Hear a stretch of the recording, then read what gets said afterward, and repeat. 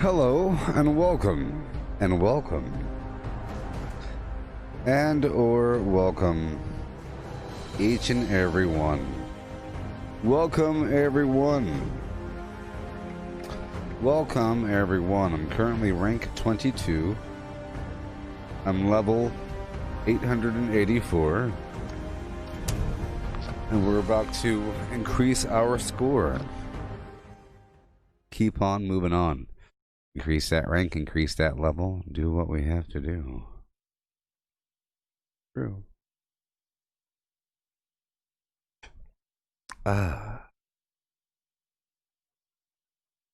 Yep. Earlier today, I streamed all last night into the morning, and I did all kinds of preparations. I prepped all kinds of food, and I documented my preferred foods that I'll be farming for in the future. Made myself a bunch of berry mentats, did some transferring to my other characters, and now I'm good to go for high-speed farming of what I need to do. Farm and farm. All the farming that I have to farm. Let's join some group here.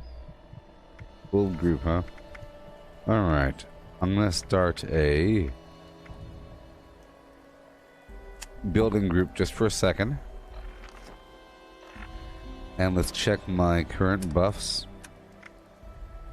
All my buffs wore off. Oh boy. You know what?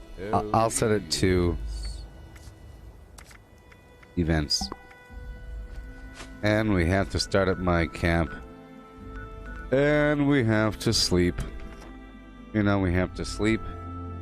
We have to play our music. I think by the end of the stream, I'll be rank 25. Or whatever. I would like this thing here. Ooh. That. The flying saucer. Yep, rank 25. That's what I want.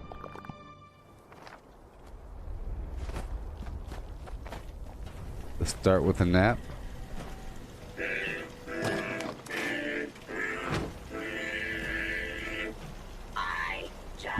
Hey there, Brad and Ben and Jesse. Welcome.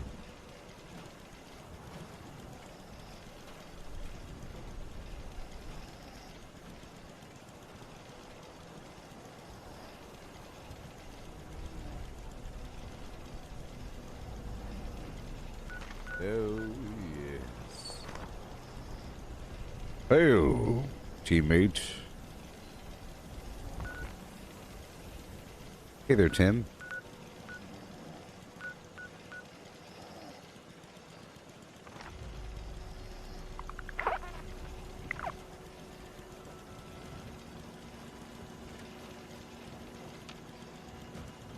Yeah. Just make sure that the audio is set to team.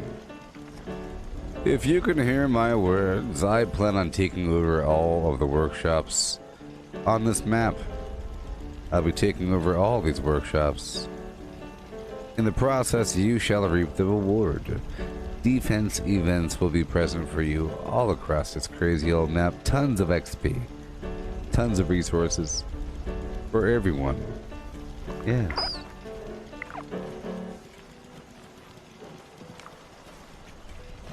Okay. Brain fungus soup. Cranberry relish. Firecracker berry juice. Glowing fungus puree. Rad resist right here. Glowing blood pack.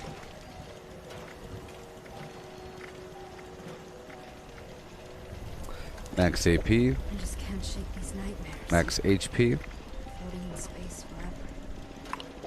Rad resistance.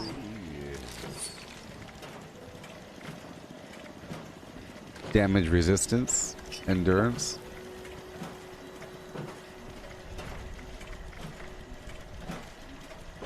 AP regen.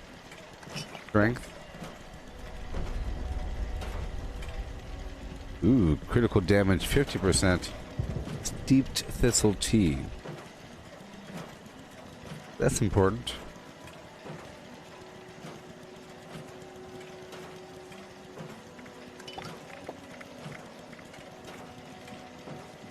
Health regen. Perception. And I'm good to go. So I'm starting right now. First step is going across the map and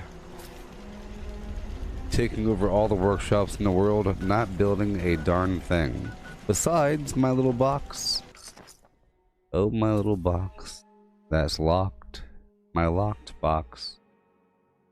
Now, I might want to modify this box. Yes, I'll modify the box right now. Perhaps. Let's hurry up. My goal is to take over this whole map.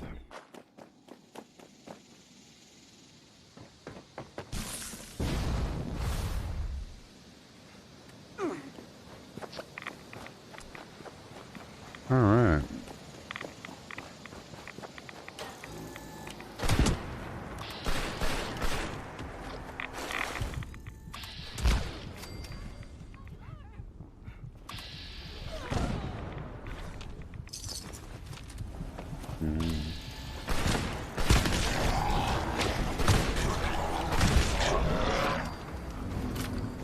Perfect. I'm always on the lookout for more mutant fern flower. Keep on marching on. To and fro. Here we go.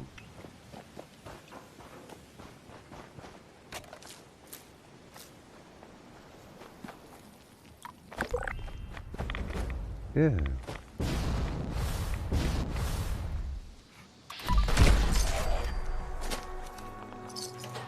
Okay, I think I could knock out a couple workshops before this event here is over. Yes. I know I could. Watch. Watch.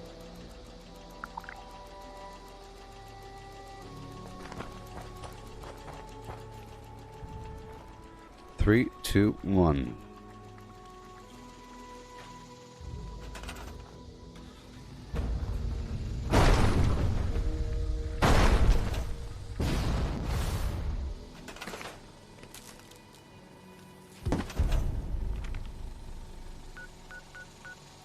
Grafton Steelyard quickly.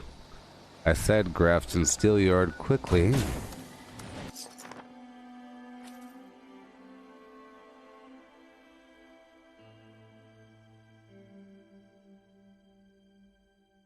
I think I could take over one more workshop after this before heading over to Mama Dolce's.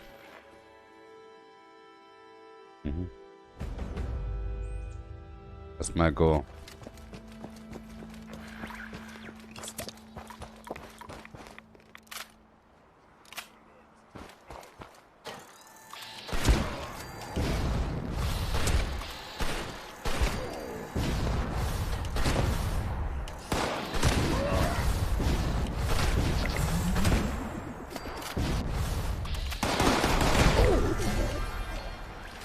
All right. I leveled up. 885 people. I'll give myself a personal Zagnet. Yeah.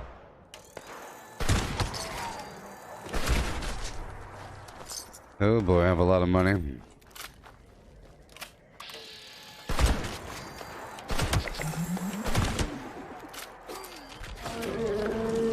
About to rank up. Because the daily challenges rolled over, you see? Oh yeah. Oh no, the event's already over. Oh my gosh. That was so quick.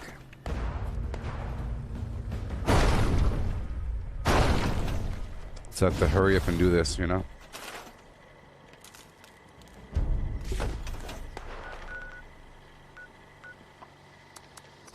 As fast as possible. I'll be ranking up right away. because the day rolled over. And whenever the week rolls over, you'll get tons of a score because worth 1,000 for every achievement. Besides the repeatable 10,000 XP farm. Since I'm here, I will farm by these locations. Even though I was here earlier. Let's check. I'll check for the Nuka-Cola. Nope.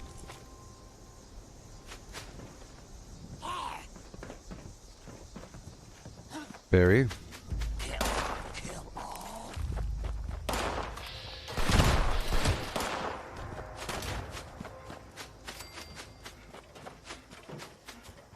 As fast as possible. There we go. Berry for me.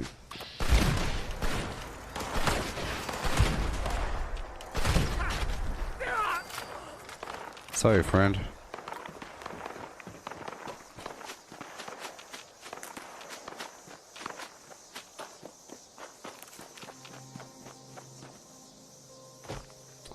Yeah.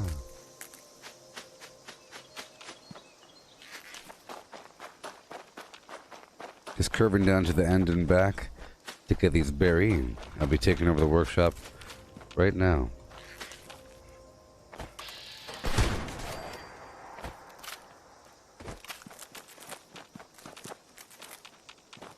And crops for money. I could plant whatever I have, which is what I think I should do. You know, I should, yes. I'm gonna make a very large orchard. Here we go.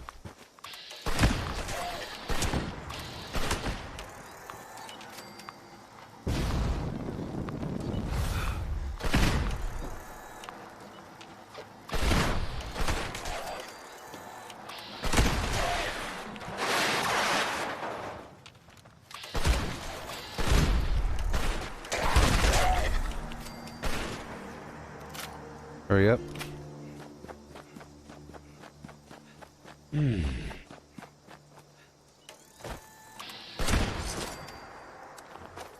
Hurry up. We'll hide in the corner.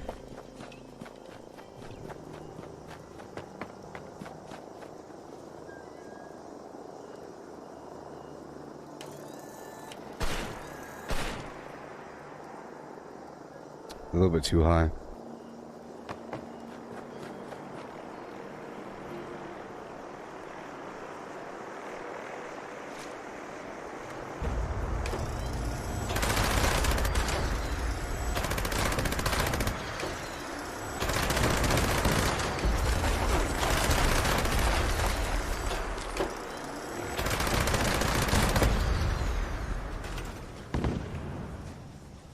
Okay.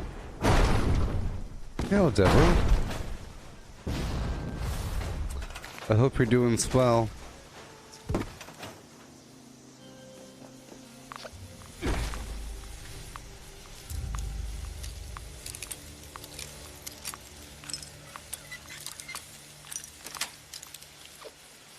Unauthorized access of secure transport container.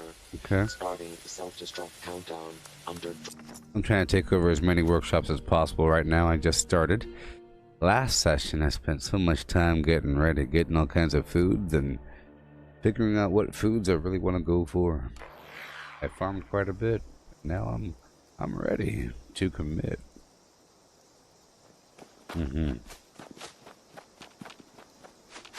Are you enjoying the new update 20? I love it. The fact that if I'm in a public group and my game crashes, I could, you know, I could rejoin it, the same game, and have my workshops. That's wonderful. That pretty much solves the crashing problem. Solved.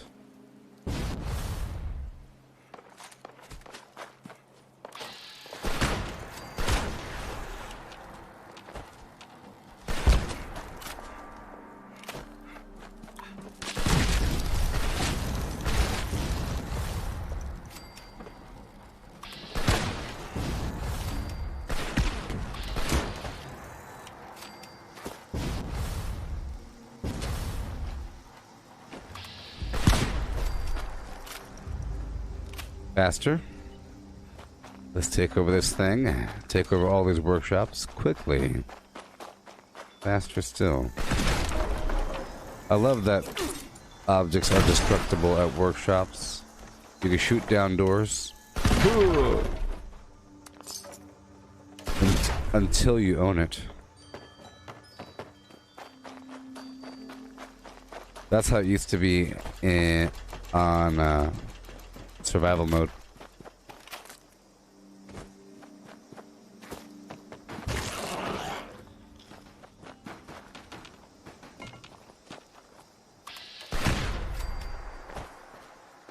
Okay, hurry up, hurry up, hurry up.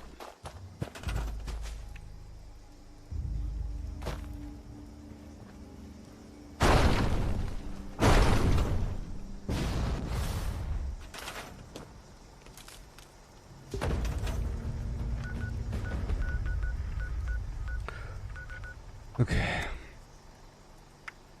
I'm gonna go in order, but I'm gonna skip the power plant for now. I feel like I should tell my teammates about that. I could tell them right when it's over. Say, hey, come on over, you have 5 seconds. But I don't really want them all up in my business right now. You know? I want them in my business. And once I have things established, once we have, you know, 10, 12, 15, whatever workshops under our control, and we have a bunch of defense missions, we'll be just fine.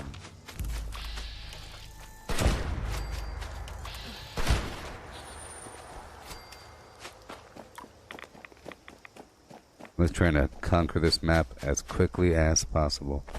I'm getting XP in the process. Every hour I have to stop and eat.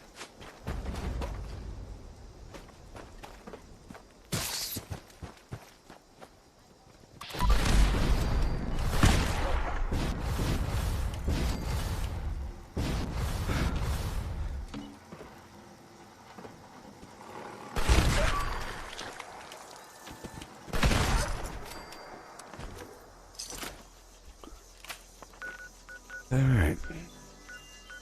Keep on going. Oh, I'll let them know, alright, once I take over the world.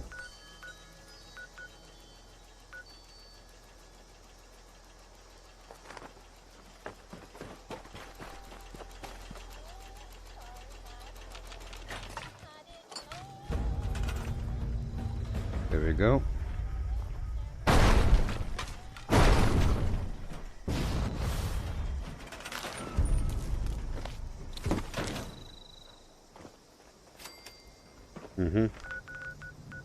Okay. Moving on. Sunshine Meadows takes a bit longer. I'm trying to go in relative order according to my own pathways, even though I skipped the power plant.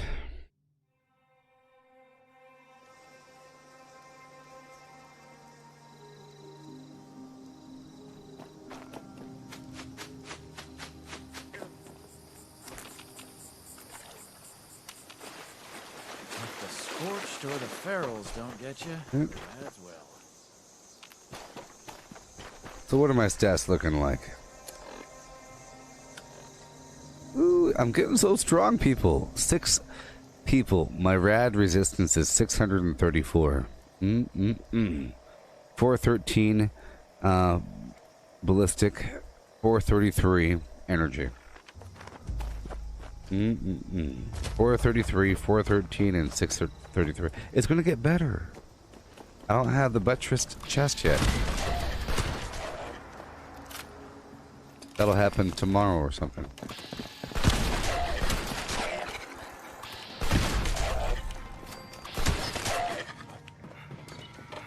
Go up to the roof.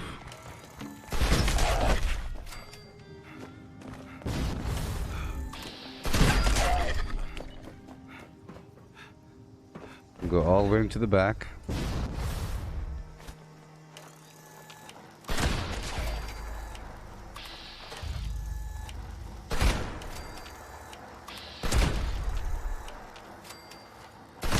Oh, yes.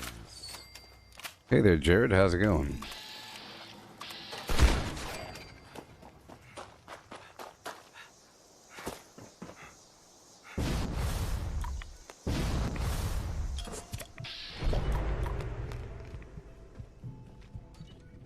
Thank you, thank you, thank you.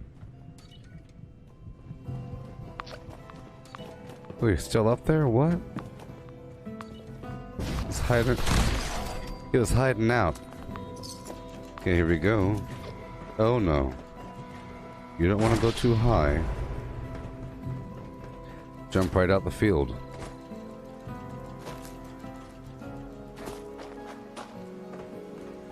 Alright, Jared. It's good stuff, buddy. Are you enjoying update 20?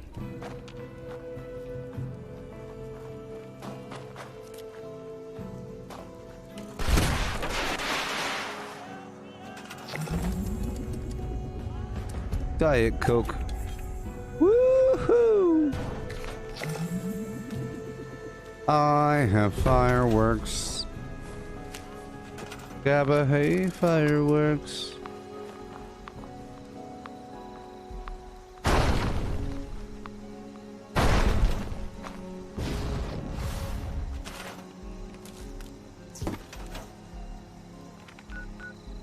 Okay, boom, boom. As fast as possible. This is my purpose. Retaking will give me a lot of XP. I'm trying to figure out what is the routine XP value. Sometimes I've had numerous workshops in a row give me 2,000. Other times it's routinely 1,800 and something. Or 16, or 1,100, or 800, you see? Or whatever it is. But yesterday, after having all my buffs ready and everything, it was 2,468 for retaking Dabney. I'm trying to figure out what the pattern is. I wonder if it matters what you're retaking. You know, if there's a bunch of level 68 mutants that you have to kill versus one rat. Do you get more XP, or is it just the fact that you have the right buffs enabled and you did the retake mission? We'll find out. I'll come back here for these supplies. I can't waste the time right now. We're in a hurry.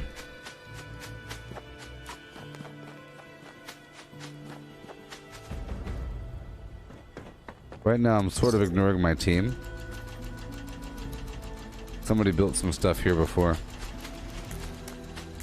That's okay. I like to collect the razor grain while I'm here.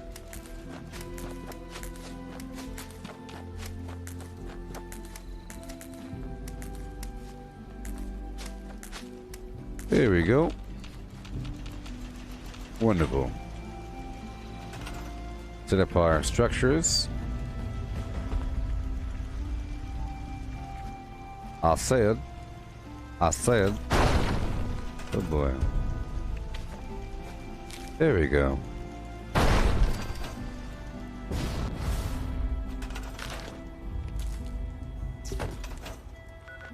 Okay, moving on down as fast as possible to the lakeside cabins and then to the Wade Airport. And then at that point, because I already have enough workshops up to that point, I'll take over the Poseidon power plant. Yeah.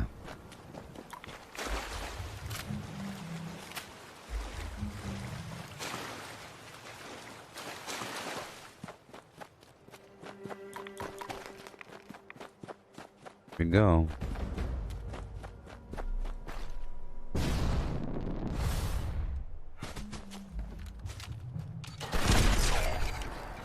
Done.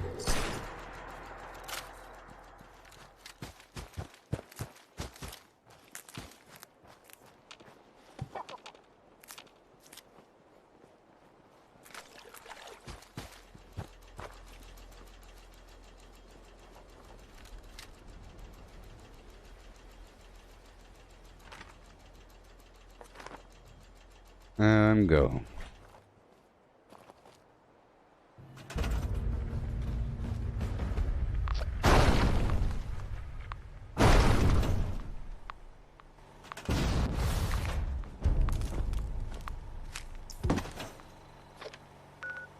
Okay, straight to Wade Airport.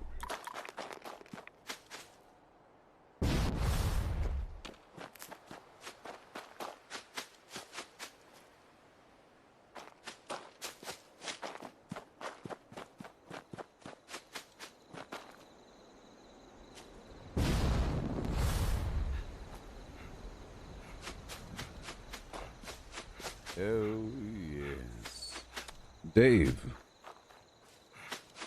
I have no reason to kill the rad stack right now. You can't make me, Dave.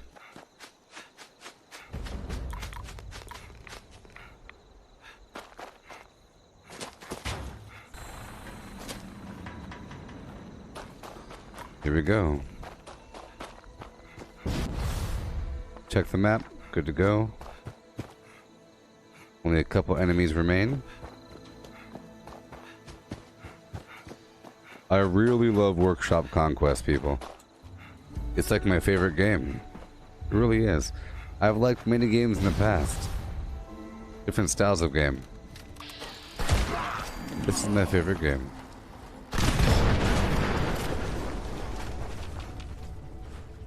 I mean, I loved Fallout 4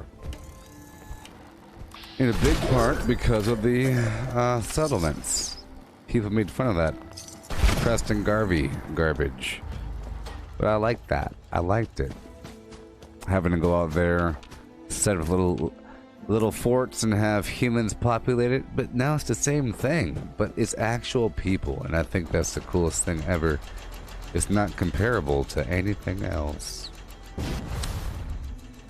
Yeah.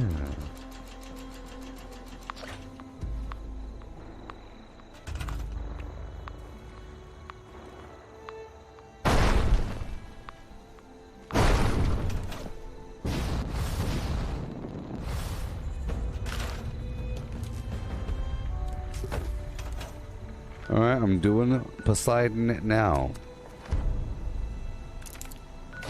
Now. And now. Indeed. Oh man. Ooh. Oh yeah. Ah. So I purchased the Oculus Quest. With, I bit my tongue, with the link cable. You know, the thing that connects to your computer to use the power of your computer and your Steam library. They'll be here on the 15th. On the 15th.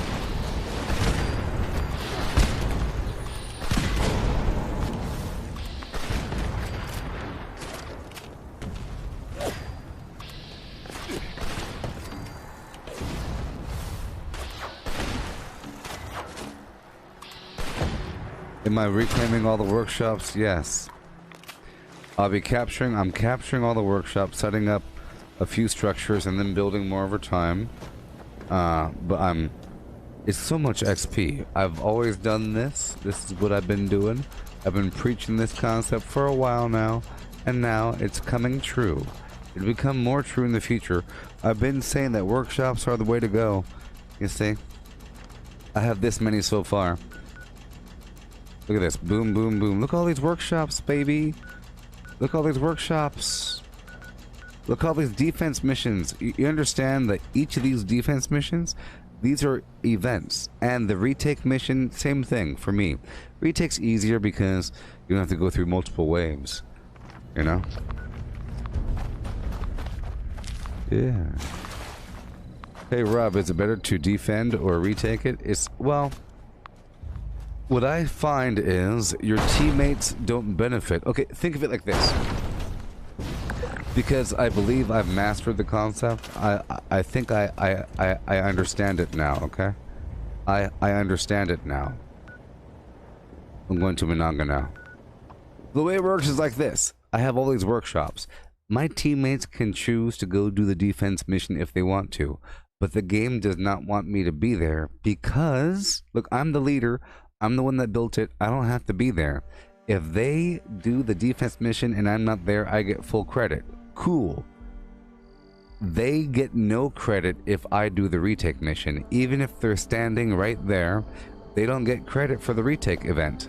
But I do. And the way it works is, once you take over a workshop, it'll be silent for a bit and then a defense mission will pop up. If you don't do the defense mission, it'll turn to a retake mission. Once you do the retake mission, it'll be quiet for a tiny bit and then a defense mission will pop up. But if you don't do the retake mission, it just sits there. So if you have a whole map full of retake missions, eventually there's no more defense missions. So it's your job to go around the map as a leader and quickly do the retake mission, and you get it all for yourself. Ooh. But then right afterwards, it'll trigger a defense mission. So you can do either, but I think you're supposed to focus on the retake because you get about the same XP, I think. Now the problem is for the retake, sometimes the enemies are hidden in the wall, someplace off in the woods, and for the defense, you know where they're coming from, sort of. But obviously the retake mission is incredibly quick. It's about a minute, just like that. The capture is about a minute.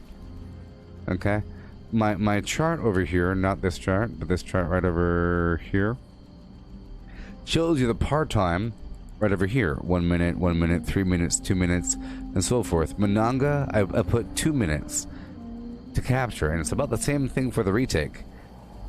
The defense takes much longer. Sometimes it's 3 waves of enemies that come slowly, sporadically, terribly. Insane. Yes, and I'm telling you, with all the bonuses, I've been getting up to 2,000. I only have 2 teammates here, but with all the bonuses, I've been getting up to 2,000 XP. 2,468 the other day with Dabney Homestead. Ridiculous, and it takes a minute. And the more you capture, the better it is. The more you capture, the better it is. You come back and there's more and more. And what happens is I'm making a small investment with the fee to travel here, right? But once I travel here, I have free fast travel to this point from now on, right? Once I capture it, it's free fast travel. So I'm taking over the power plant.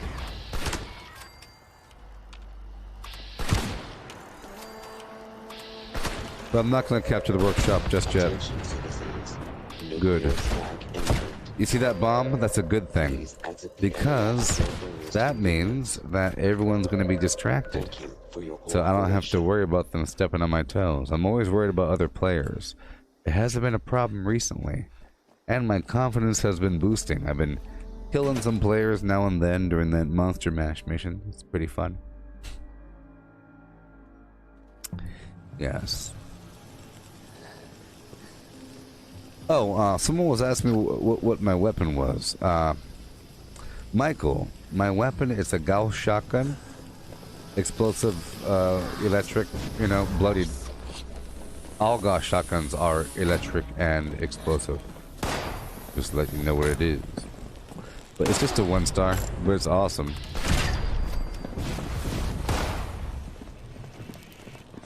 So right now I'm doing a really quick event that you might think takes a whole party, and usually it does.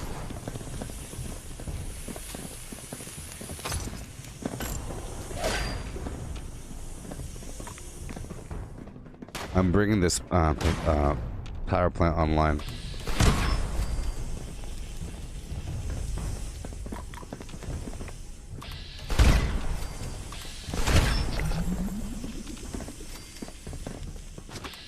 Oh, come on.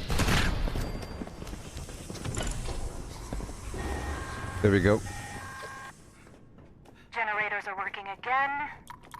Oh, I'm in such a hurry. I'm in such a hurry, people.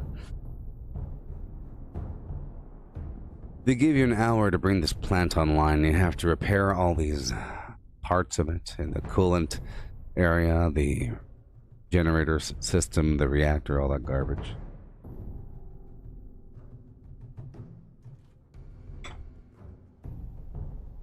Yeah.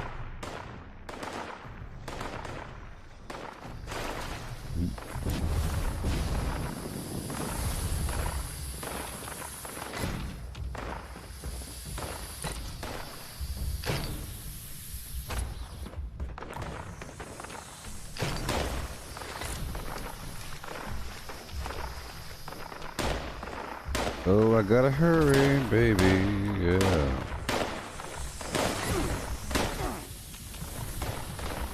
Faster. Faster, I said. Come on.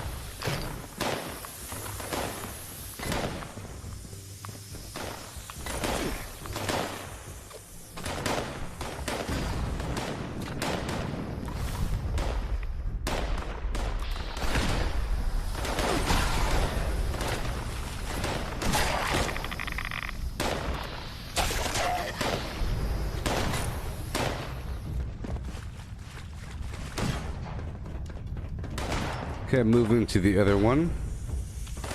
I'm moving to the other coolant stack over here.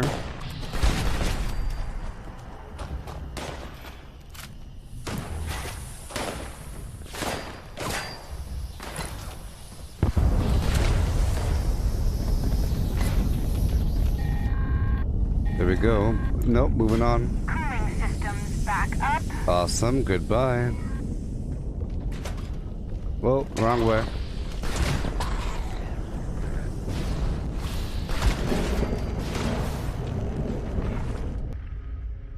Alright.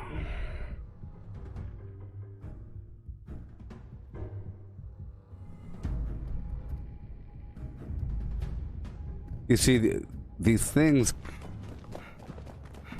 are sort of random at a certain point with when the defense mission's active. Sometimes it all depends. If someone owned the workshop before me and it's not a pure workshop, then it'll take a while for that first defense mission. But if it's a brand new server and I'm the first person there to set up a workshop, you know, I clear the enemies and all that garbage, then the defense mission's right afterwards.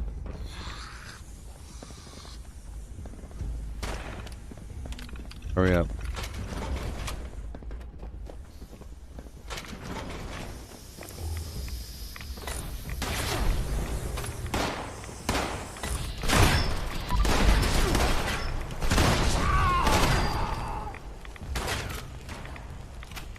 Okay.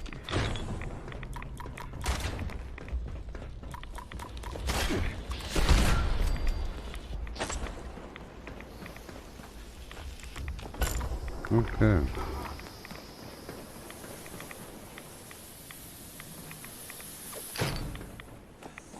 Perfect. Yeah. If you want some free XP, I'm over here at Thunder Mountain, about to finish the repair mission. All you gotta do is just stand in the proximity and you'll get a big chunk of XP.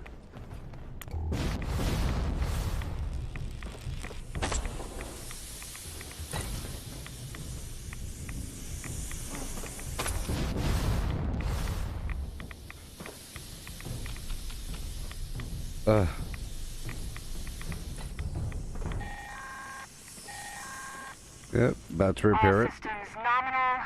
Control room. You are clear to restart.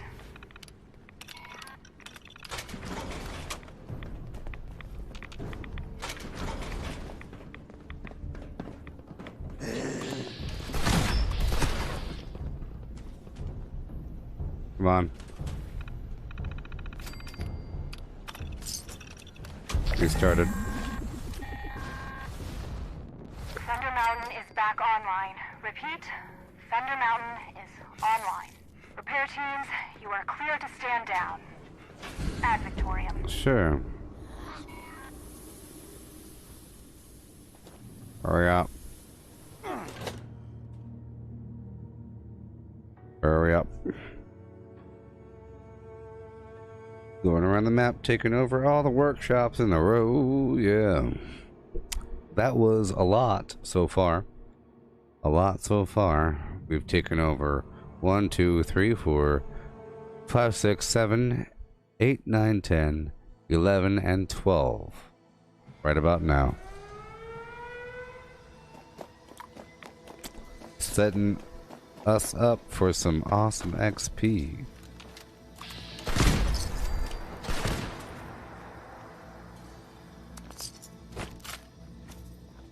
Capturing.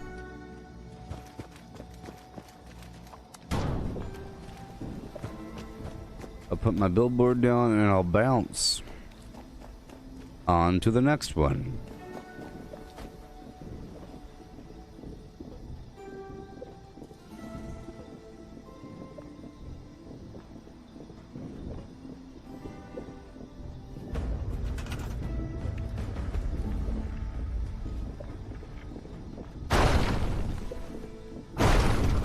Okay. Oh, yes. Hey there, Tomas. Taking over all the workshops. I'm taking over all them workshops. All them stanky workshops. You know I am today. Mm-hmm.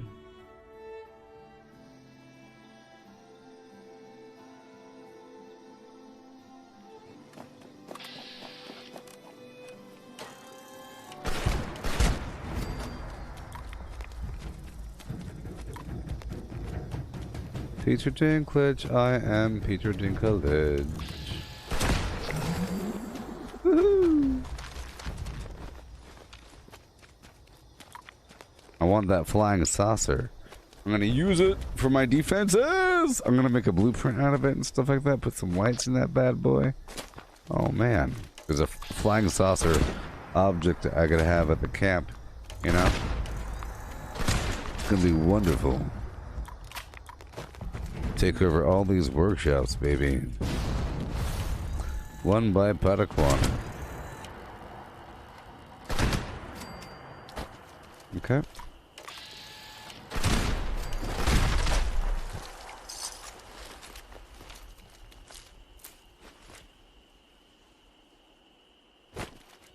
Okay, there's another enemy somewhere, I think at the very bottom.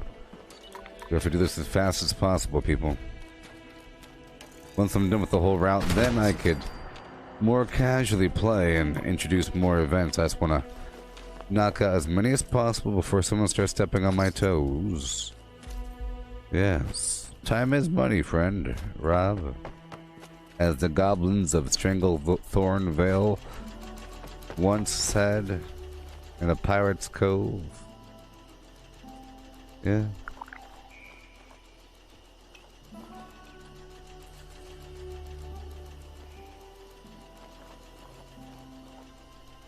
Alright. Yeah.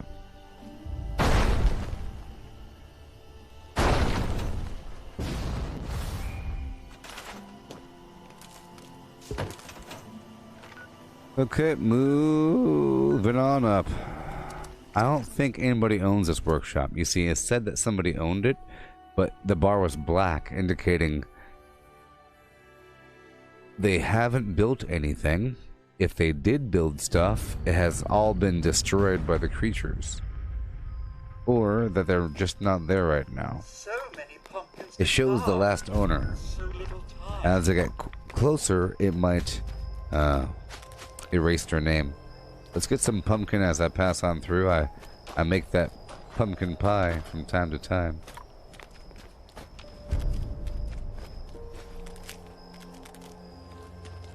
Oh yeah.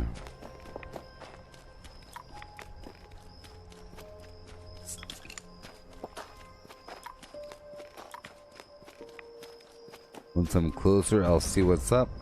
You see? I told you, it disappeared. Why am I out of ammo? That's bizarre. That's crazy. Well then. I'll have to address that. I predict that there's 0 creatures here. Okay.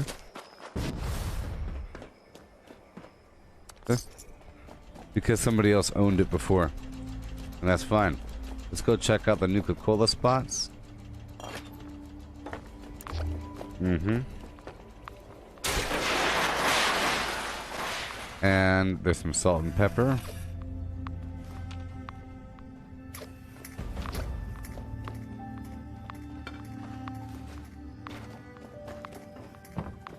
Okay. Put the structure in the back.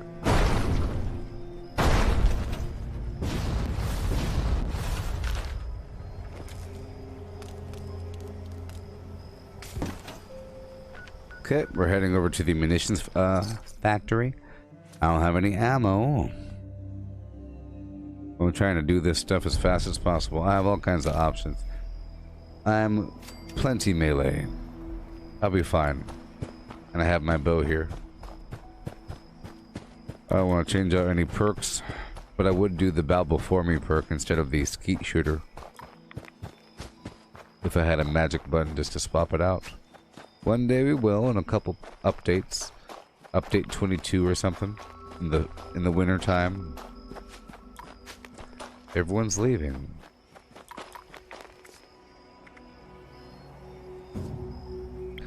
I'm joining another team. See that? They'll appreciate it. That's the cool thing. You could easily join another team.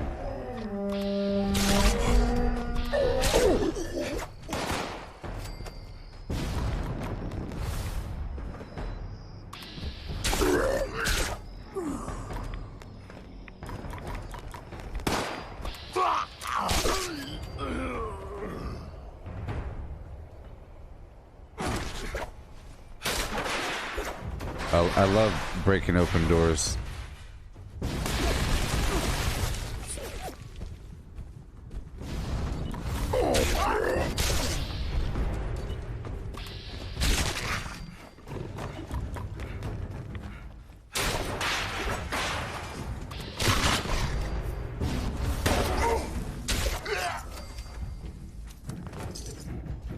Okay. Right outside, check the door. Alright, I'll build something here. Woohoo! And then off to Berkeley Springs after this. We're doing it, everybody. We're really doing it, you see? It's the route. Boom, boom, boom. And then down to 16, 17, 18, 19, 20, and 21. We already have all the power plants in our control.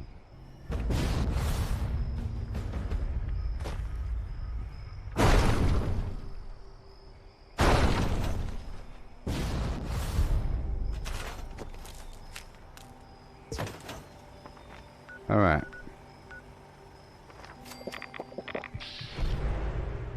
Let's hurry up, hurry up, hurry up. Right on down to Berkeley Springs. Marching. My teammates will appreciate the fact that I'm on their team eventually. Once they look at the map and see all these defense missions popping up every 3 seconds.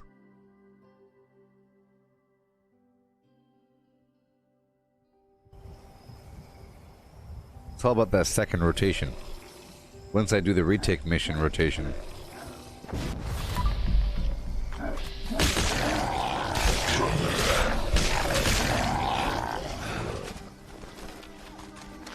Oh, yes.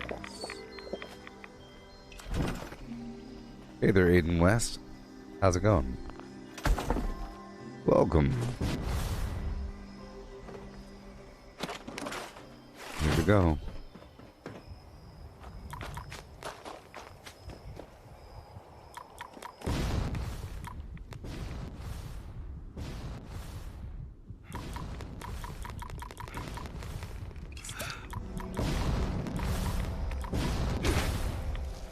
Good thing I had the cushioned legs. I almost died there. Every time I almost die, that would have been death, perhaps, if serendipity doesn't kick in. Greetings, members. Anyone interested in a gift from on high in exchange for a little triangulation should proceed to the coordinates we provided. That is all. No, I'm only doing this melee thing because I've run out of ammo. And, you know.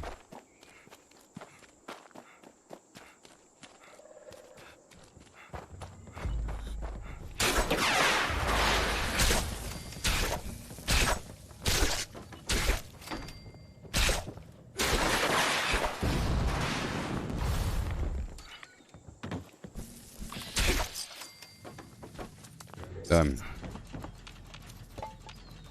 I love it. And then the abandoned bug town next. It doesn't take long at all to take over every single workshop. Now, I think the hardest workshop to take over is Mount Blair, because it's such a large footprint, and it's a larger structure. You have to go up and around. Sort of annoying. Oh boy.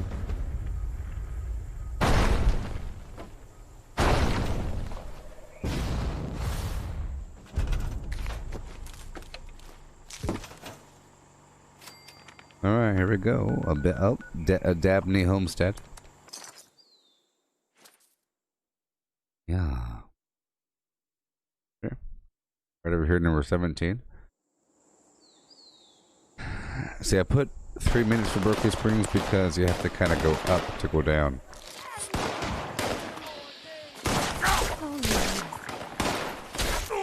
I join you. Holy moss. Mothman, protect me. I will protect forever.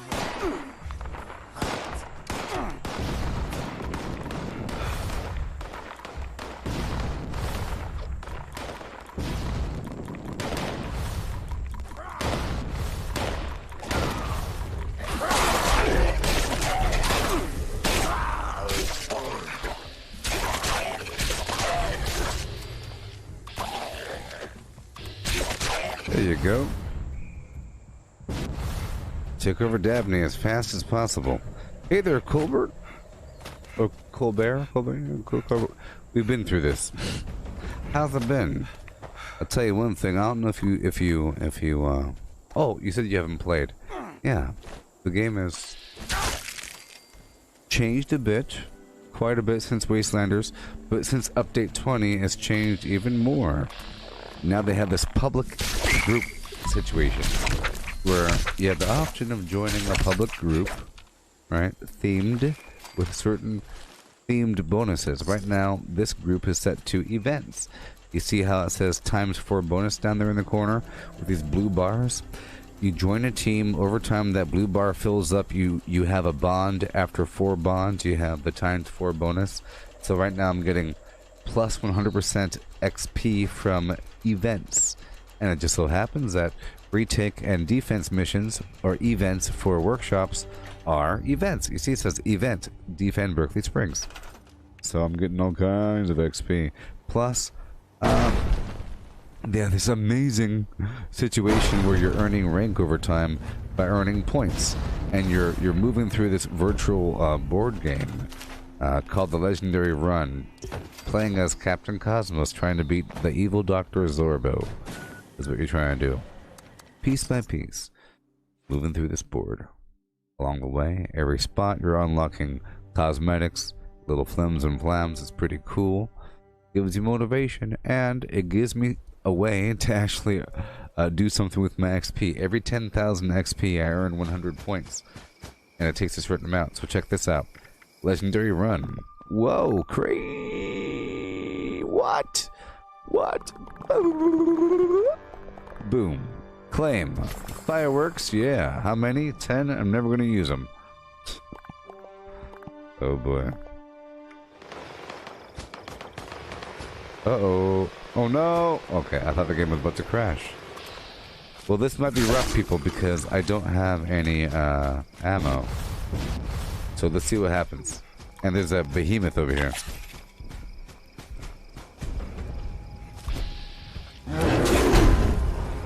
Nope.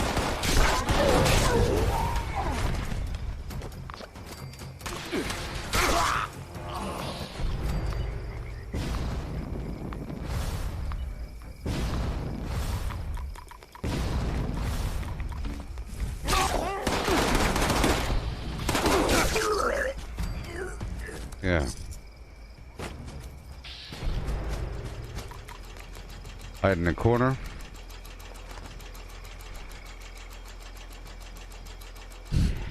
I'm not gonna clear through. Maybe I should. It's such easy XP.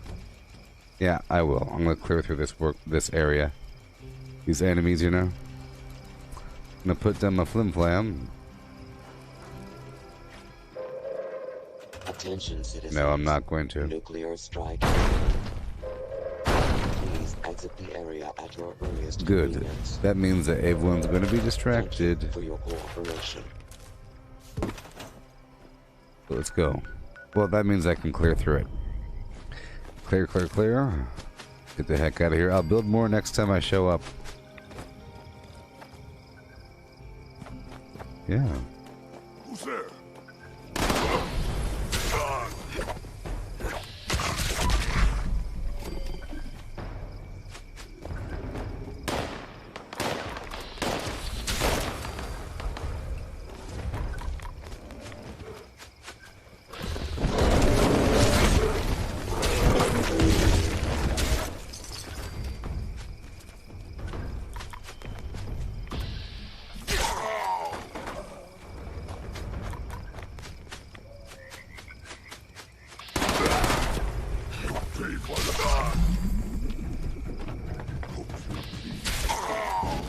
Now I want you to remember I'm not using incisor or martial artist or puncher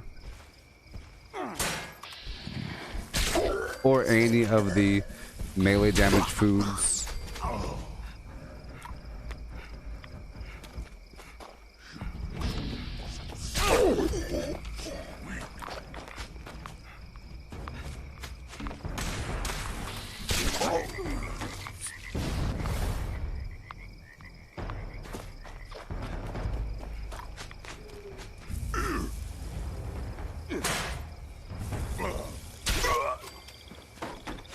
All right, here we go.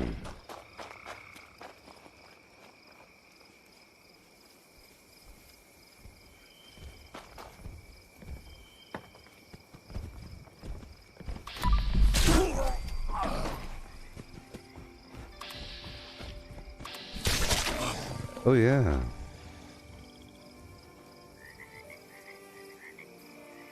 Okay, moving on down. Moving on down. Okay, boom, boom, and down here.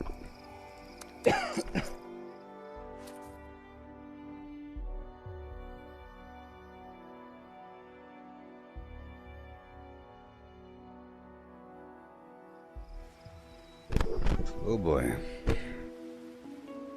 It takes but a minute. Let's hurry the heck up. Even though I don't have range weapons, it's still fun. Just know that this isn't my normal thing.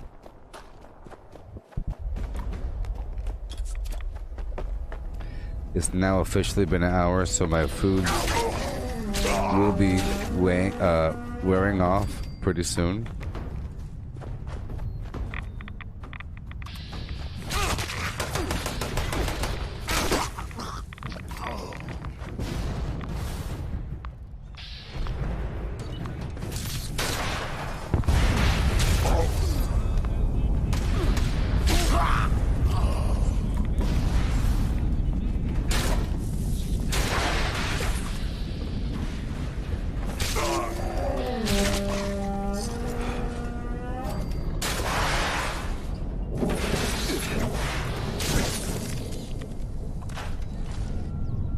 Break it down.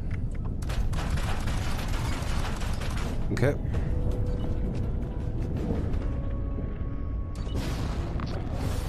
Where are you? There he is, Snallygaster.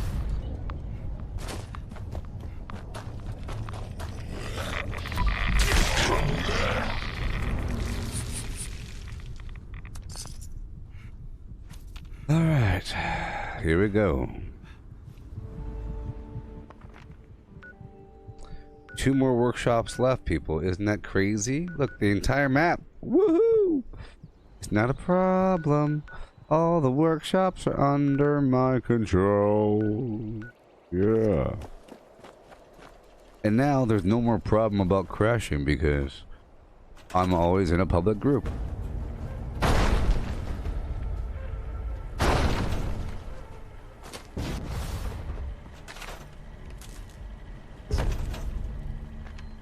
Boom, boom, and boom. Yes. I love Workshop Conquest. Yeah.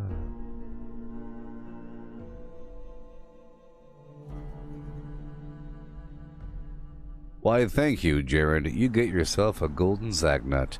Shazam! Shazip! And Shazowie. Thank you. Thank you, kind Flem. Have yourself a merry little Christmas. Okay, I have to hurry, hurry, hurry. Gotta take over all the workshops. Unidentified intruder detected. Is that someone who needs me to kick their ass? Well, Jared, I ordered myself a new VR headset, so I'll be doing some awesome VR streams in the future. So you'll see some of this live. Boom, boom, boom, bam! All that live stuff. It's gonna be so awesome. My other situation got all messy. Oh yeah. Well, guess what? Check this out. Look at this. Look at all these awesome retake missions just waiting for me. Just waiting for me. Okay.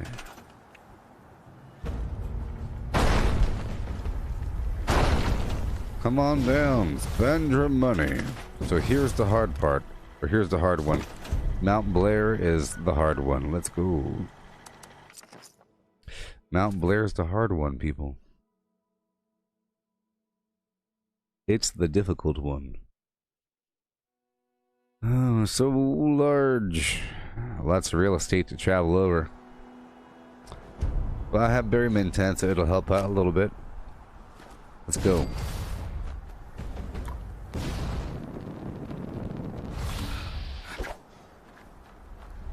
Oh, I'll use my arrow.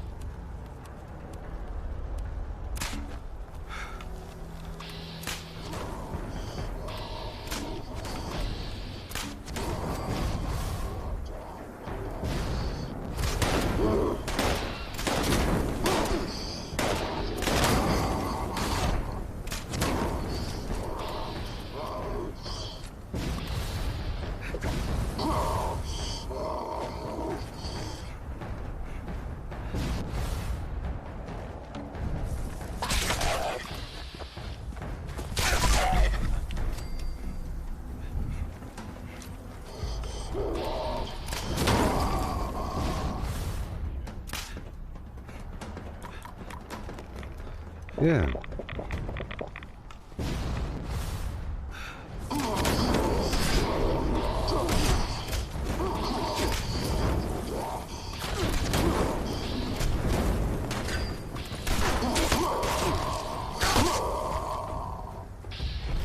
Hurry up.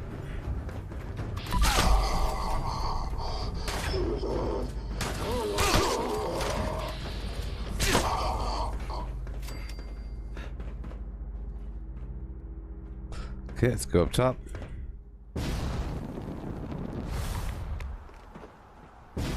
Right up top. These stupid mole miners. They're crazy.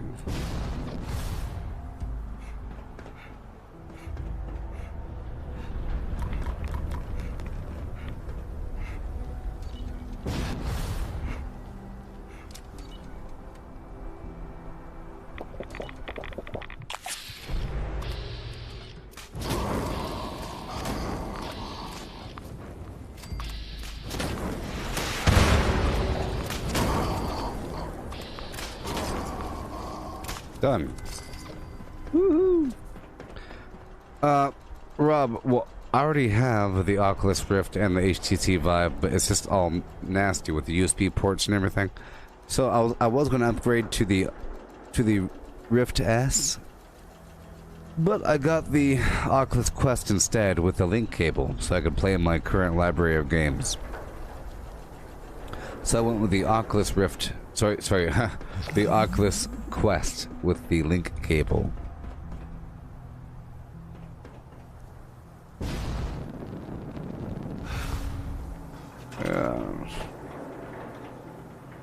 Well, guess what, people? That's all of the workshops. Yay! I did it, everybody. I took over all the workshops. That's the second time I've ever done that. So this time it's for reals. And now we get to nap. Well, ladies and gentlemen, guess what? I've taken over all the workshops. Yay! And now you get to reap the reward. Every so often, check the map for those defense missions. Oh yes. That's free XP for ya.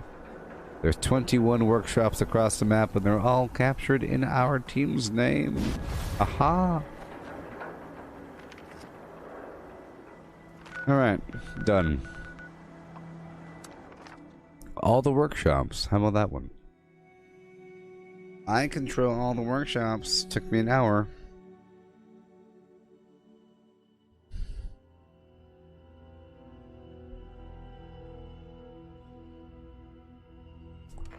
Wonderful. Okay. Well, now I'm in control of all the workshops. I have to go around to each of these locations to do the retake mission, which will then cue the defense mission shortly thereafter.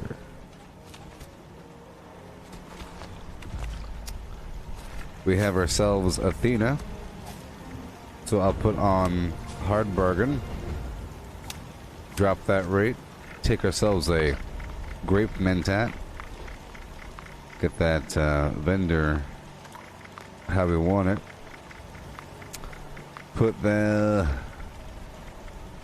We don't have any sweet rolls. Where'd she go? Where'd she go? I knew she would disappear on me. I knew it. Did she disappear on me? I think... No, she didn't. I thought Athena disappeared on me. Okay. 1400. I'll sell you my grenades. And I'll sell you my stim packs. You want my stim packs? I know you do. Stim packs for you. Radix as well. Boom. Goodbye. Goodbye. And I'll buy all of your junk. Bulk ammo scrap, lovely. Sure. And whatnot. And especially the whatnot. Nuka-Colas and Quantums and cherries, oh my. Drop everything off. That might have solved our ammo problem. Let's just see. I'll do what I can do. I'll put inspirational back on. We'll give ourselves that ammo smith perk. Eventually I do need to go to White Spring shopping mall to buy and sell and buy and sell, because I'm above 20,000 caps. That's a problem. The capacity is 30,000 and I'll easily hit that limit, and then I'll lose potential money, and that's no good. With my shotgun I don't use that much ammo. With my minigun I do. Okay. Good to go. Everything's good to go.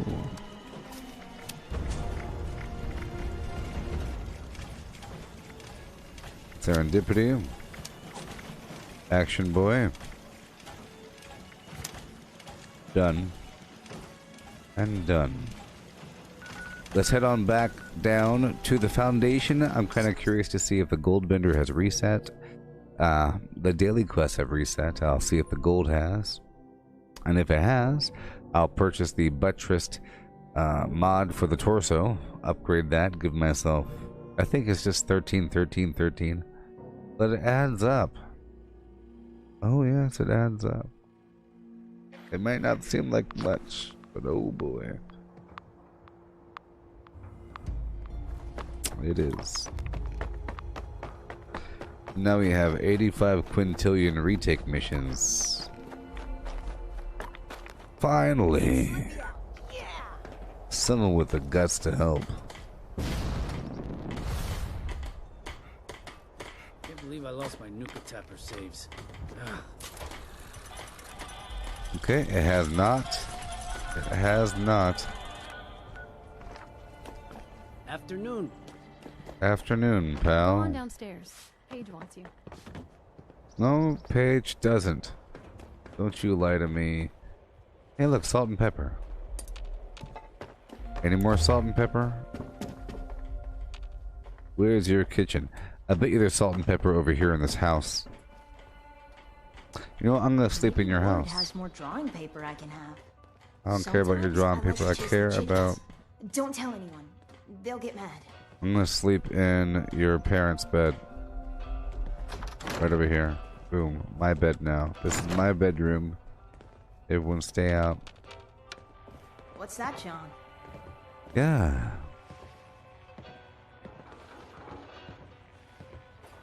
All the workshops under our So glad control. to be away from the pit. Oh yeah.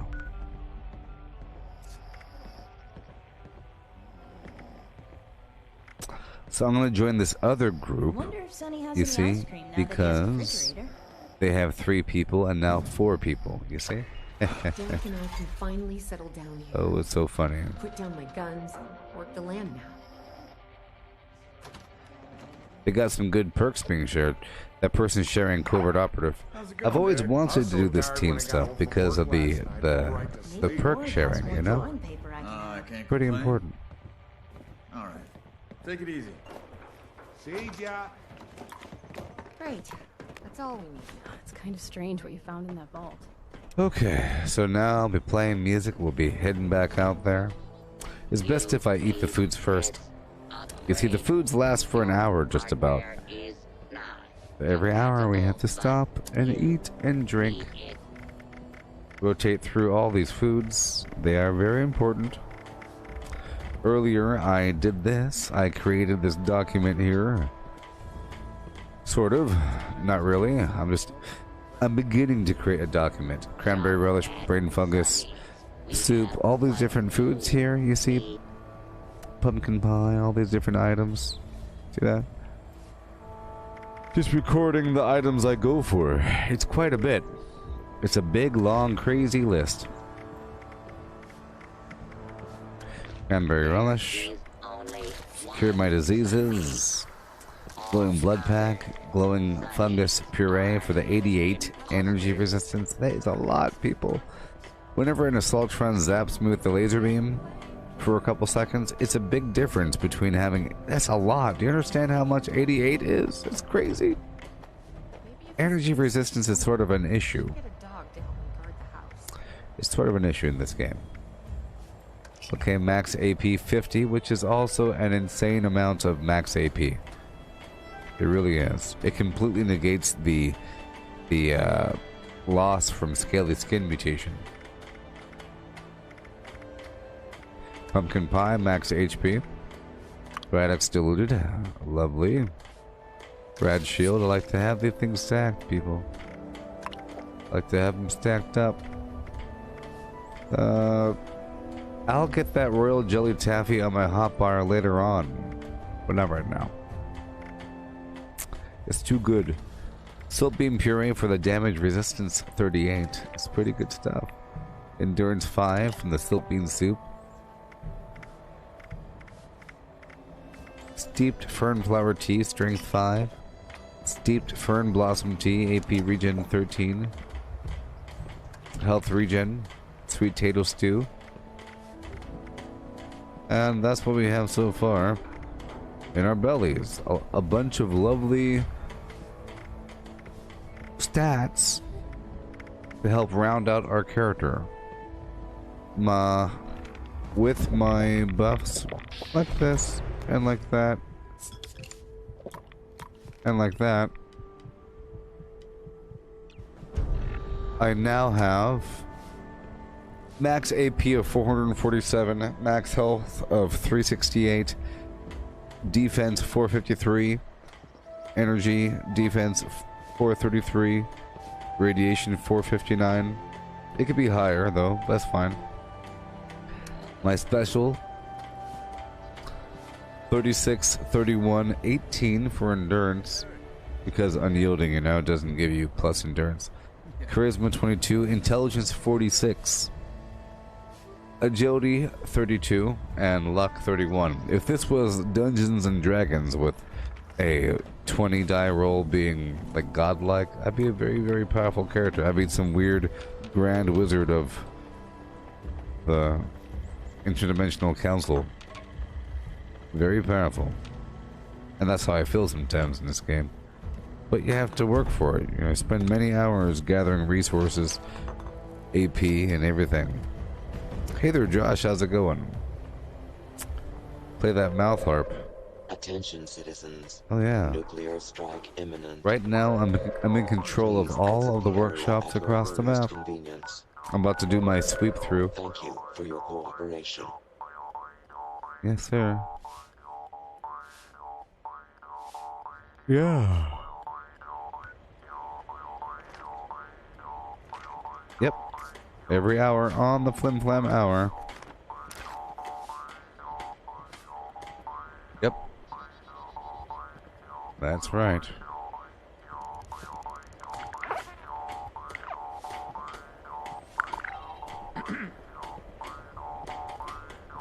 Yes, I'm conquesting with the group on the map, and I'm currently in control of all the workshops. Yep, I might find a new group though. But either way, they're about to reap the reward. I wanted to quickly go through the whole map and capture everything as fast as possible before people really caught on. And then, at that point, after taking over everything, I could then freely fast travel to my workshops for free to then make the jump to the nearby event in the future or farming area. Costs very, very little currency. Money. Yeah.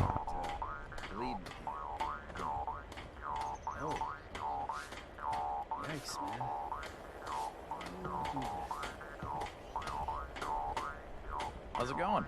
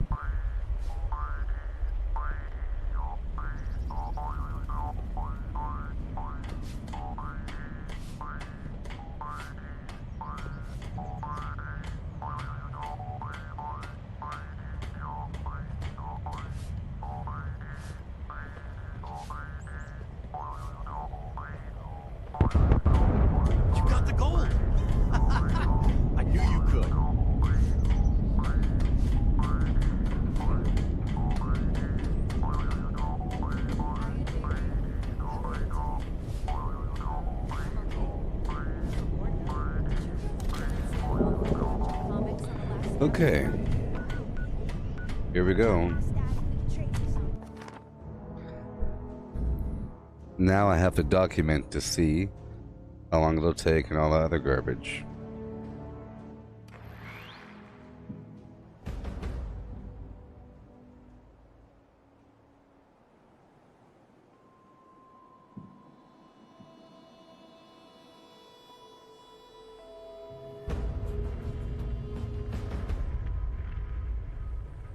Okay. So Oh boy. Oh boy. 10:53. There we go.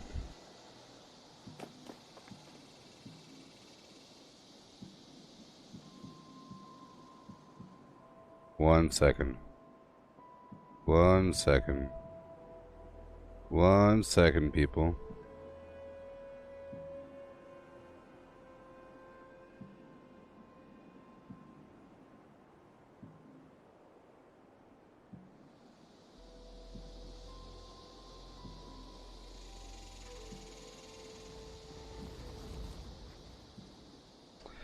All right, 10:54. Okay, we'll go from there.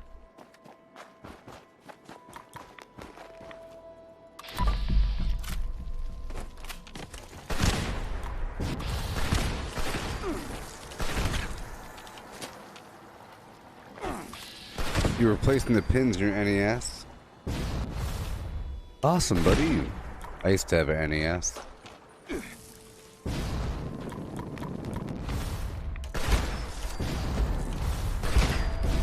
Okay.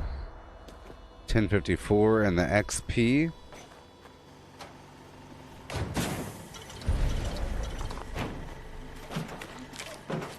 Collecting 2100. Do you see that? 2100. I find party supplies for you. 10:54.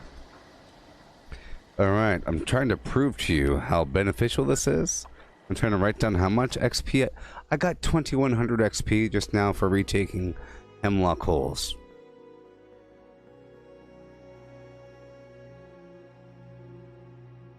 Okay. Pretty good.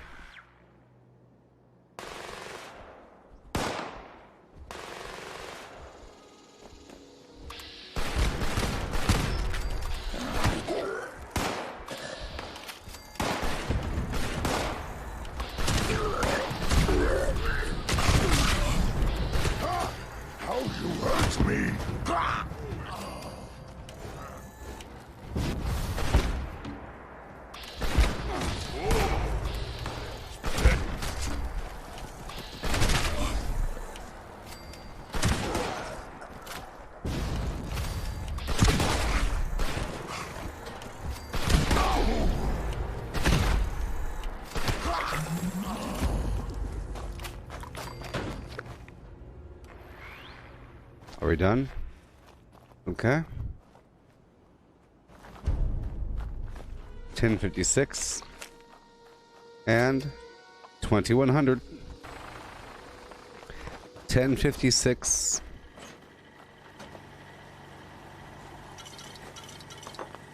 Two minutes.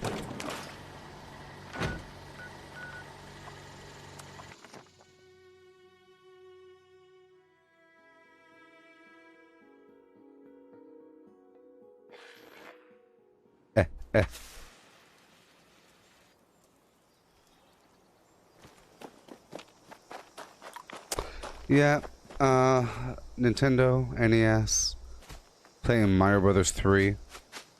There's a movie called The Wizard. Some game tournament. I think that's where they first showed Mario Brothers 3 as a sneak peek in that movie. And he found the secret area because he's autistic.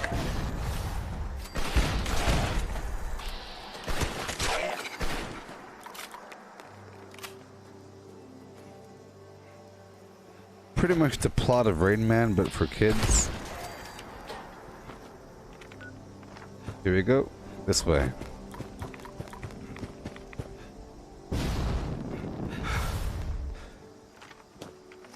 Oh no, where are they?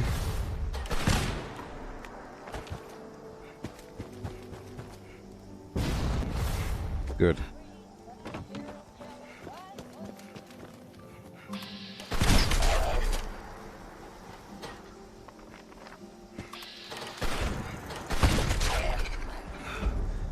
Okay, this one took 1 minute longer, 10:58.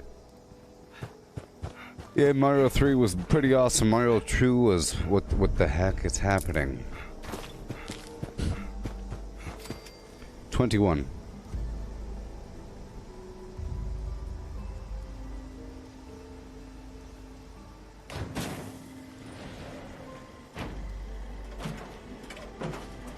Well, I think we're seeing a trend here.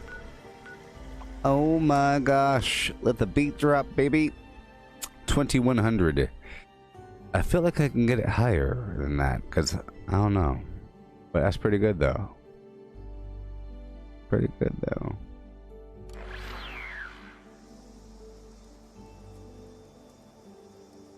Crazy town.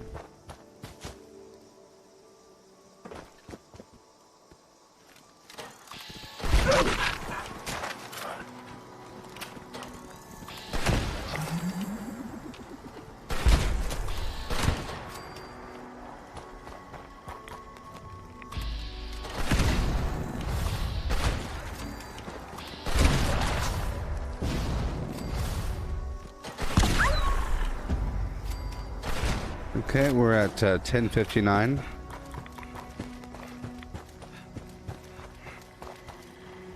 Oh, yes. 2100. We're going on down to the... oh boy, they took over my workshop. That's okay, let them. I didn't build anything. You see, that's the consequence. Whenever you take over a workshop and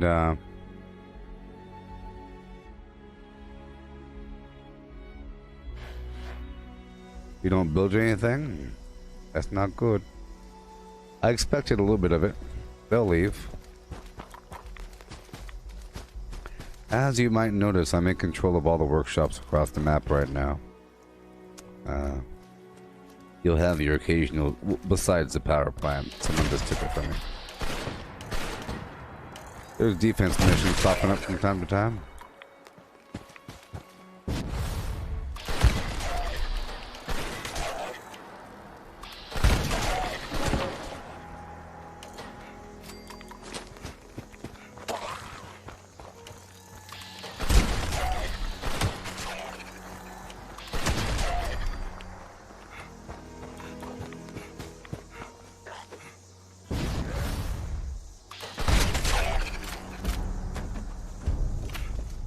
Okay. 21. So it is dependent on your own stats and everything. It's 1101. Okay, moving on down. 1101. Oh.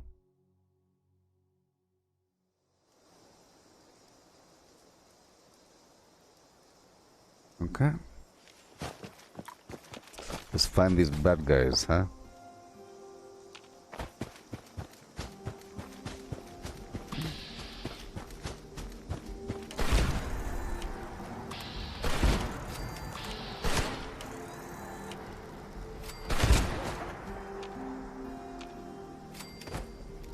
I didn't build that stuff up there. They've been spawning in the water recently. Yep.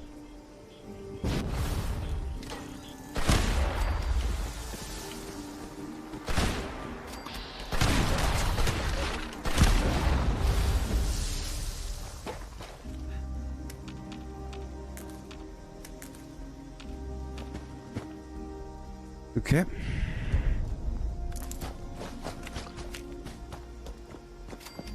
$2,100.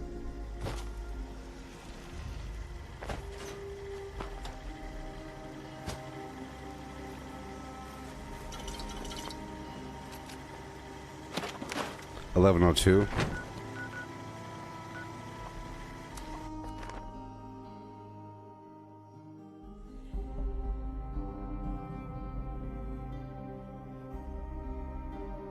This is insane, people. Equals sum of this whole column. Boom, boom, boom. Invalid.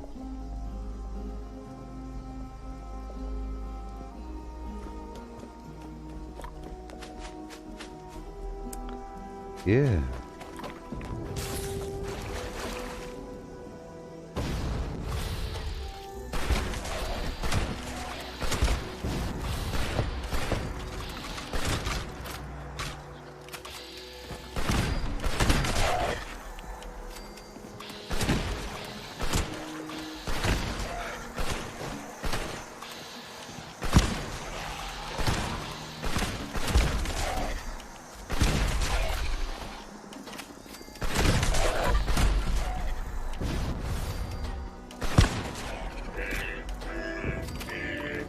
Are we done? One more. I just love songs. Yeah, so I think every single workshop gives me the same amount of XP when I retake it. 20, you know, whatever it might be. And I've gotten it higher. So I think I can get it higher. We'll see. Okay, that one's done. Moving on. 1104.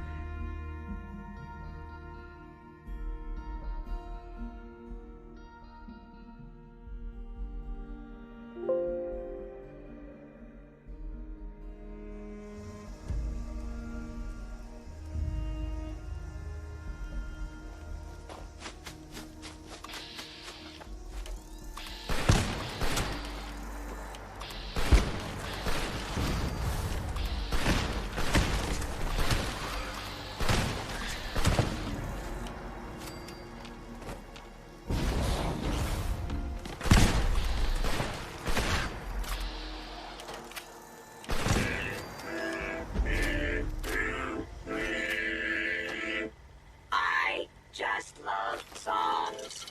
Don't you? How much was it? I'm assuming it was 2100. That's what I get for closing it out. I'm just assuming it was 2100.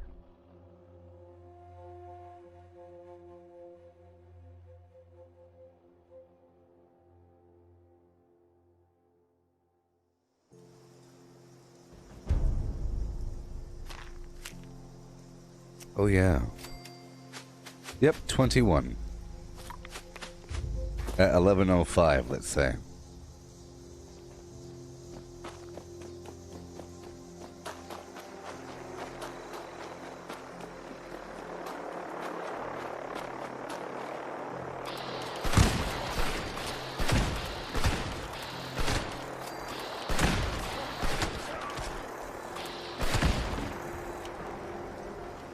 It just works. Well, it does. Ruthless. And this is the best thing ever. This new update is awesome.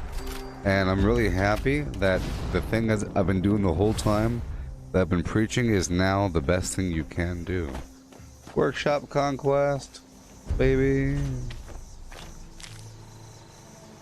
2100, yeah.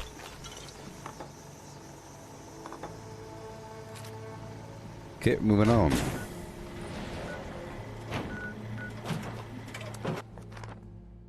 You see that? How much XP? 1106.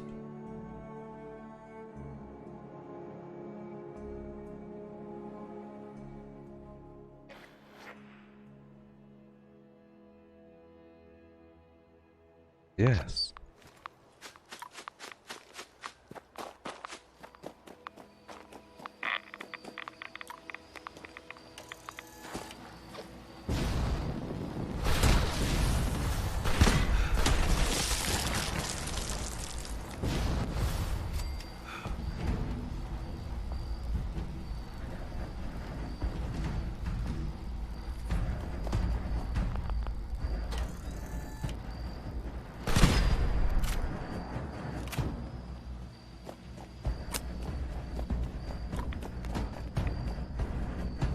Come on.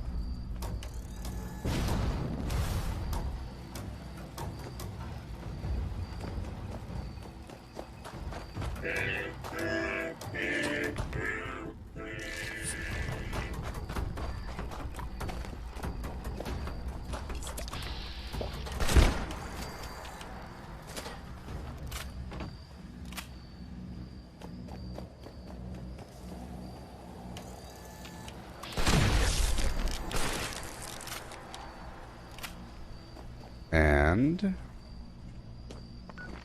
one more.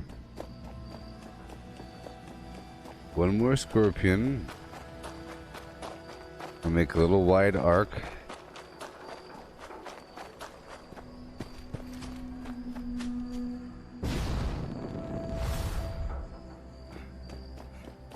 Sometimes they're way down here, attacking the tents.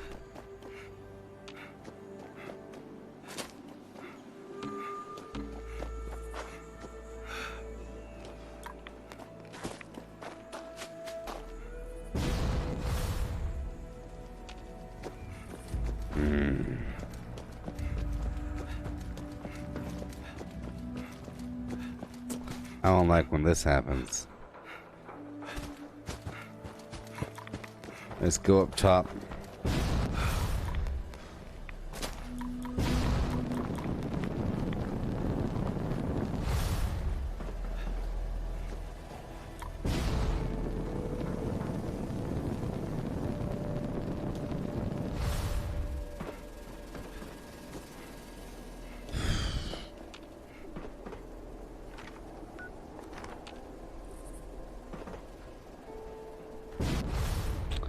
Go all the way over here, and then back around that way. I'll have to come back or something. See, this is wasting my time. Sometimes this is what happens. Hey Ryan, you're asking me if I know how to do the God mode glitch? No, because I'm not a scumbag. Anybody that would want to do that is a big loser. A big loser. No God mode glitches, okay? Don't do the God mode glitch. You don't need to do the God mode glitch. Ah, there he is. Cool.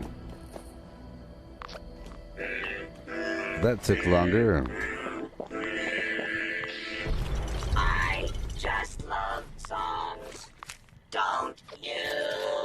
Yeah, I think it's completely dependent on my level of intelligence. See, that was 1968. Okay, hop on over here to Thunder Mountain. 1968 and a much longer time period. 11:10, that took 4 minutes.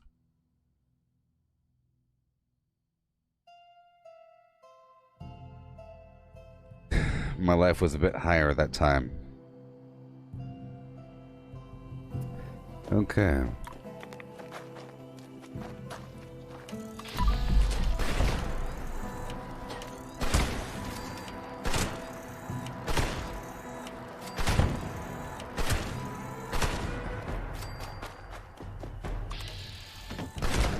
Boom.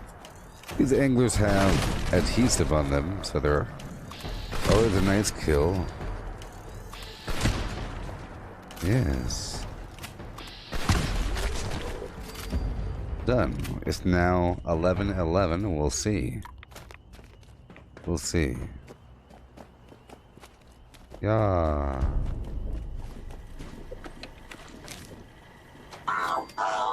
Yeah.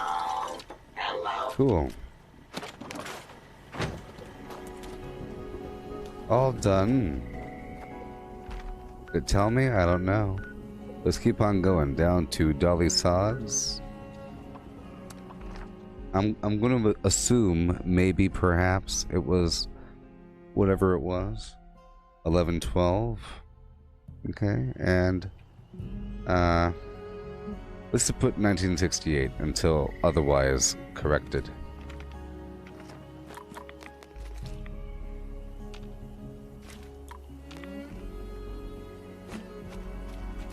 Okay, there's nothing here. Moving on up to Red Rocket.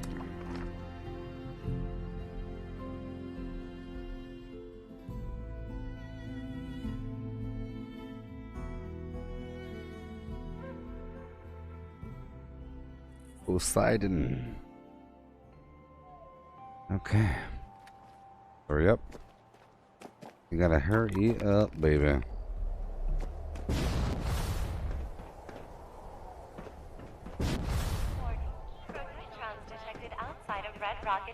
Oh yeah. Look for these remaining enemies. Some rad rats or something.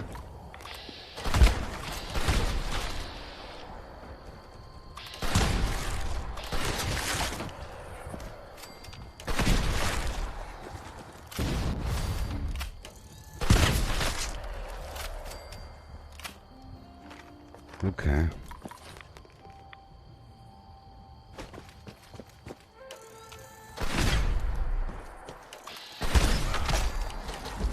Okay. We should be fine. It should be 2100.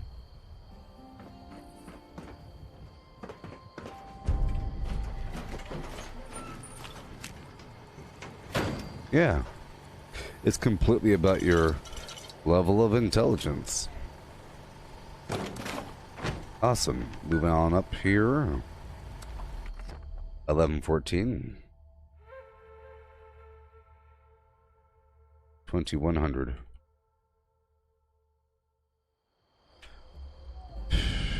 Munitions factory. Let's do it.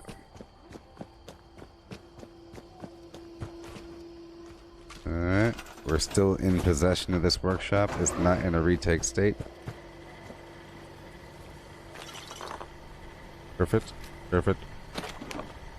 Drop it off and go. And we move all the way down to Berkeley Springs. This one was cleared.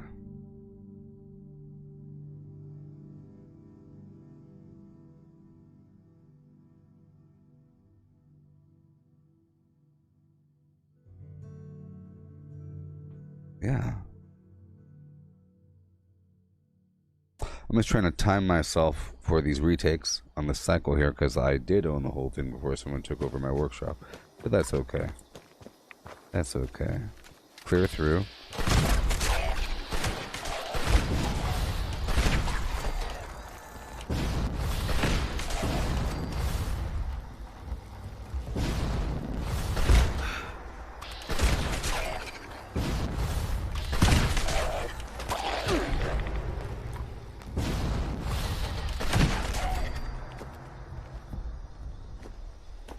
Okay.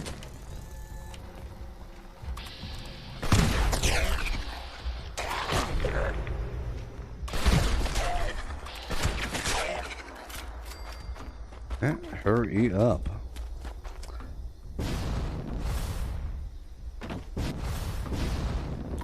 Trying to grind that rank right now, you know? By way of grinding XP.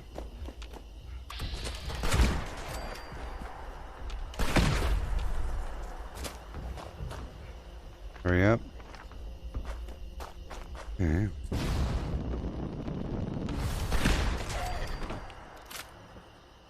One more. Yep, I'll get to you in just a second. Let me get my royal jelly. Wonderful. Just love songs, don't you? Let's get that straggler. Let's curve around the back. And around this way. Right now, if you just showed up in the stream, I'm going around to all of my workshops that I control, clearing out the enemies, and getting 2100 XP every single time. Watch. It's 1117. And 1968.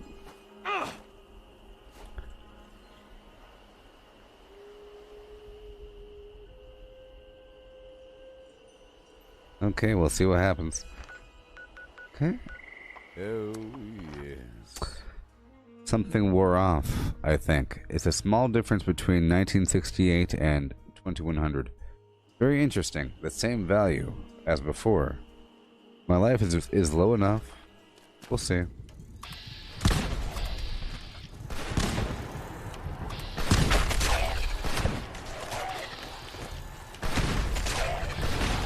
That's a lot of enemies.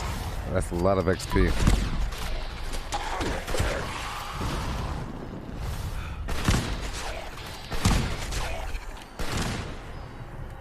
Oh yeah. There's a lot of feral ghouls.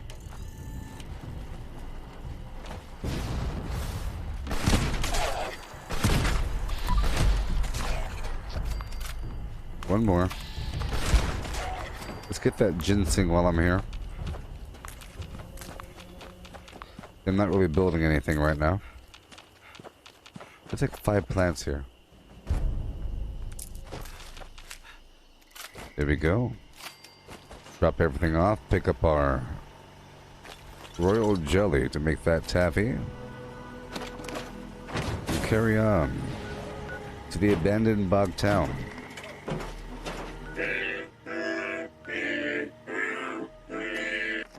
I'm not quite sure how much XP I got, so I'll just write down 1968. 1119. Okay. Oh yeah. So far I've obtained 28.8 at least. Somewhere around there. 1000 XP just from the retake missions. And it's only been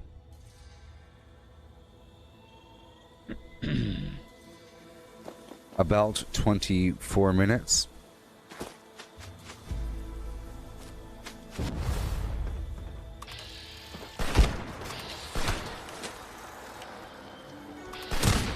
These cave crickets have acid in them.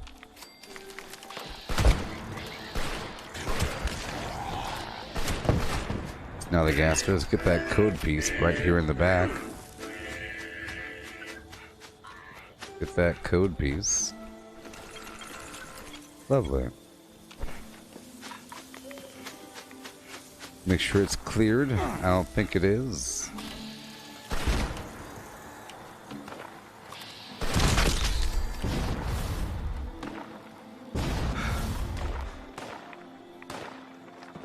Let's keep on going.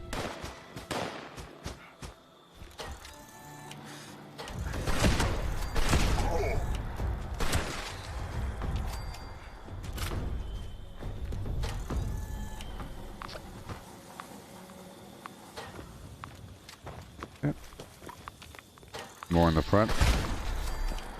These are probably full level enemies. Or whatever. A few more. Those 1720. Okay, well something wore off. Let's see here. Yep, 1720. Okay, so something wore off. What wore off? Probably the brain fungus soup. Yeah, okay, so the brain fungus soup doesn't last as long as the other foods. There you go. Intelligence 5. 1720? Okay, thank you. 1720. 1720. 1121. Yep, see, it's completely about the intelligence. So 5 intelligence brought it from 1720 to, let's just say, either 1968 or 1968 or 2100. It's all about intelligence. It actually is pretty significant.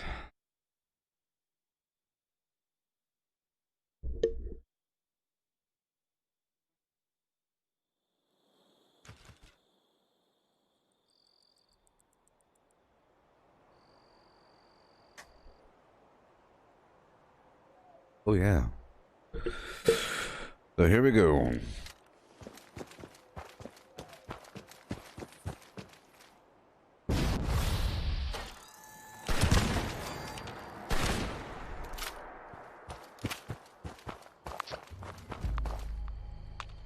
It's cool how, you know, after all this time, you're still grinding the precision. It's never going to end. Refinement.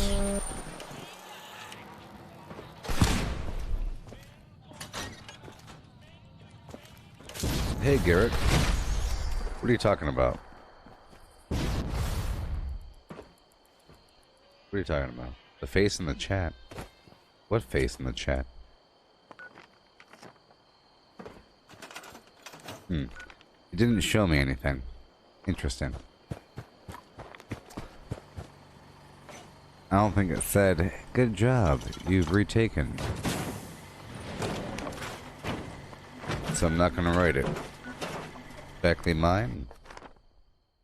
And then one more after this, we'll be looping back around. I'll eat my other foods.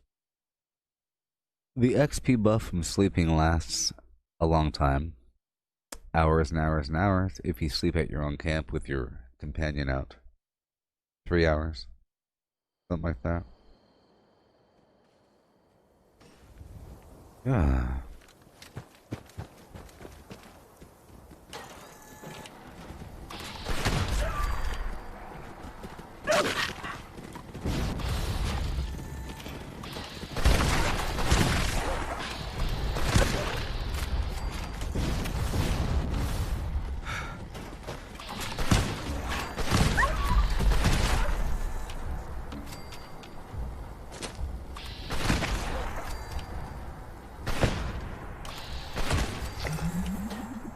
Hey, look. Another 10,000 XP.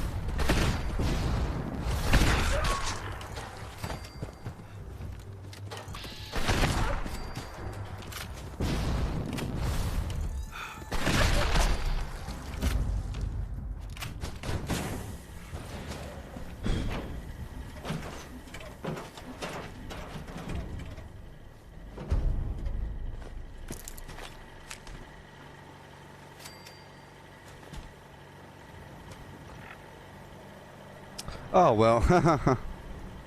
LOL, Brandon. I only have 3 teammates. I only have 2 teammates. That's why. That's why. Because I don't have a full bond. Obviously.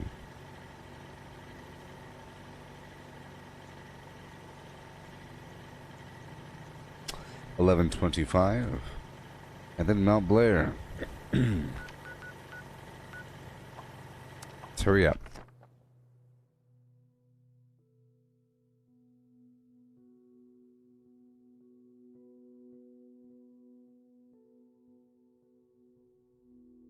Here, that is the face of Todd Howard, the creator of everything that matters.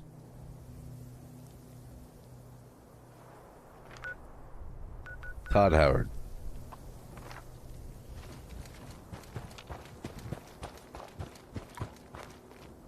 Okay, here we go. Have to go through and clear this place, man. Right? Yep.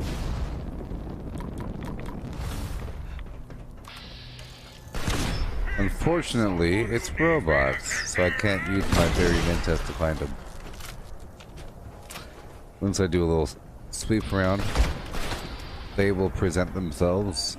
That's why turrets are nice. Turrets show you where the enemies are. Yes.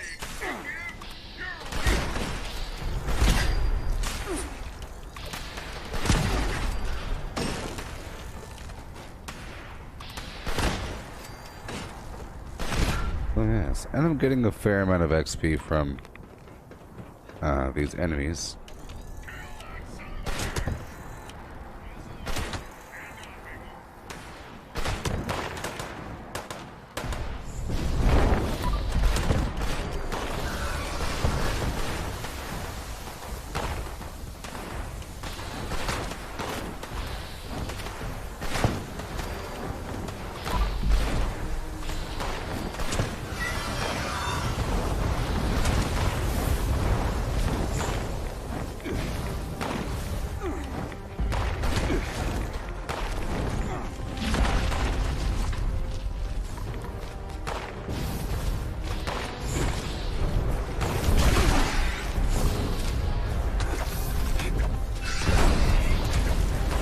Not so fast, pal.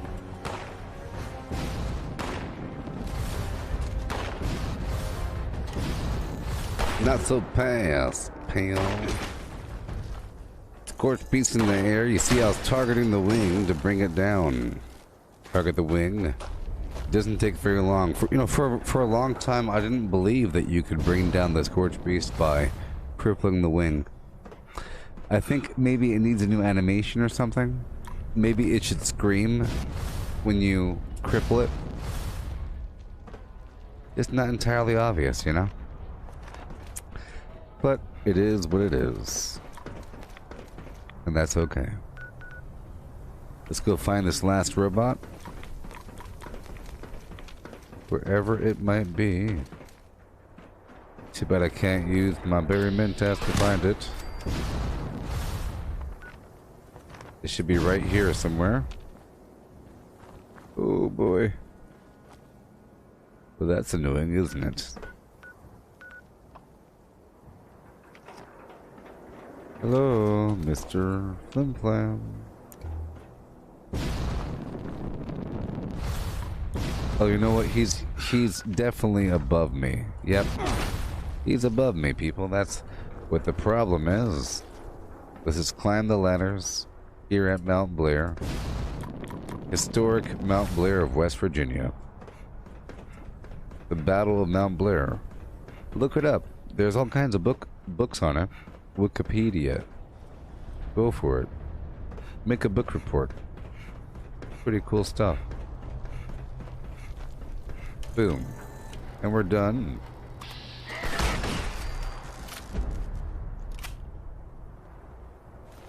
Yeah.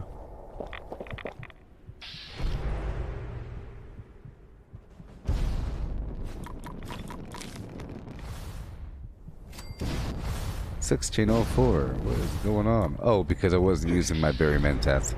It doesn't matter. So 1604. As you see, it's definitely over. Either way, it's definitely over 1,000. I got 35,000 XP, roughly, for doing my entire workshop conquest route. That's without all those enemies. That's not including all the enemies I killed along the way. That's just from the retake missions.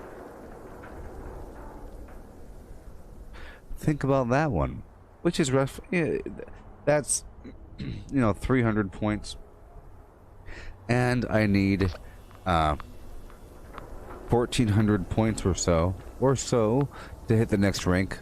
Usually, oh, it's a bunch of rotations, right? A bunch of them. Let's just say 4 or 5 rotations around the map, or let's just say 4 rotations, okay? 4 rotations, including the enemies, equals a whole rank. Not bad. Not bad. Let's go back up to the first one. Now I no longer care about the exact XP I'm getting, as long as I know roughly how long it takes. Not that bad, you see? A little bit here, a little bit there. Some spots took 4 minutes. Some spots are quite quick.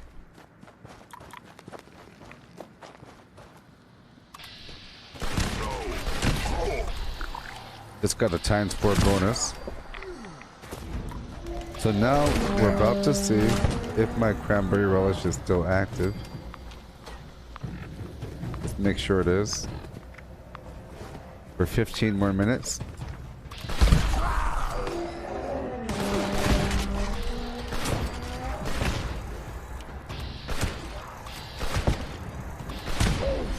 So in theory, with my ×4 bonus and my Berry Mentats and the Brain Fungus Flim Flam and my life very low, I should be getting 2100 XP right now.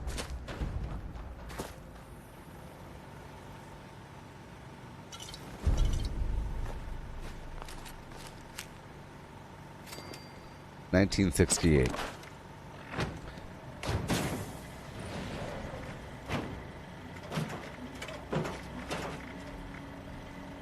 Oh, it's because I'm, well, I guess I never ate the brain fungus. So now that I ate the brain fungus soup, and I guess I'll eat my cranberry relish one more time. You know. Now I'm good to go. So next retake, let's just hop around to the spots that it tells me to hop to. Just the spots with the current retake mission.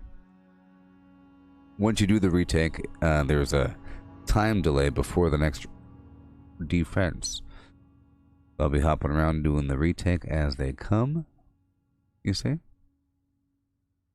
And then doing the other events all around. But I no longer have to write anything down. It's just, after the initial sweep, you then do one complete retake. And then you just go to any workshop that has a retake. And then when there's no more retake, you hit up a defense. And then you build up that defense.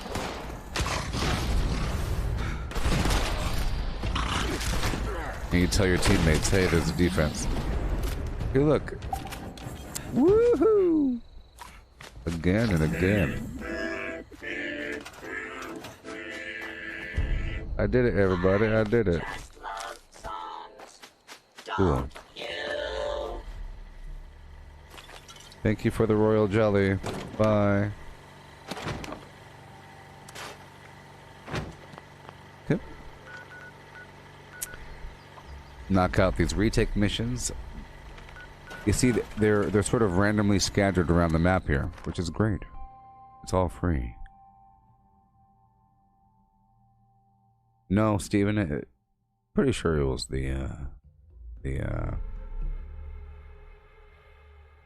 well, I didn't check just now. The brain fungus. Soup. I mean, I'm an herbivore with strange in numbers active. I think right now, let's just see. Once I conquer this spot here, it should give me 2100 XP. Or mysteriously 1968. Is what I do. I need supplies for you.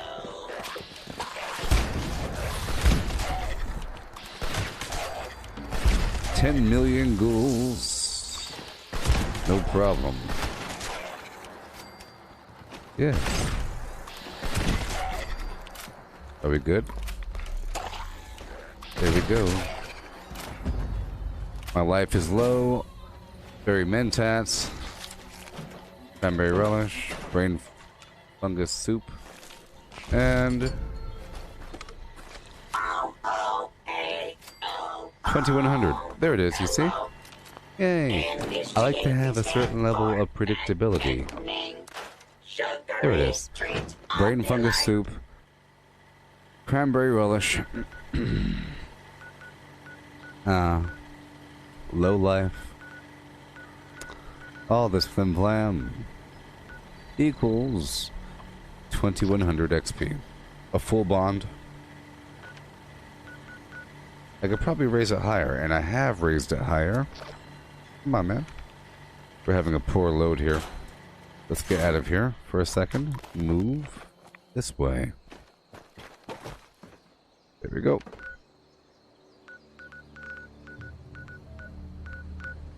Okay. Heading to Thunder Mountain. There's ghouls there. I'll just take a second to retake it and get my 2100. Yes. The soup with herbivore and strange in numbers now provides +5 intelligence. Wonderful. The brain bombs provide more, 6 intelligence, but they require a steadier supply of sugar bombs.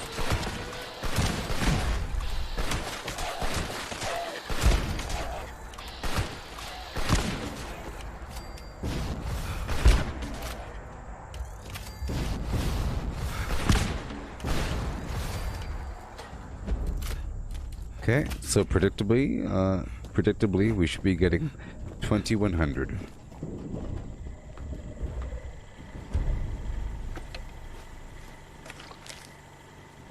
Yeah, I like predictability. Ooh, can you imagine playing a new character and leveling up in this manner? It'd be insane.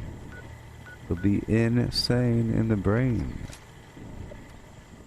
Hecka insane, with no brain. Not one. Oh no, son. I'm about to go do the mission across the map. Put this structure here. I would like to produce some ammo. Really quickly. Serendipity. Ammo Smith. Super duper. I'll be making some arrows. Con Pollo. I'll let my teammates know what I'm about to do.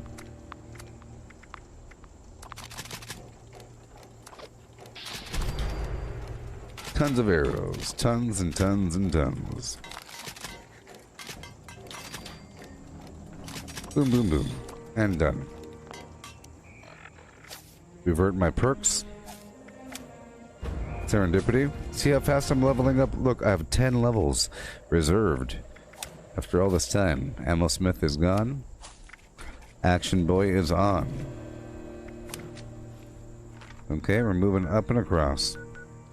Guided Meditation. Guided Meditation's active. I'm heading to Guided Meditation now. I'll be using my firebow to tag the enemies and cripple their limbs. You'll get all the XP in the world.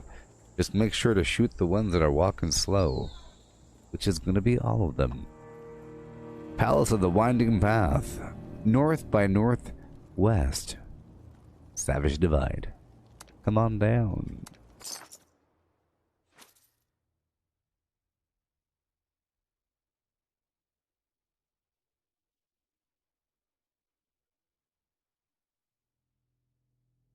Drinking some ice water.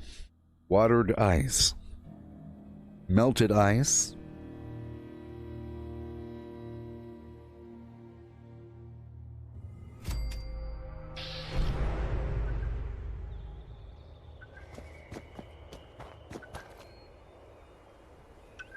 I'll call them over.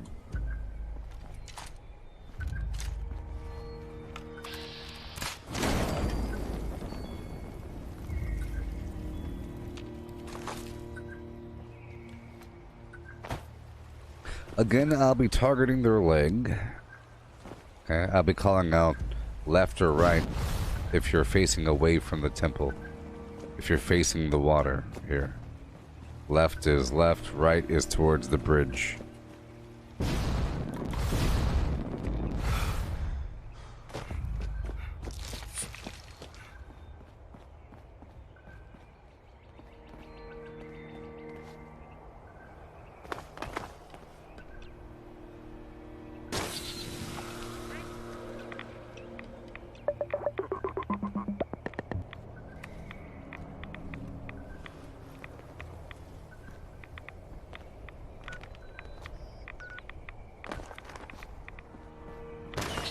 I have to walk away, then click on it.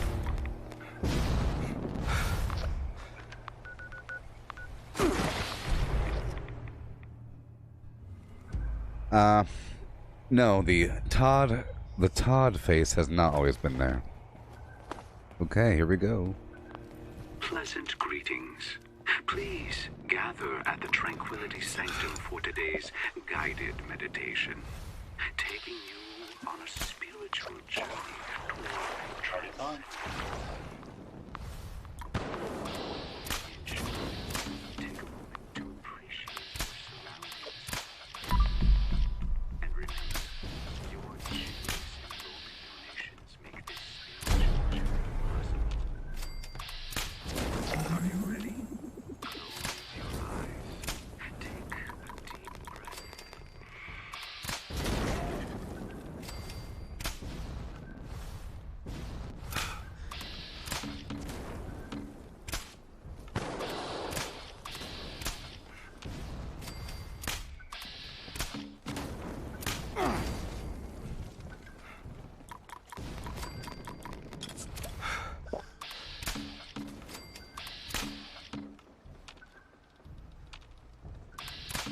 Oh boy.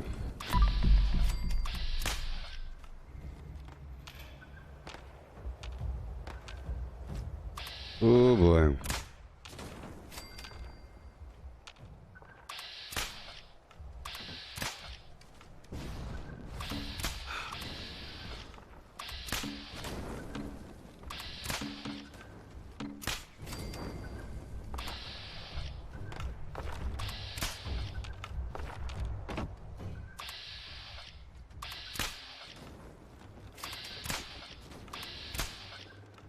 There's a 3-star or whatever coming over there on the left hand side if you're facing the water.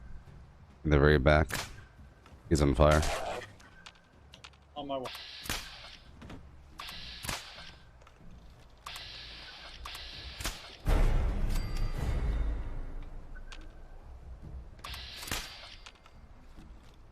There's another player here, so can't control what they do.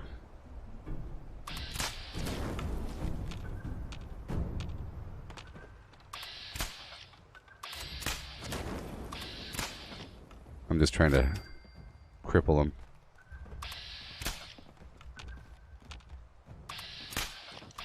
I wasn't a retard. It said left side facing the wall. It sucks that that side is called side. You know, one side's called bridge, other side's called side. It's kind of confusing.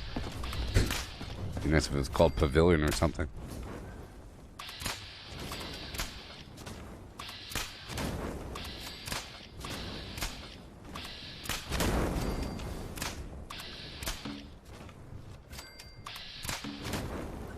There's some in the very rear coming. Eventually.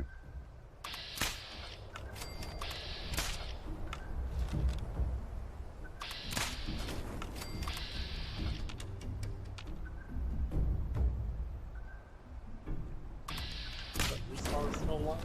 Am I being even more retarded?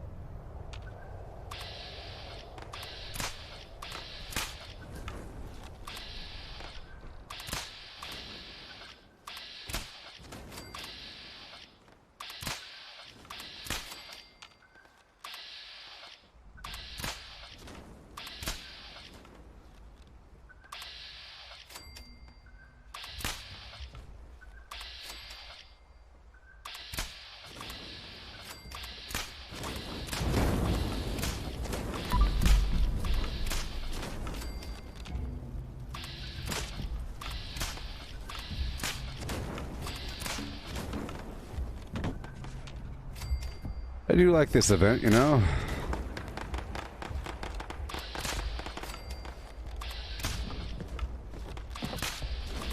There's a big horde on the left-hand side facing the water.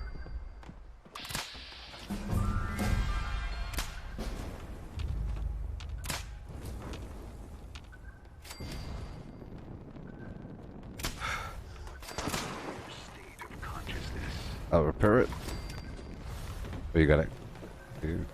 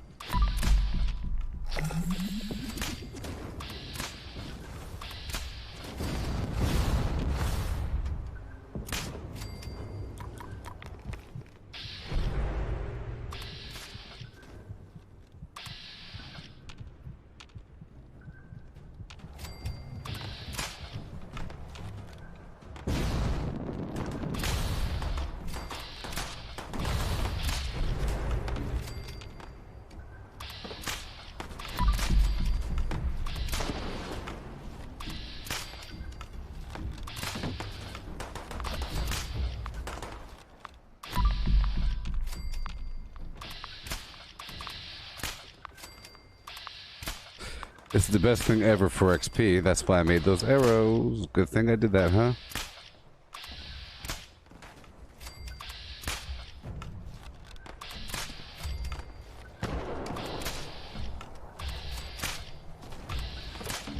All the XP in the gosh darn world. Using my arrow to shoot their leg.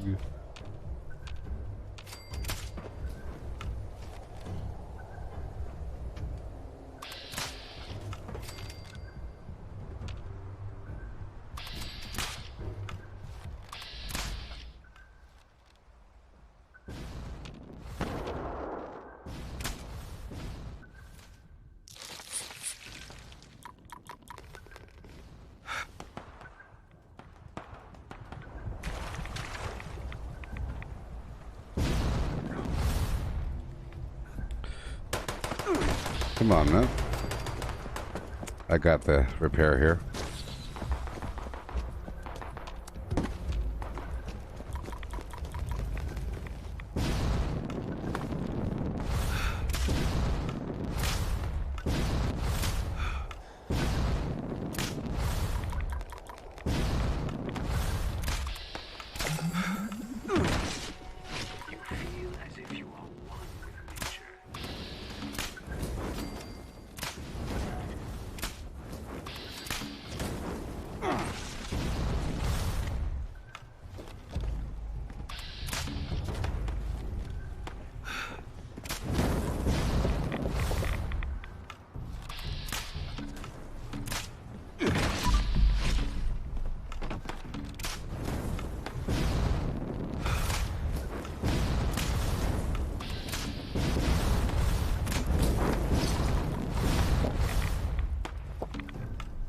think we're all done.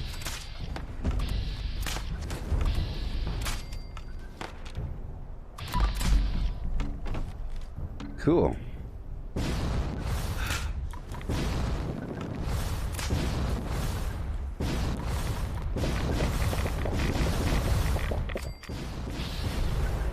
Well, it actually takes a lot of skill to do the thing I just did. I know it looks very easy, but it's really wonky and weird, and it requires a certain resource to do that, you know? And you have to charge it back, and you have to aim, sort of, to make it work out.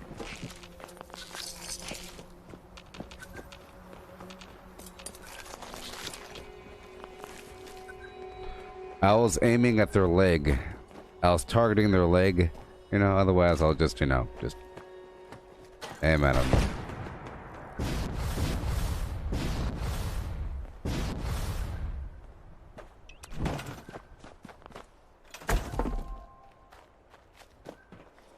Okay. It's not showing my jetpack, but that's okay. Let's keep on doing these defense missions as they come. You see, you saw I stopped and did that event there and told my team that's a very, very lucrative XP gathering event with 1 million enemies, where more enemies spawn if you have teammates. Steven 808, are you in Hawaii? That's the area code of Hawaii. I'm using these mutations.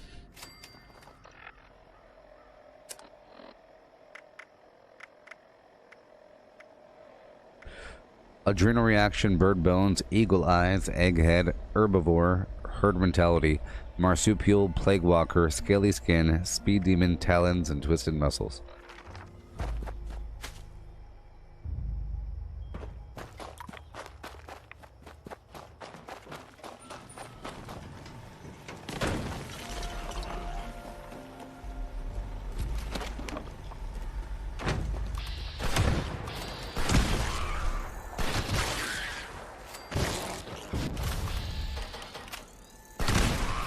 So once I have Berry Mentats active, in theory this should give me 2100 XP.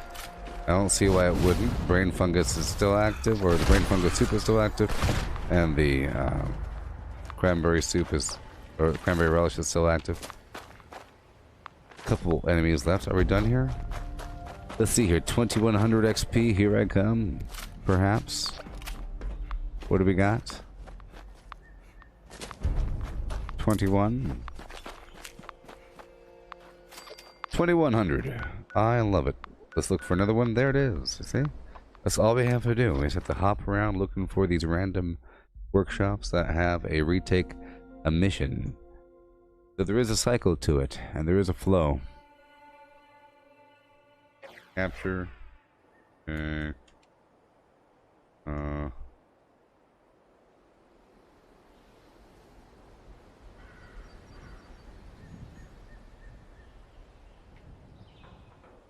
Yep.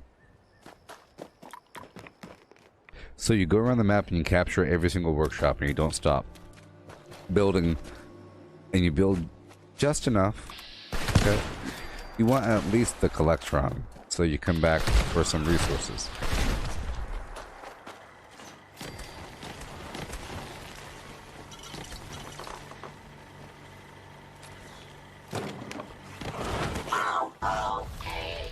And then you go around the entire map and you retake every single one of them, because what happens is once you take over a workshop, after a short delay there's a defense mission.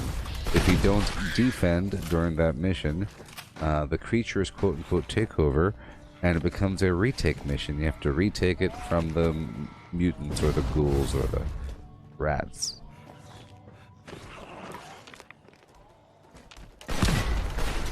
Right? But then after that, after the retake mission, there's a slight delay until the next workshop. Defense mission. Oh my gosh.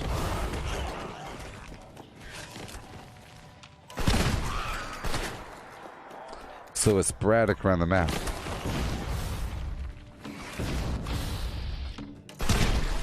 At first I thought it would automatically queue up another defense mission right after the retake mission, but there is a delay.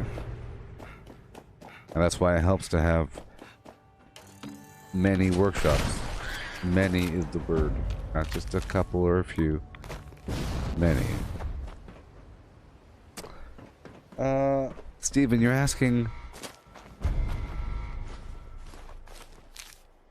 if herbivore is much better than carnivore. Well, I think carnivore is better if you're melee. And if you really care about carry weight, a ton, because there's no more carry weight perks for a herbivore or an herbivore. Okay, there's that factor, but there's no XP food under carnivore that I could think of. And of course, carnivore works with cannibal, right? There's always that bonus.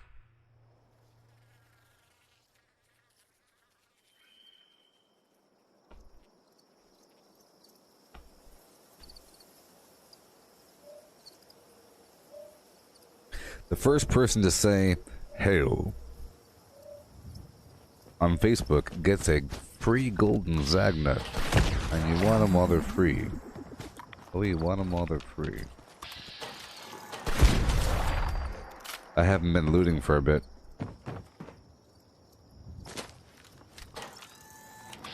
Okay, I'm here to clear these crickets, get myself 2100 XP. Oh, I love it, I do.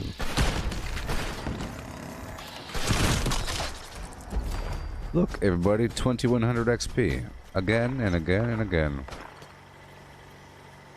Hail, Tim. How was your day?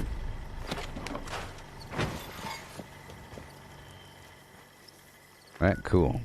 Let's look for another... Uh-oh, there's someone there. That was my teammate. Oh no. That's okay. Let them have it. Let them. Let's go get the scorched over here at the munitions factory. There should always be one retake or so, depending on how many defense missions there are. I wonder if there's a set amount of how many defense missions could be active at once. I think quite a bit if you, during the first phase, whenever you initially take over all the workshops.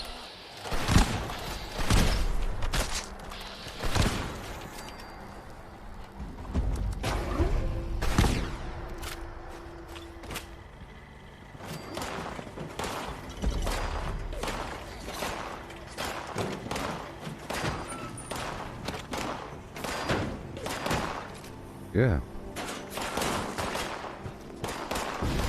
This plan thing is going to be a problem. Every time that we do this workshop situation, we get tons of plans.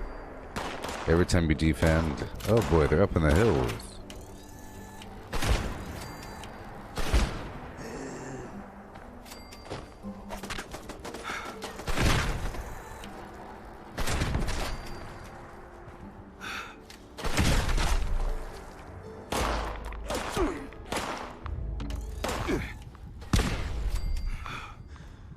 Well, that's a lot of them.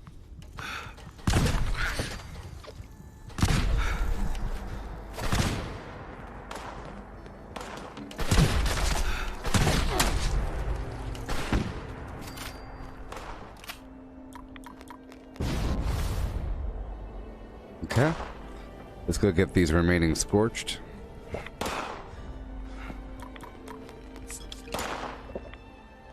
Drinking some hard lemonade. Let's get this vertibot online.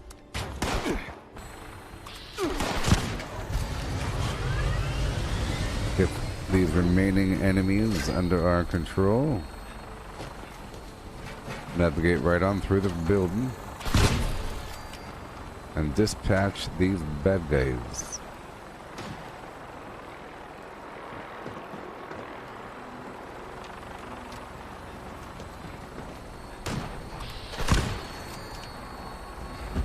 Okay, we're all done, you see? And I should get a certain amount of XP. Pretty sure I had Berry Mintettes active. I'll move. Oh, Legend 68. Okay. Boom. Boom, boom, boom. Boom.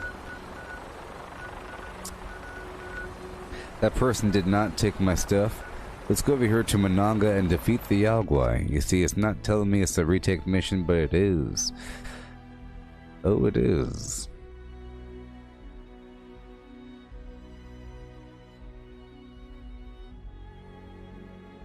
So I cleared up that long list of events, and now we can kind of chill. Let's get rid of all these weird side quests.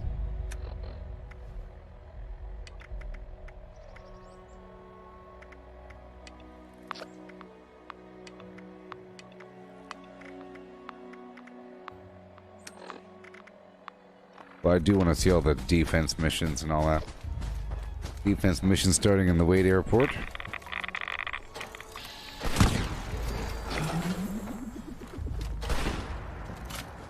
Alright, 10,000 more XP.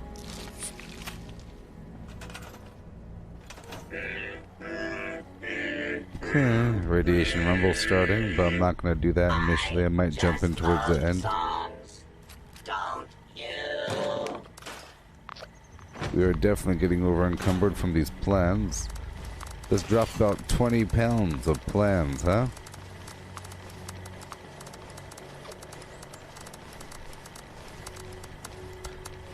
Let's hurry up. Some of these plans are worth some money.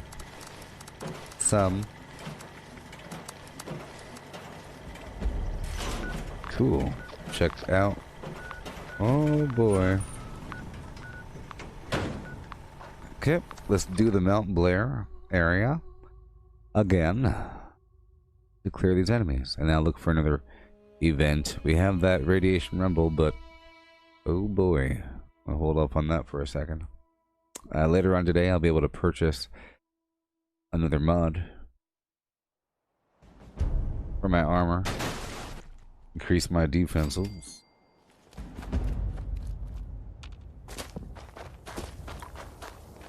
Let's just hope there's not robots this time.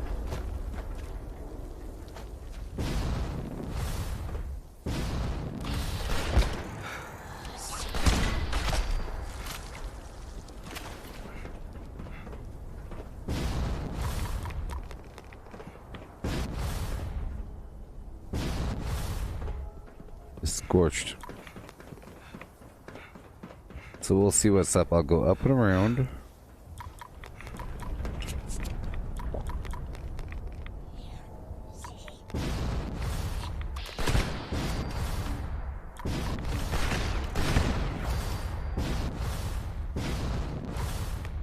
Okay, up and around. These remaining scorched, take them out. These machines really are modern marvels. I like those shows, like on the Learning Channel or whatever. Mega machines, superstructures, modern marvels. Pretty awesome stuff. Look at these crazy tank treads here. Gigantic. This is actually one gigantic tank. This gigantic facility. It looks like a land-based oil derrick. Optical sensors calibrated for detection. Or it looks like that one. There's a movie involving cities that can roll around with tank treads that would consume other cities. I haven't seen it, but it looks like that. Look around for another workshop. Right over here, there's a defense mission. Should I go to it? No. No. A couple defense missions. That's okay. It's a trap, people. Oh, it's a trap. It is a trap. Let's eat our food here. Effect. Aha. My, well rested for an hour longer. Error. Mashed nuts. Donuts not found. Error. Why is my brain fungus food going away? I feel like I've been eating that brain fungus food. How long does it last? Brain fungus soup. Half an hour. That's why, people. Some foods last for half an hour, and they really affect you. Let's go back through all these items and reapply. But I'm trucking right along. Max AP. I love it. Confetti supply. No. Pumpkin pie, radix diluted, all this nonsense. Salt bean soup, endurance 5. Yeah. Strength 5, AP regen 13. Sweet potato stew, health regen 0.25. Wonderful. Carry on. Okay, so I'm gonna quote unquote kill some time by dashing through a couple locations quickly to gather some wild XP until those defense missions become retake missions. Sometimes the defense missions have multiple waves and are inviting other players to destroy you.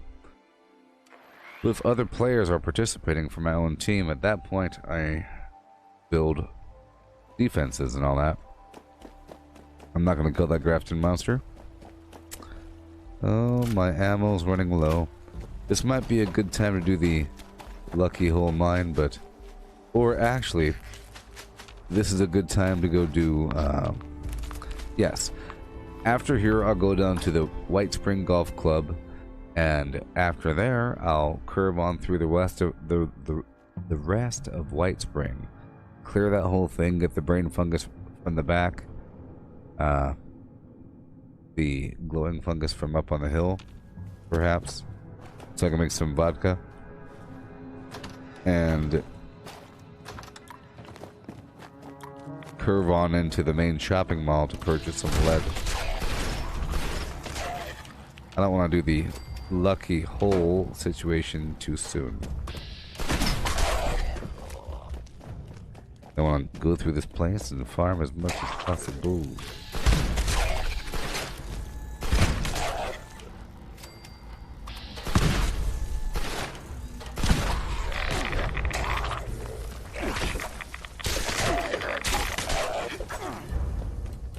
I was like, sure, I'll loot that guy. He's a 3-star. Fine.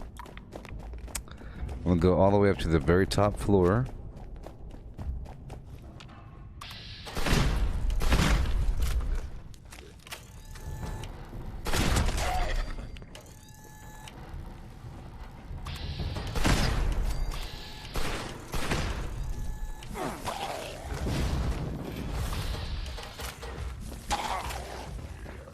Wake everybody up.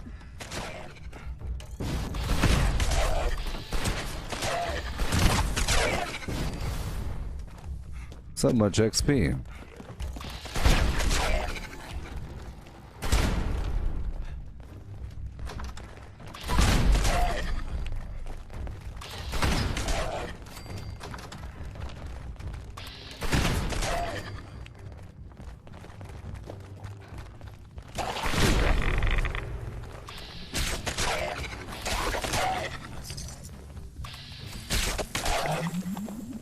Wonderful.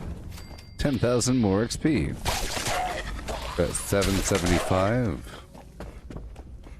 All these little side rooms. There's resources here, but I can't really pick them up right now.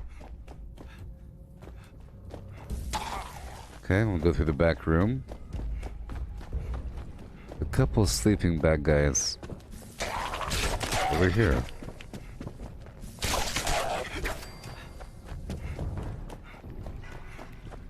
Yes.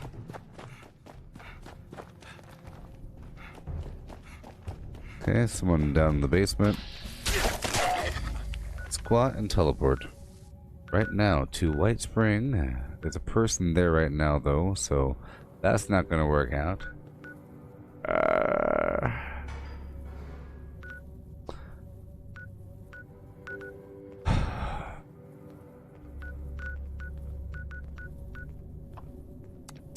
I'll just go to White Spring really quick. I feel like it's going to take too long, though. That's my main concern, is that it's going to take a bit too long to go do this. Let's just do it right now. I'll put hard bargain on. Okay. And I'll do some some purchasing of some lead. And I'll sell whatever I could, which ain't much.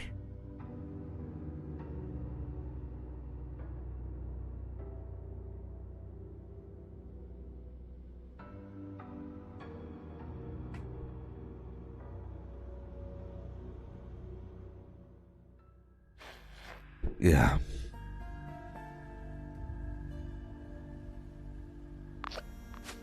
Oh, Tim. Here you go. I'm sorry, I never gave you the Zagnet. Okay, make sure we have,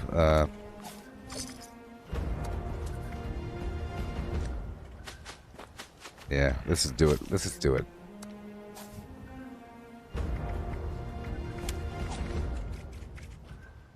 Hard bargain. Great mentats.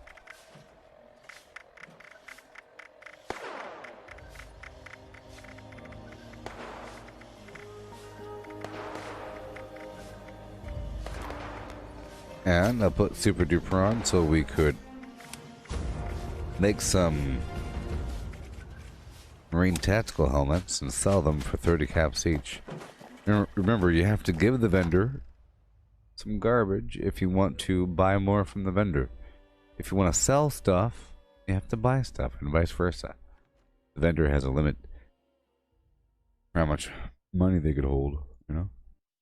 And once they run out of money, you can't sell stuff to them anymore.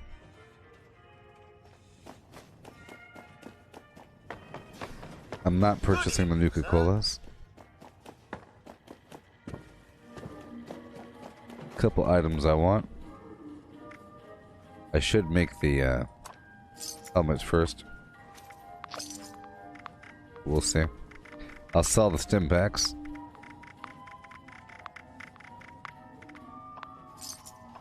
I'll sell half my Radix or whatever. Certain amount. Okay. Let's hope I have healing salves. I should. How many do I have?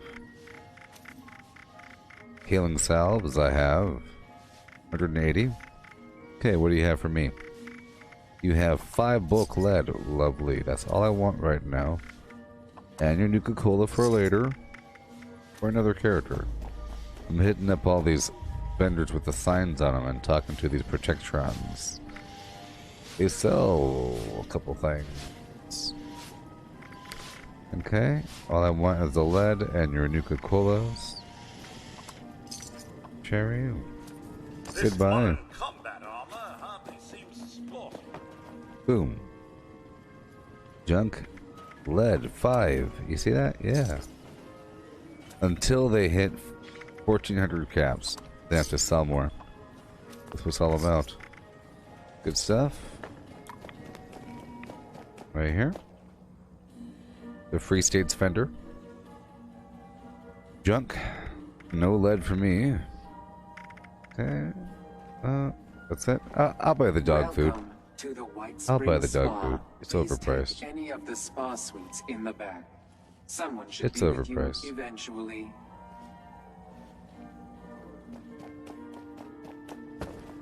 Nothing is forever, dear, but our jewelry comes Okay. 10 lead. Oh yeah. That's what I'm talking about. You see? That was 10 bulk lead. And you? It's sort of random, you see? Awesome. I didn't have to make any helmets. So let's make the ammo over here. It's no big deal. I'll do it real quick. And I'll store these legendaries. And I'll dump all these plans in the trash can here. Some other player might pick them up. Yeah. Ammo smith.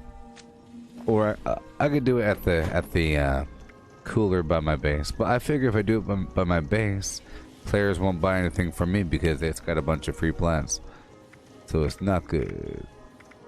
Okay, let's make that energy ammo. I'll convert all of that lead into 2mm. It doesn't matter.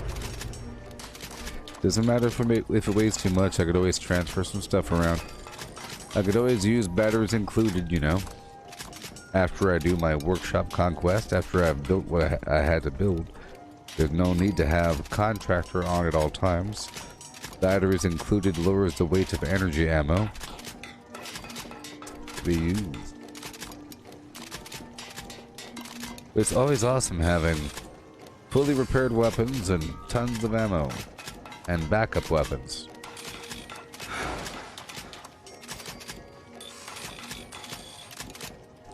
There we go. Nice and clean and tidy. Let's repair my weapons.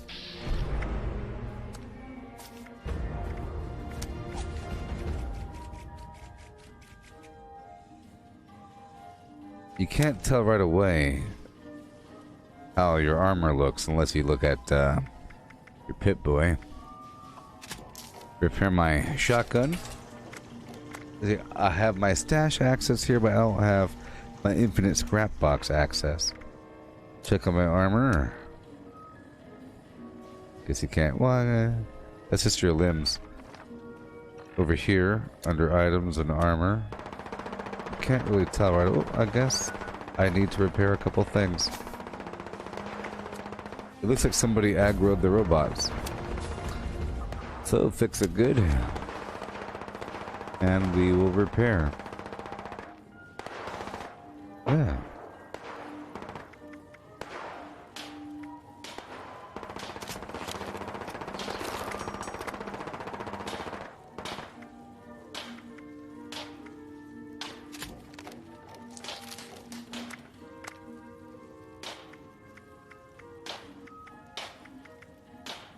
Awesome. Restore my perks back to how they used to be. Took off Super Duper, put on Serendipity. I know you can't see my luck perks because I'm kind of overlapping them right now. But, you know. Ammo Smith. Yeah. Action Boy. Take off Fix It Good, put on Demolition Expert. And I'll take off Contractor for now and put on Batteries Included. Awesome. Drop off all these legendaries.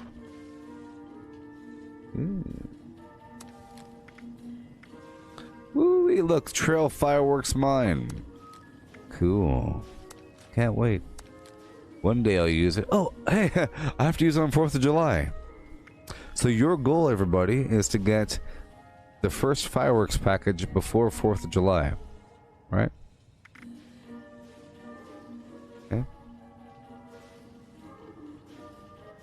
Alrighty, so now let's pull these plans out. Then I'll transfer over the good stuff. I'll keep the good stuff, but most of the stuff is so-so. I guess I could put it here in White Spring. Players do come through here. We just heard a person running around causing the robots to fire upon the Blarn.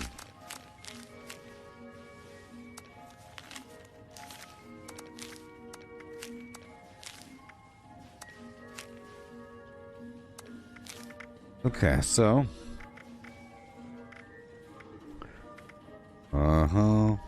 kitchen stove, blah blah blah. Cheap Squash Club. Yep. One of those track lighting units, because you know it's lighting. Smoke Mylark fillets. I can't use it anymore. Or whatever. Okay. Miscellaneous. Sort by weight. For the ore.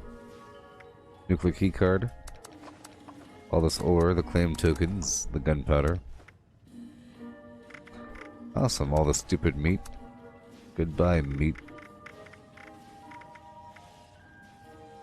I'll pull that blood back over the water. Disease cures. Mentats, doesn't really matter. Ah. Cool. Goodbye, glowing meat. Oh, you weigh so much. That's crazy. Nuka-Cola's goodbye. All this other alcohol. I don't want clogging up my flim-flams. Goodbye, alcohol. Goodbye.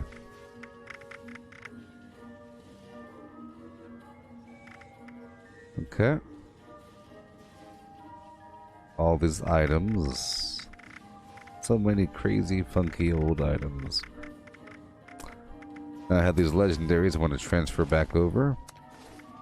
Not much room left. 4 pounds here, 4 pounds there.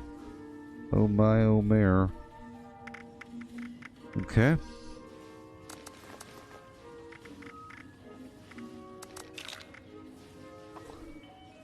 I'll pull that right away out and now put these items in. Legendaries. Legendaries by the bushel. Okay, let's wander over here for a moment and do some chemistry for a second.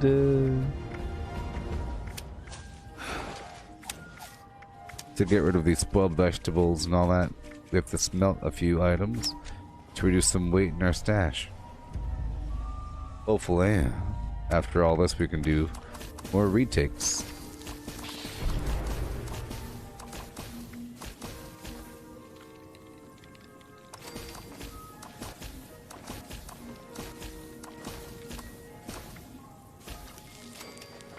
Cool. Healing. Healing salve forest, soot flower, and bloodleaf. For days. For days. So I can safely and confidently get rid of my stim packs when I get them. Don't need them. I use this just to heal my broken bones. That's all. A few more berry mentas. Not too much. Okay. Good to go. A few more boiled water. No big deal. Yeah. Run all the way over to the cooking stoves. Unlike the other stoves. Plants. Brain fungus soup.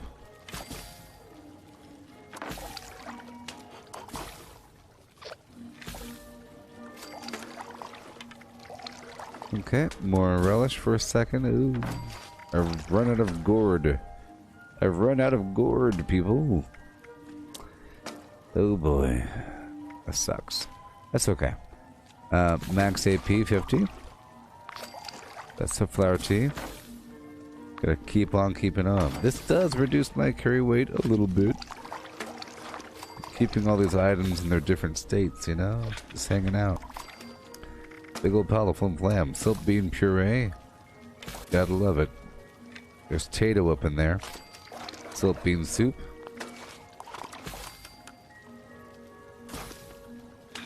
Okay. Endurance 5. Simple bloodleaf tea, no. Steeped fernflower tea for that +5 strength. Beaver blossom. More sugar.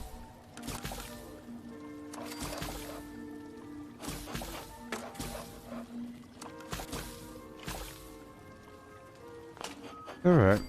Cool. Now I'll find the trash can and drop off all of these notes. It's somebody's lucky day.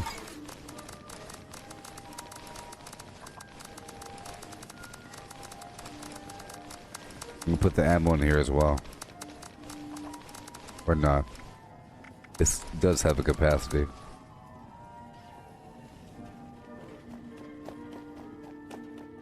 Put the ammo here, maybe.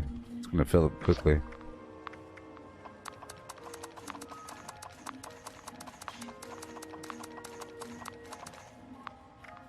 Or not. Cool. Then I'll drop the rest right here. People will catch on, maybe, if they see this present right in front of the trash can. Maybe they'll check the trash can. Awesome. Cool. Open up that perk pack. I already have all these perks. The funnies. Hey there, Chris. A popular ghost says to the unpopular ghost, "Hey fella, get a life. We don't need you around here in the afterland." Pal. Okay, I'll put on batteries included. Yup. Block her, everything's fine. My carry weight is now 327. Perfect. Alright. Check out my perks. Good stuff. For how much longer? 40 minutes. That's fine. Now we do our retake mission again to get 2100 XP every workshop. Boom, boom, boom. And then soon enough, I will obtain what I want. By the end of the stream, I will obtain that space saucer item. Playset. I'm curious.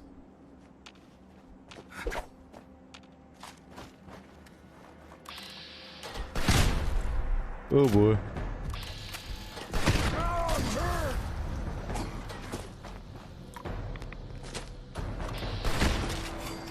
Okay, all done.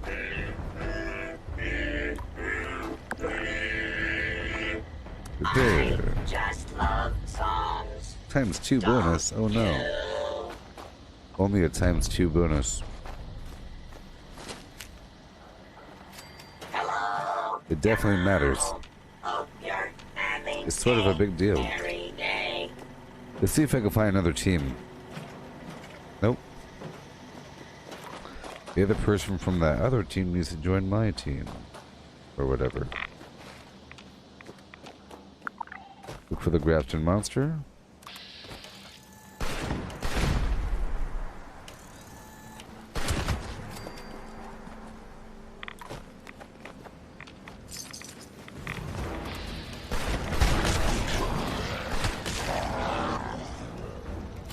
Cool.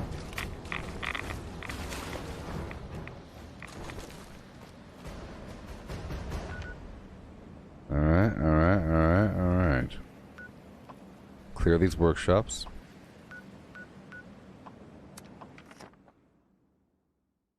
And we'll look for another event. Constant action. Oh my man. So fun. If you know what's happening.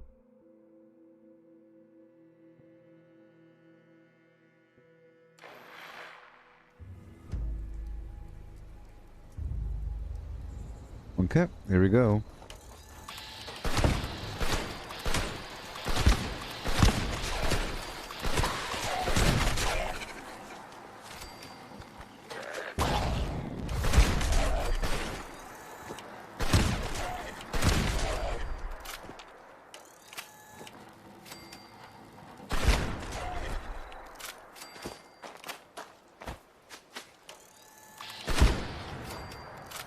Yeah.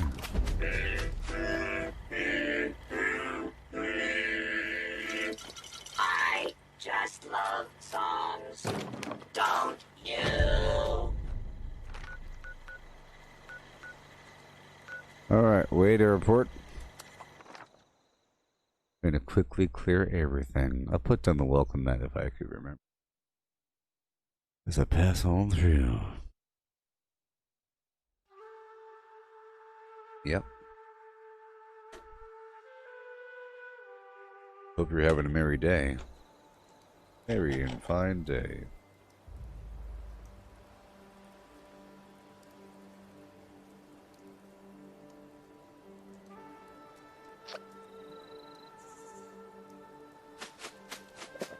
Oh, yes. Jason.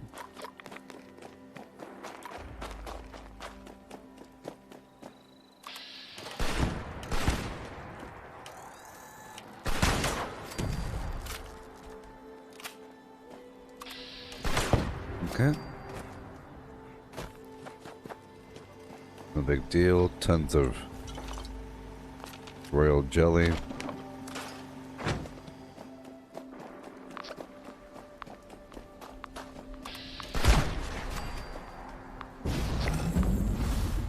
Alright. And again, 1575. It's really accelerating. It's a big difference, you know. It's a big difference between 1400 and 1500. Not really. One iteration. Wait, keep on going. We have to clear through all these workshops.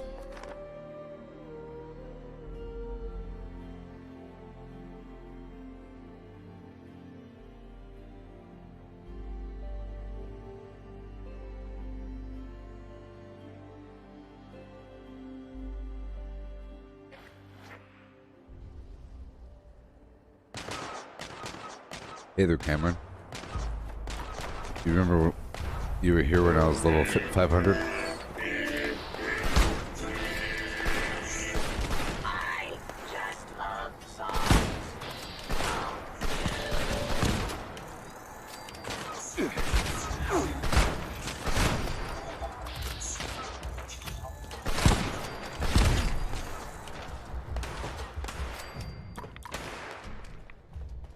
Okay, are we good? Nope. Almost. And now we're good. Gouda. Get 1960 or something.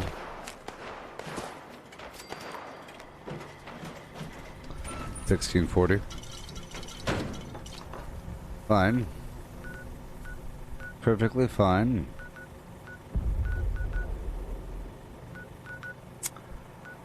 Surface to air.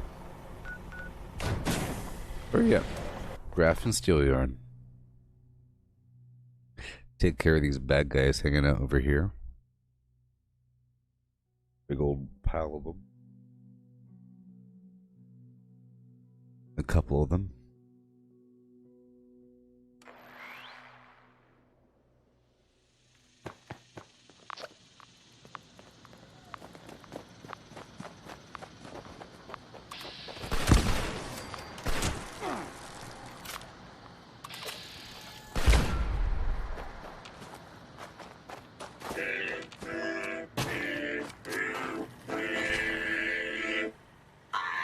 Just love songs, don't you?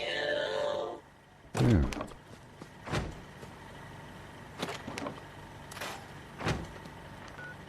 All right.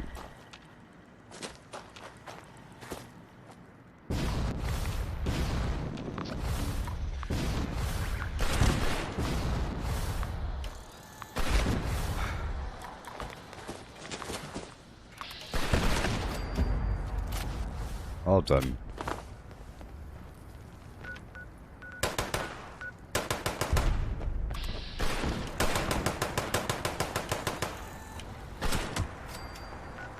Okay.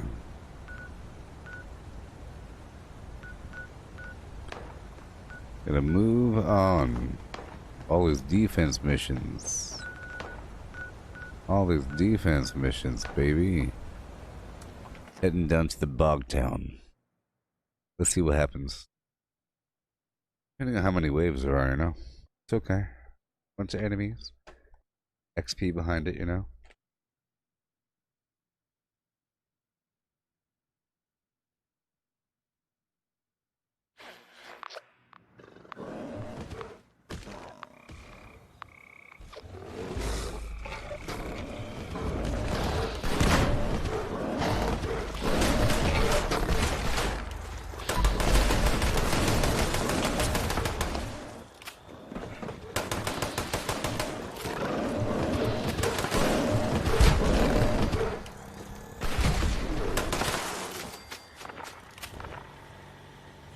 Collecting fun is what I do. I find parking supplies for you.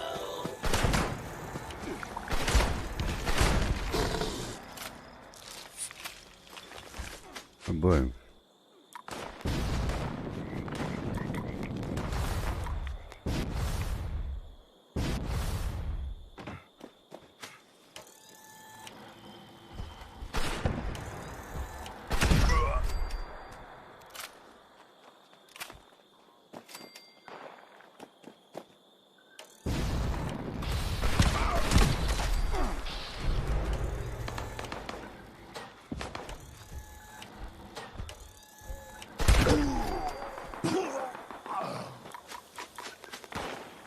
Yeah.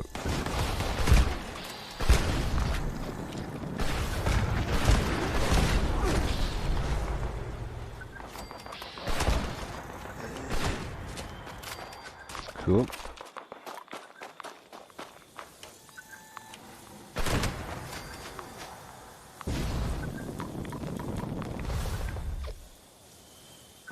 Yeah, the Fallout show announced for Amazon. Pretty excited because I think it'll help sell more copies of Fallout 76.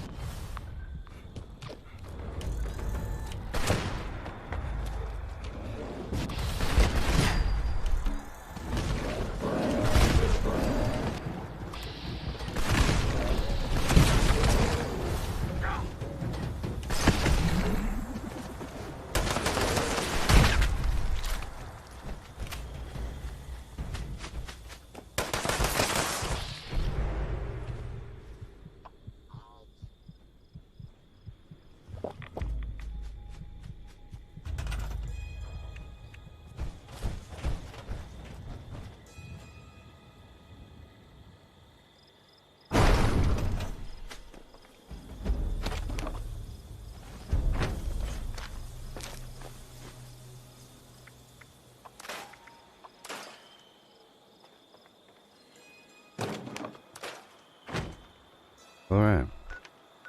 Moving on down to the west side.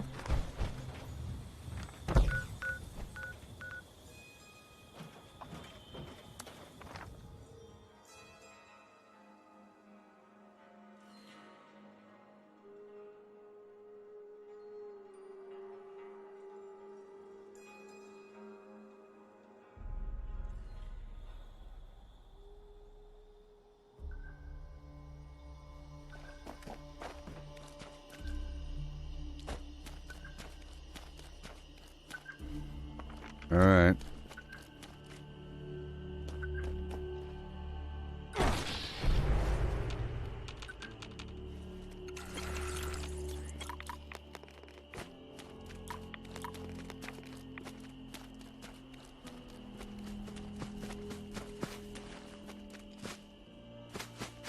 Oh boy.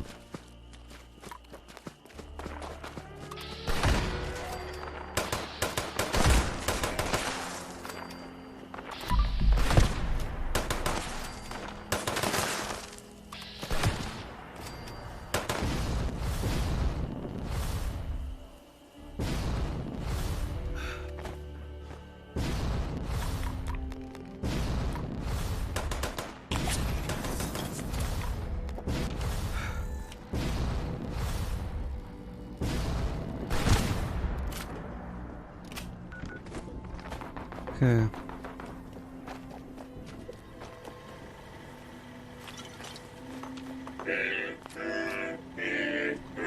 Drop it off.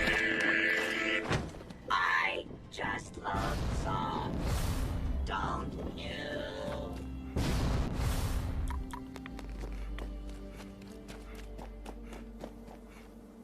Right over here.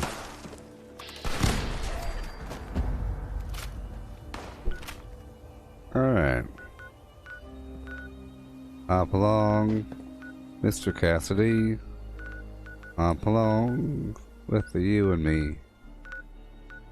Uh-huh.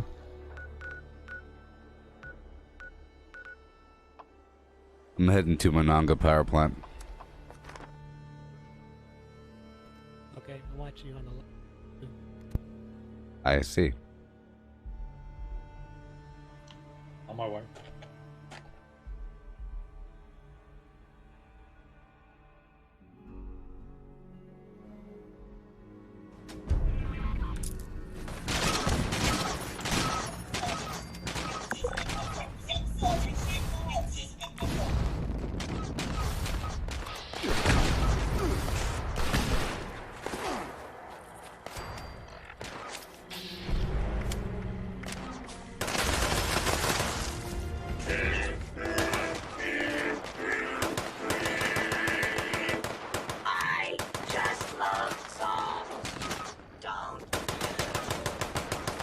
Well, seeing as there's four waves, I'll build a couple things.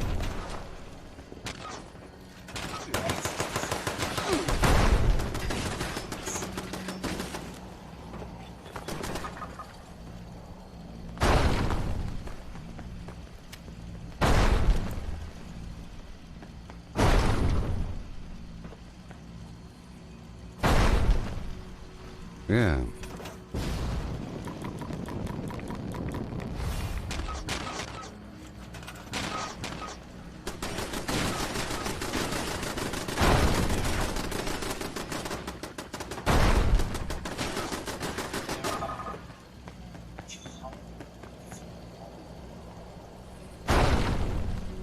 Yeah, sure.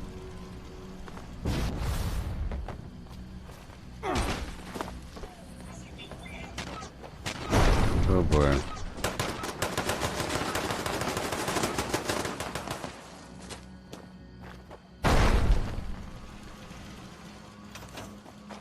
Okay.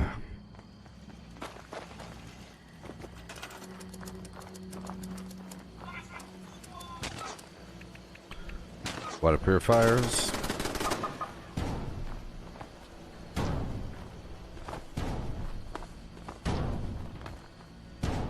Yes.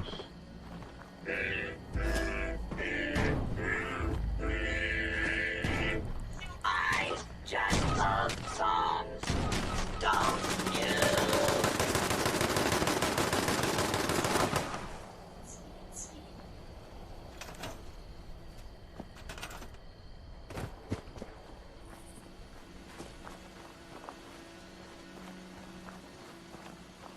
Guess right here's fine.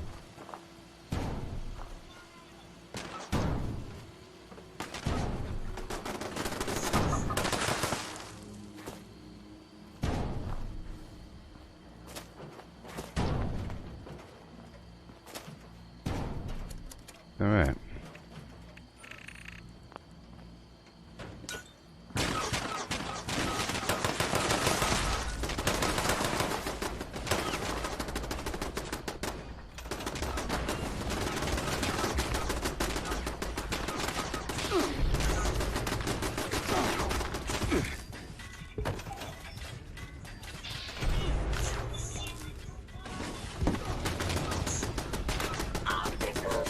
Yeah. Calibrated for detection of sparkles.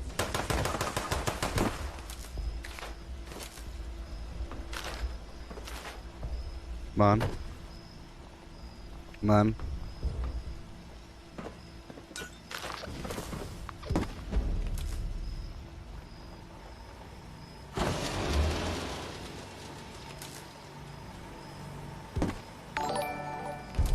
Yeah.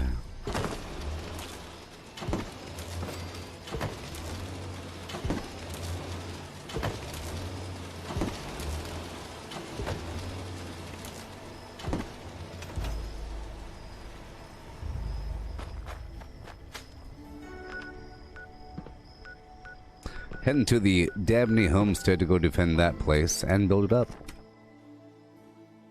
Yeah.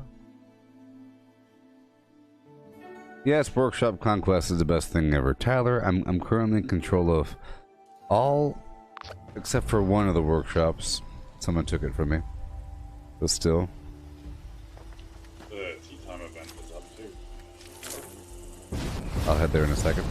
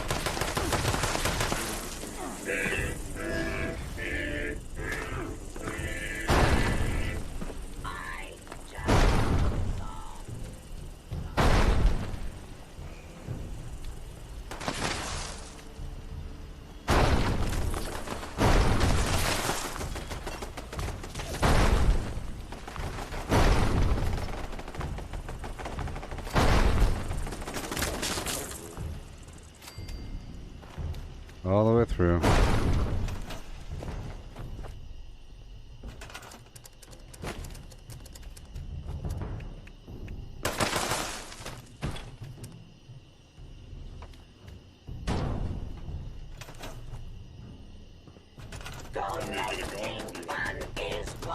You could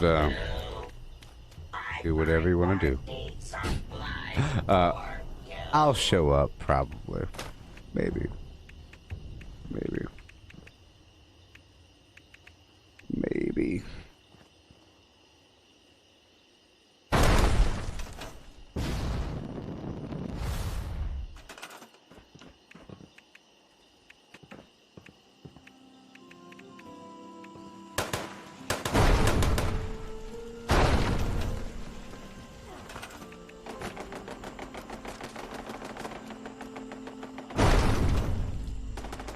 Optical sensors calibrated for detection of sparkles.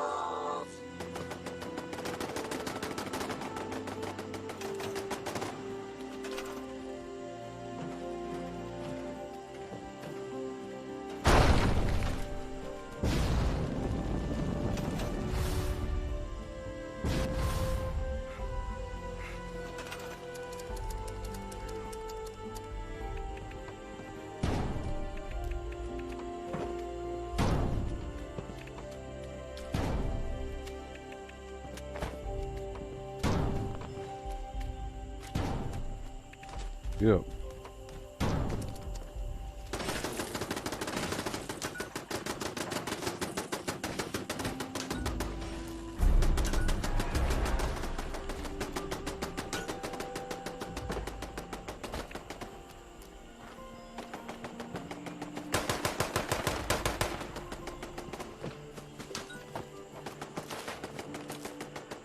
Oh boy.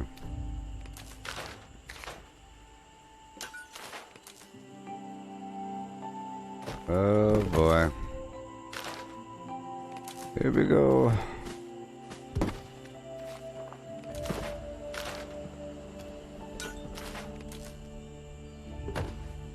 Yeah.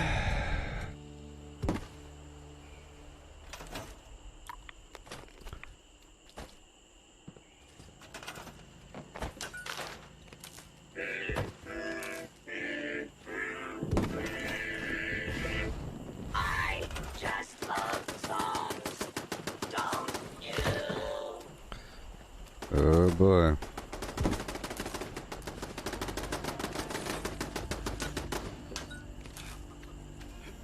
Oh boy. Come on.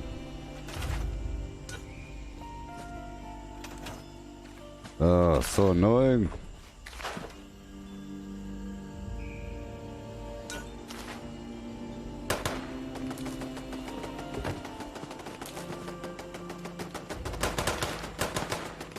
Come on. There it goes.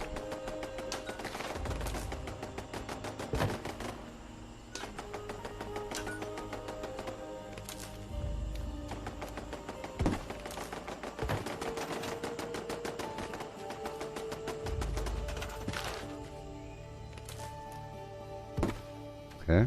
Collecting fun is And what I do. I find party supplies for you. come on. Come on.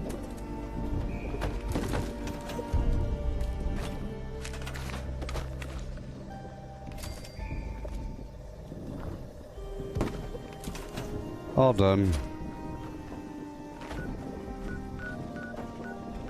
Heading to tea time.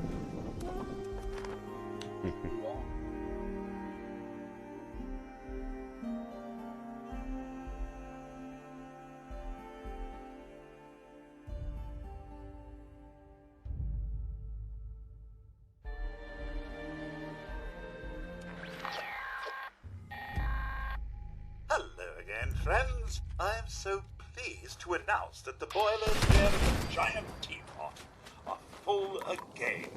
That means my special blend bubbling up shortly. So, if you fancy a nice cuppa, the more the merrier. Gracious. Shame such violence is required to get a proper cup of tea.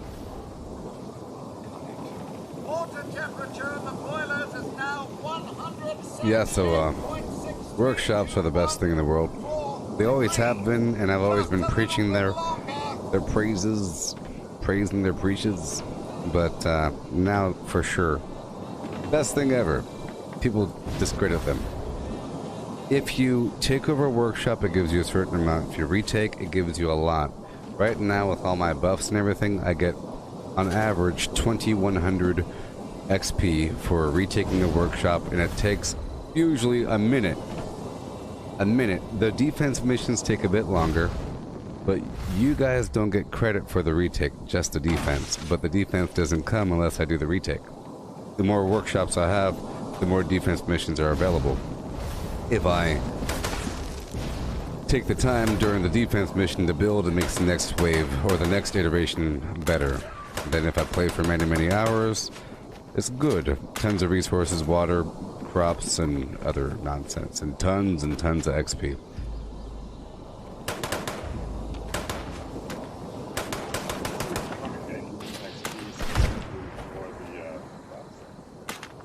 Say again?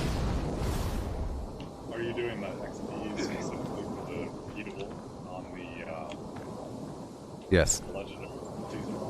Yeah, I'm trying to every 10,000 XP is 100 points of that score. So that's what I'm doing.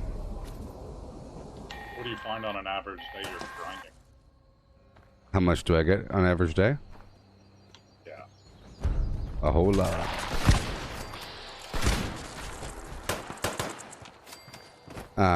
Well, like I was describing, 2,100 XP per retake mission.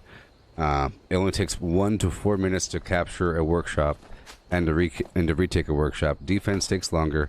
After the first full rotation of retaking, it's then random, where only certain random workshops are available, and then I start inserting other events and everything. But it's tons of XP. Tons. It's telling me all the time. Boom, boom, boom. You get some score. I'm leveling up. I'm rank 24 now. Moving along. That's pretty decent. I was just Googling your level in general. Oh, like my level? Yeah, it's pretty nuts. I have 4,368 hours of all my gameplay has been broadcast live. Nothing has been, no exploits or cheats over here. No sneaky flimflams over in this place. Yep. No cheating. Billings Homestead currently has a defense mission, and right next to it is the Project Beanstalk.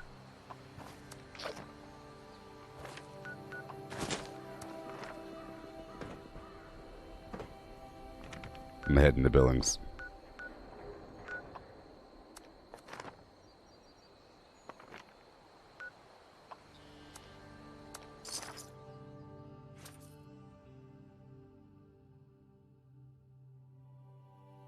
As you're doing all of the workshops and whatnot, how often do you have people try to screw with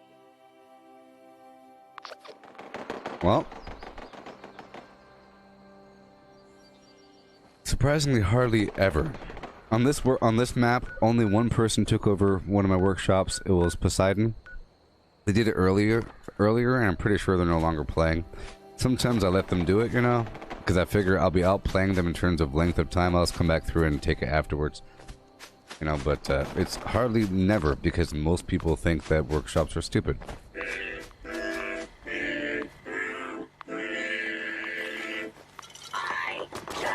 But they're so incredibly wrong. And they've always been wrong about that. They've always been awesome. And they'll continue to be awesome.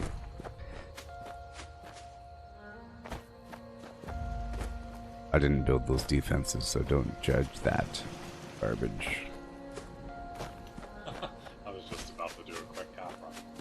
Yeah, I didn't do that, guys. I'm gonna delete this. Shameful. Normally do much building at workshops in general. Yeah, that's what people do. I guess I. But see, here I had that building with my Collectron inside. Normally I build a crazy, if I have the time. I like to build a couple of the workshops up, like I did with the Dabney Homestead just now. Depending. I like to build up the abandoned bog town, a couple other spots extensively, because I figure it's a way to prevent people from taking them from you. It's PvP. I figure if you have a sloppy workshop with everything locked, people will take it from you. Perhaps. If they want the resources and they're having a bad day, they see an ugly workshop, they'll take it. But if there's a pretty workshop with everything unlocked, then they won't take it, necessarily. And they'll say, thank you for the stuff. Where's your base at? Oh, I see the billboard. Coming on down and buy your garbage. And think of this, you pay for the initial investment. The game pays you, let's say, 25 caps after you clear the enemies from a workshop. It then costs 20 caps to take it over, or vice versa. After that, you have free fast travel to that location. So if you plan on playing on a server for several hours, it's in your best interest to just set it up so you have free fast travel for the rest of the game. Sort of. Many workshops are right next to a farming area like the abandoned bog town.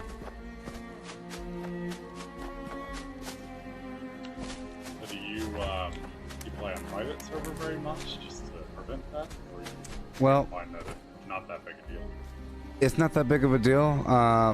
I think I am sort of at threat for being attacked because I'm like a whale, so I'm like a trophy sort of thing. I'm a worthy kill. There's no shame in killing me, only pride. No matter what I'm doing, I could be using the bathroom. It doesn't matter. You still killed me, you know. So it doesn't matter what. I could be in the middle of the building, you know, with no armor on, and you kill me. It's my fault. I should know better. So it happens. But on a private server, part of the thrill's gone. I like to quickly get inside, build before the first defense mission, and then bounce, and then come back, and then build, and then leave, and avoid the defense missions, because the defense mission is an invite for other players to show up and then kill you. So that's the part of it. But with players, it's a lot safer. People aren't going to be messing with you with a team, especially with high-level team. So it's never really an issue. And it's not just the resources, you know. There's the here there's copper and gold fertilizer, right? But there's also clearly a razor grain farm and a gigantic field, right? All this real estate is dirt, and there's crystal here as well. But the budget's very high, and you can fill that budget up with tons of water purifiers. So there's water purifiers and there's crops. You can sell the crops. Many times I'll have an extensive orchard. Let's do that right now.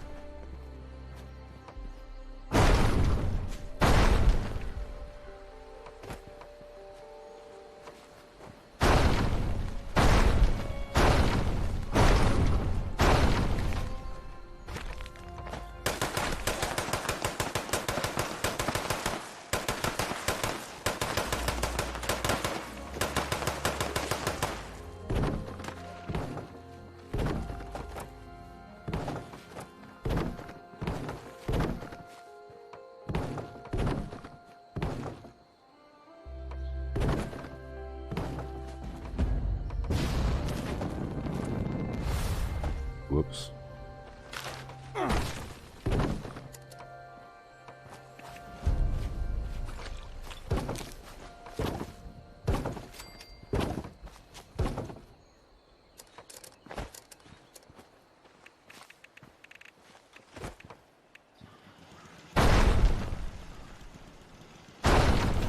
Okay.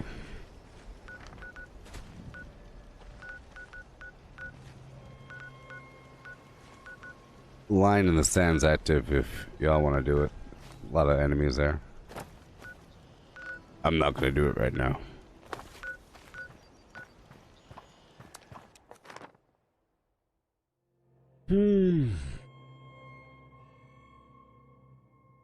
I'm up here at the munitions factory clearing out the enemies. Y'all don't get credit for the retake mission, just the defense. And I have to do the retake to trigger the defense. The last thing I need, one legendary enemy, and then one more level. Ah. Go out the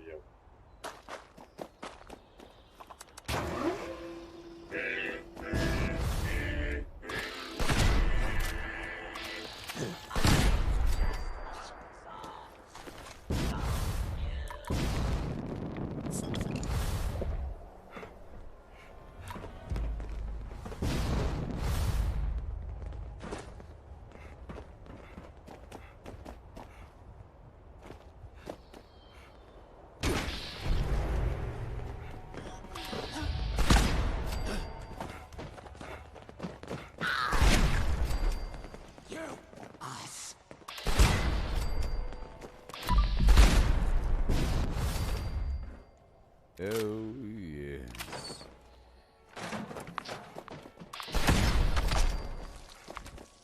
Few more enemies. Yeah.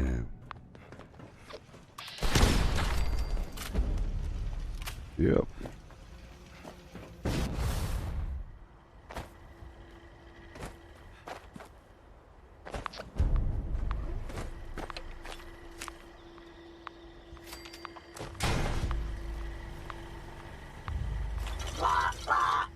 Yep. All up in my ears. All up in my ear hole. The blue link in our team bar, is that just showing that you're sharing focus? The blue bar, that's the bond. It forms over time, and that just gives you a cumulative bonus. So right now we have plus 100% XP from teams, from events. If you left the server, you lose that bar. If you leave the team, you keep the bar. If you came back, a new player has to build up the bar over time. So you kind of keep the... So it just means that you can leave the team and come back and still have an affiliation with the other players and form the bond faster or whatever. And then other public groups have different bonuses. We have the experience bonus for events, but the role-playing group has plus charisma, the building group has plus intelligence, and so forth. I'm hitting the dolly sods.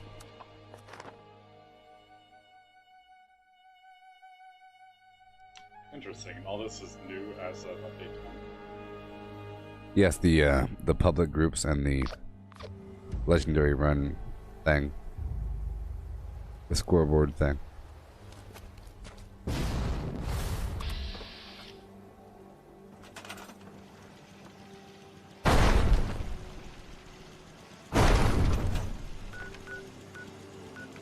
Yalguai here if you need the acid. That's another bonus of defense missions. Sometimes you get a bunch of anglers and they have adhesive, right? Yalguai have acid, so do crickets. You have like 3 waves of crickets and that's tons of acid. 7 acid each on top of whatever resources are here.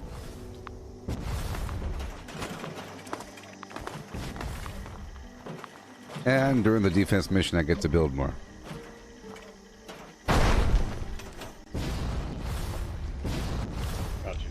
More and more XP for that.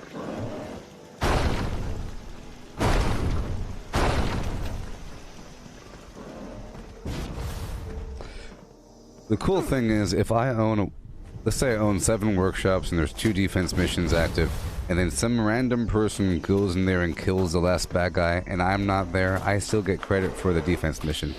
I get full credit for the defense mission. I have to be there for the retake or whatever.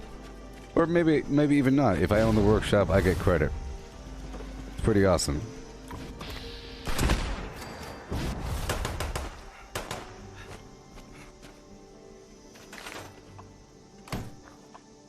Did you find at lower levels people mess with you more often? Nope. I think because most people don't even know what the heck, because the game doesn't say, by the way, these are workshops. You know, it doesn't tell you. No NPCs tell you that, you know, and it says claim the workshop, right? It'll say defend the workshop, retake it from the intruders, but it doesn't say, by the way, there is no PvP in this game formally unless you're at a workshop. It never says that. So people don't really catch on that that is the heart of the game in terms of PvP, but besides just punching somebody in the spine until they respond to the typical format. There's two Yogg right over here.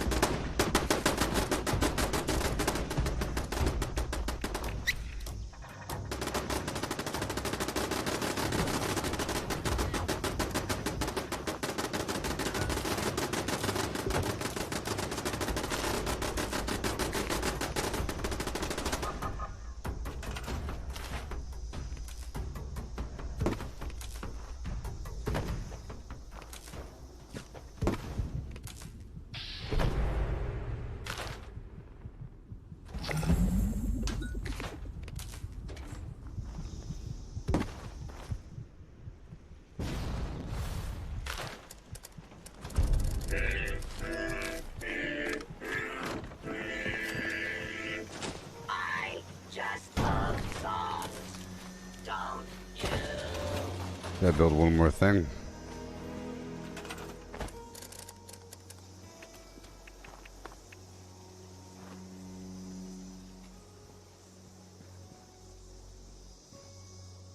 Oh man.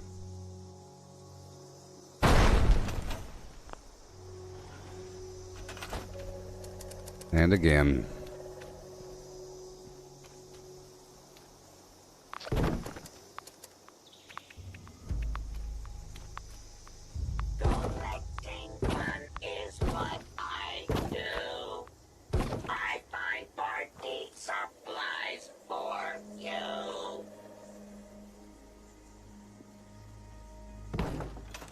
Okay, phase 1 complete.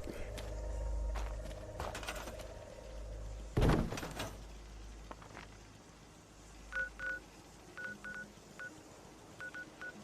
gonna quickly retake Tyler County. Darn toots. Dang. Darn toots. I'd be higher too if I weren't messing around earlier. Here.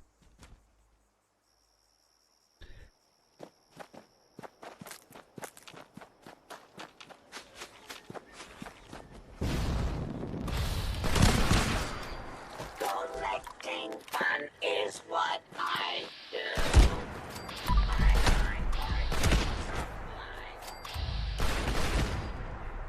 Defense mission at Berkeley Springs in 1 minute and 20 seconds.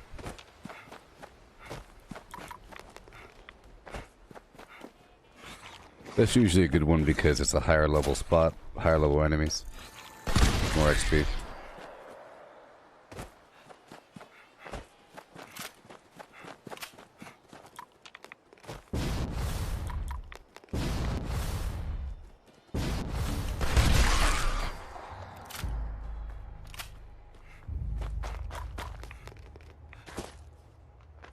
Yeah. Alright, this is done here. So, in a little bit, there will be a defense mission whenever the game feels like it.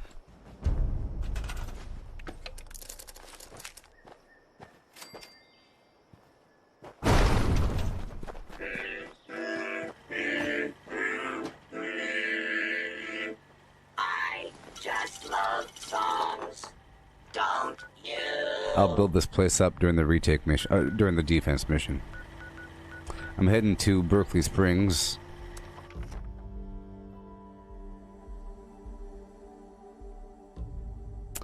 Yes, Shang. A lot of 10,000 XP, 10,000 XP, 10,000 XP for 100 points at a time down the dusty old road forever. But the cool thing is I get XP so darn fast. Check this out. All these workshops, 2,100 XP per retake, 35,000 XP in that cycle.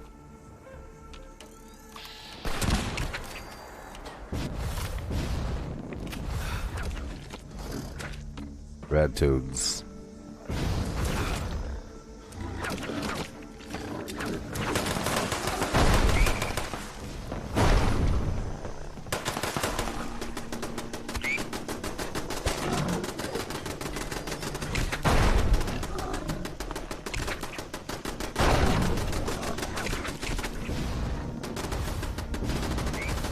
Yeah.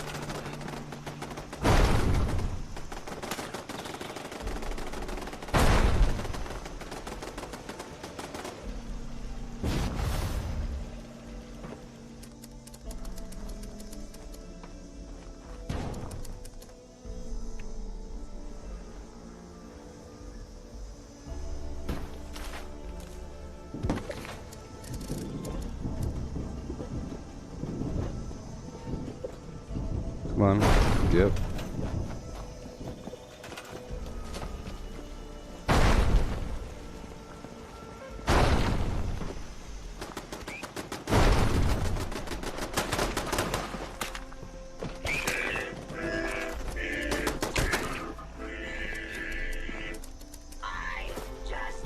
Yeah.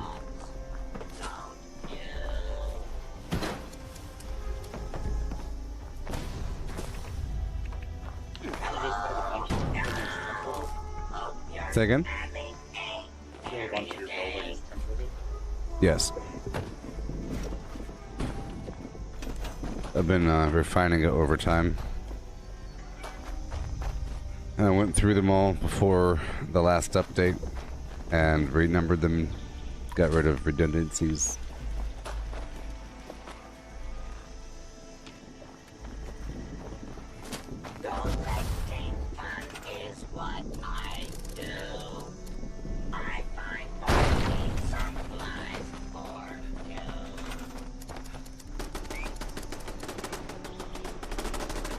Yep.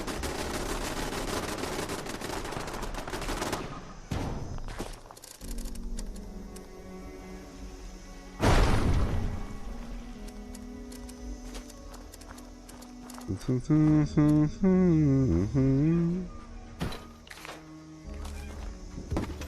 like they fixed teamwork and being able to loot. Do you still have to, does everybody have to tag every I think you have to tag them for the XP, but I think we could all loot the bodies.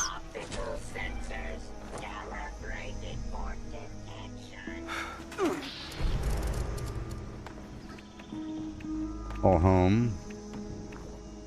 Right over here. Or whatever.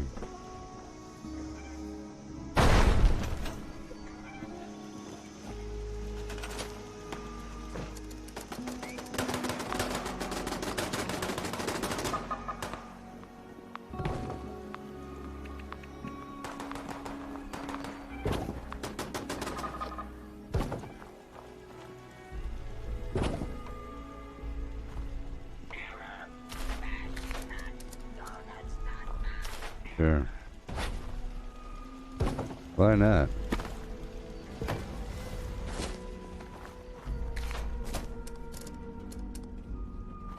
Yeah. Snacky, snacky.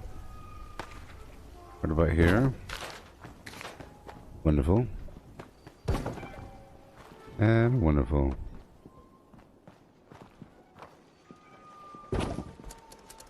And water.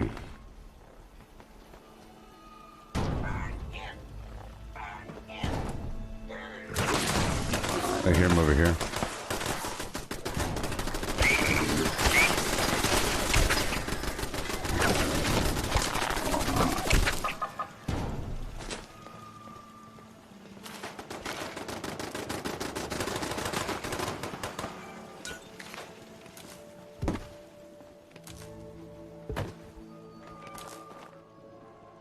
my goal is typically to completely fill the budget at every workshop eventually, if I have enough time.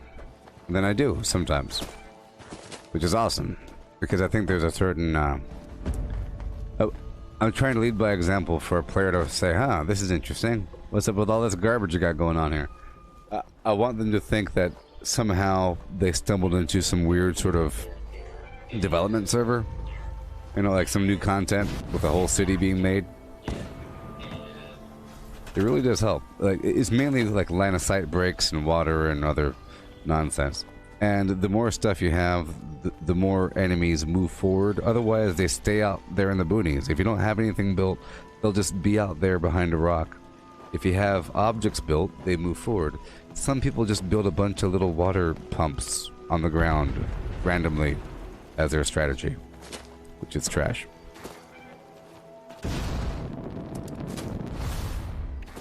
Yeah.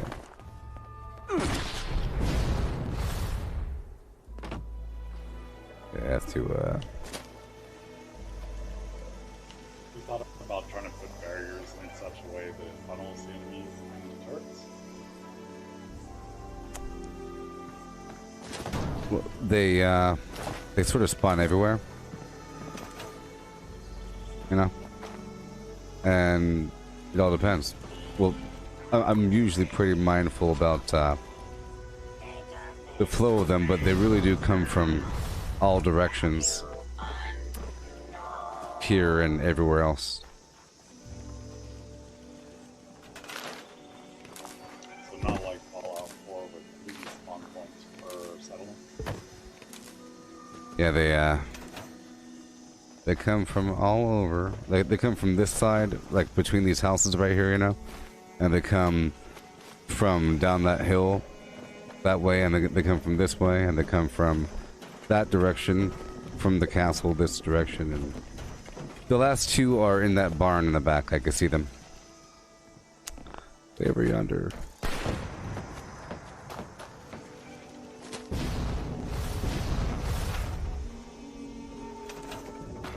Yeah.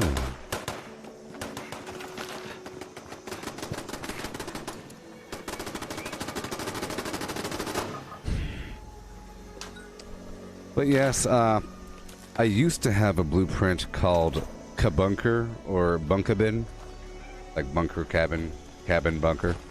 There's a cabin thing from the atomic shop, and I'll just put a turret on top of that, but then I would have power generators on the inside because the enemies like to go towards power generators or water pumps or resources or lights, stuff like that.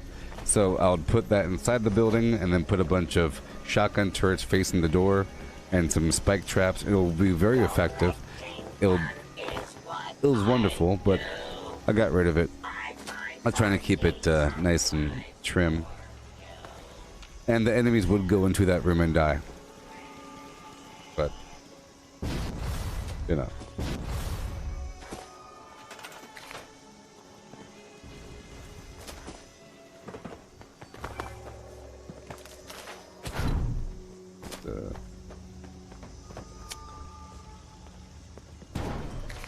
I hate the fact that I have this thing here. This is what we have to do.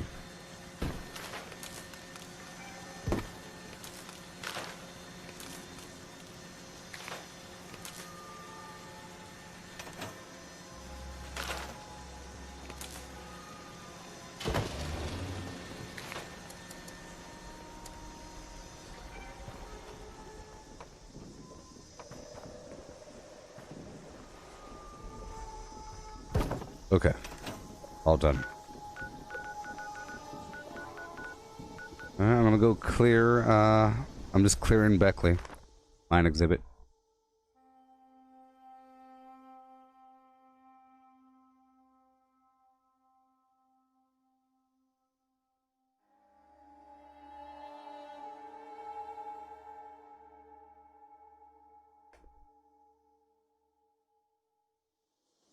Shang, you're asking. Yeah, it takes about an hour-ish to take control of all the camps. Yes, I see. I have a part-time here. 1 minute, 1 minute, 2 minutes, 2 minutes, 2 minutes, 1 minute, 3 minutes, so forth. You know, and I retook it starting at 10:54, ending at about it takes about half an hour. Look, about half an hour if you are efficient. 1/2 of an hour. There's 21 locations, about 1 minute per location. Some locations take a bit longer because the enemies are kind of screwy, hidden away somewhere, but 21 locations. If you took 4 minutes per location, it'll take you, like, 2 hours or an hour. But see, that retake mission took me about a minute, and it's done. And then it's done. My perks are wearing off. Boom, boom, boom.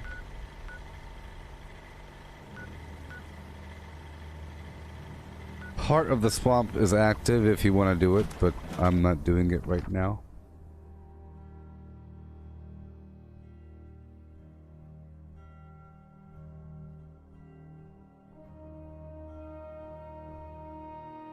This is good, Chang, because I was already, doing hardcore leveling up and workshop conquest and everything, and not really getting any real credit for it besides these levels that I gain and I could move my build around, but there's no real long-term flim-flam. There's reputation gaining, but then you complete that. Ally rank, you get your shotgun, you get your minigun, and then you're done. But now, this is forever. Well, not forever. After rank 100, and then you're done. But hey, at least I could put my level into good work.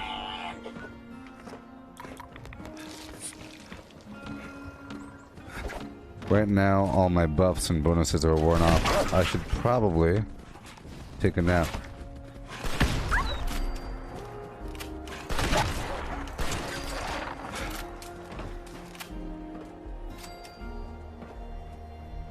But if you ever try to take over a workshop in the future, just know that no one's going to be there unless they specifically are targeting you before you took over the workshop. If they're watching you across the map, seeing where you're going, but that's not going to happen.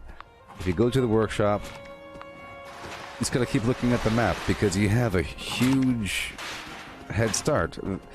The nearest fast travel point is not close to the workshop. It's like here at the Red Rocket Mega Stop, the nearest fast travel point would be either Vault 74 or whatever, or the Pumpkin House or some garbage, and it's a short little run. If a player wants to kill you, they're going to be sprinting and then they'll crouch, so you'll see them standing on the map. If they're crouching, you won't see them, and usually you could hear them just saunter up, and you can hear them, especially if they're in power armor. You can totally hear them. And if you have line of sight breaks and a bunch of structures and all kinds of garbage, then it takes them a second. They'll start running around, clomp, clomp, clomp, clomp, clomp, clomp, and then you have plenty of time to leave. So it's perfectly safe. Unless a person runs up and you wave at them. If there's a player that runs up to your workshop while you're at it, you're in danger because they have full control over when PvP starts, and vice versa. If you go to a workshop that nobody owns and nobody owns it, you could kill anybody that's there by just taking over the workshop, and right when it's contested, you can kill the person. I didn't know that for a while, but it's true. It's terrible. I'm good. But it's relatively safe. There's a defense mission at Grafton Steelyard right now. I'll do that, and then I'll do the Heart of the Swamp.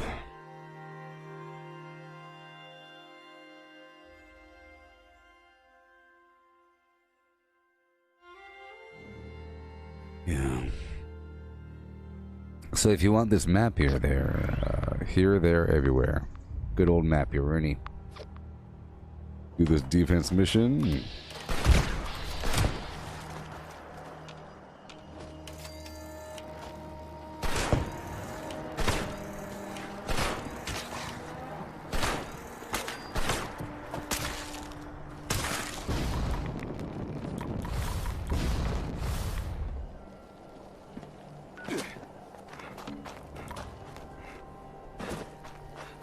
rad rats, so they're hidden around. What's the reason for the Fashnacht robot? Are you looking for something specific like that? Oh, the Fashnacht, yeah. He gives me royal jelly, and I think honey, and maybe honeycomb, and a bunch of treats that have AP. Gumdrops, bubblegum. But the royal jelly I turned into royal jelly taffy. It's just one more thing that I consumed to help me with my jetpack. But before that, I was using the communist collectron that would have a various foods. This is foods as well, but it's a very... Let's see what's inside of them right now. Yeah, cotton candy bites, which is basically the same thing as sugar or honey or razor grain flour. It's 60 AP over time. And bubblegum, honey, whiskey, and oak holler lager. So different alcohols and festive sweet foods. As he says, fattening sugary treats, you know, that's what he does. And anything that's sugary gives you AP, right? That's why I like it. And when you have 21 workshops, or 20 right now, you end up with a nice stack of garbage. Depending on what the collectron is. So you could have different collectrons at all the workshops. It's just I don't have different blueprints for all those different ones. You said roughly when you jump on for a day, what are you anticipating to be on for? How long am I anticipating to be on for whenever I hop on? If that's your question. Well, one session of 8 hours, and the server stays the whole time. And the cool thing is, in the past, whenever I would crash, boo-hoo, because I play alone, and then you're doomed. If I had a teammate, I would like that, just for the purpose of taking over 1 million workshops. You know, a private server, if you crash, you have, 7 minutes to recover before the world's lost. But on a public server, it's gone. But here, with the public teams, if I were to crash, it'll say play with team when I come back in, and I'll have my workshops as well. It's awesome. So it's not a problem. And the servers last a very long time. That makes sense. It definitely sucked before. I was on a crash. Oh yes. What happened to me is I've got an integrated sound blaster card on my motherboard, and for whatever reason, going in and out of buildings, the audio, whatever heading or whatnot it's trying to do. The only way to fix it is to pull the computer.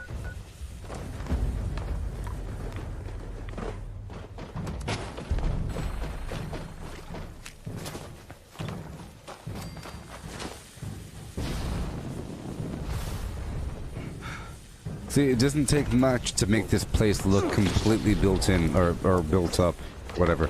Because I have this one billboard right over here. Well,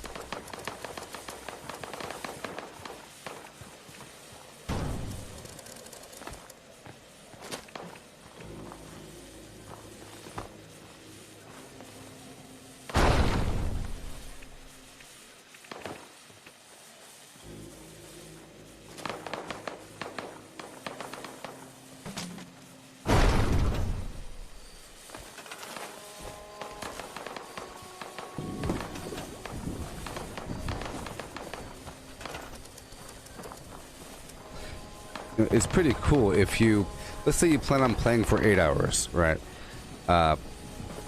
If in the first hour or let's say in the first half an hour, if you're really quick and you're efficient and not distracted, you take over all the workshops.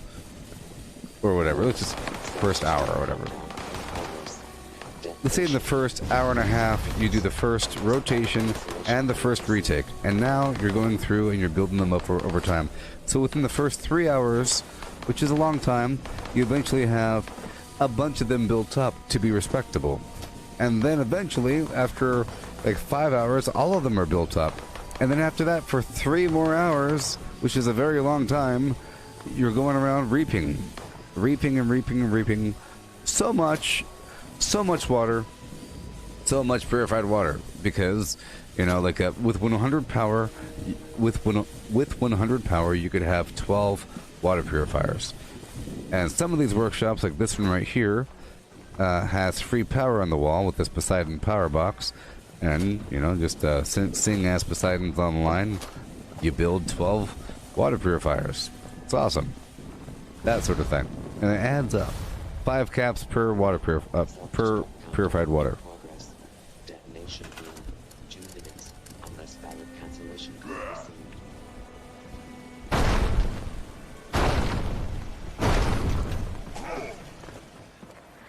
Okay. Moving on. There's that manhunt mission right across at the dam. Do I conquer the workshops in the order? Yes, I've been doing that recently. Even though it's a weird order.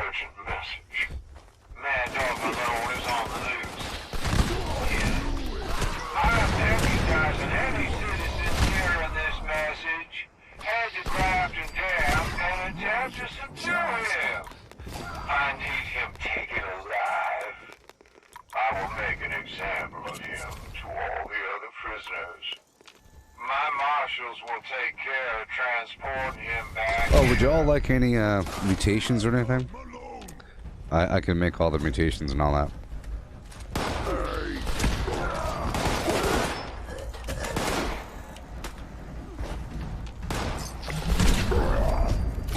Another 10,000 XP. Happens all the time, I tell you.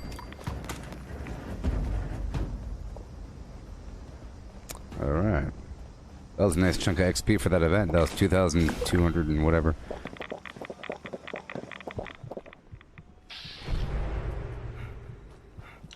Yeah, super quick. And thank you for the mutation offer. I am all set. Gotcha.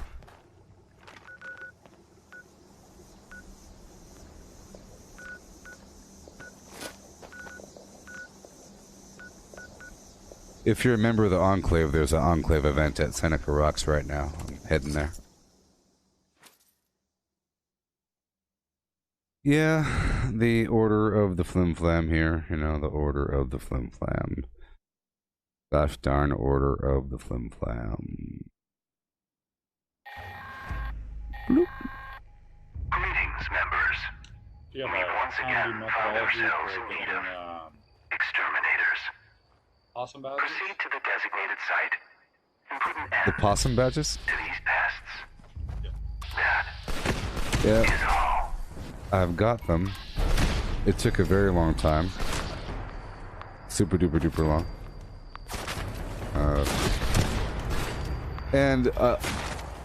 My methodology is just to not worry about it. To not worry about it, and then every once in a while look at it and say, am I done with any category? Which one am I close? And then you start to think about it. And then you say, well, I guess I'm getting kind of close to that. Maybe I'll start to focus on it. Some of them are pretty easy, some of them aren't, and requires doing a bunch of stuff. But if you try to hammer it out right away, it'll be kind of frustrating. And I don't think it's meant to hammer it out. It's meant to be sort of like, I consider the entire game to be one big tutorial, you know, and the Pioneer Scouts quest line or whatever with the badge system is a drawn-out, long-term endgame strange tutorial for a late-game player to really figure out how to play the game. Once you get all the badges, you'll figure out many aspects of the game, you know, because you have to figure out what to do. Like gain access here, do whatever you have to do.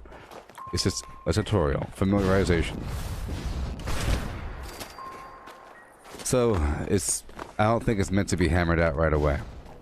Because the way that the nature of it, it's meant to be, during your first year of gameplay, here's some stuff to pay attention to. Sort of thing. All array components engaged. Activating But beyond that, you can get the badges by doing the quests. right? If you really want the badges for a backpack or something, you got those quests. But I think they're offering badges more often. You have the Campfire Tales quest and the Stings, Wings, and Things event daily. I think they give possum badges. The Stings, Wings, and Things event is over there at Dolly Sod's campground area. In that house. You have to go get some bug parts. Component bypass detected. So you can do that to get your backpack mods and everything. It takes forever. Normally, in the past, it was never dropping it for me.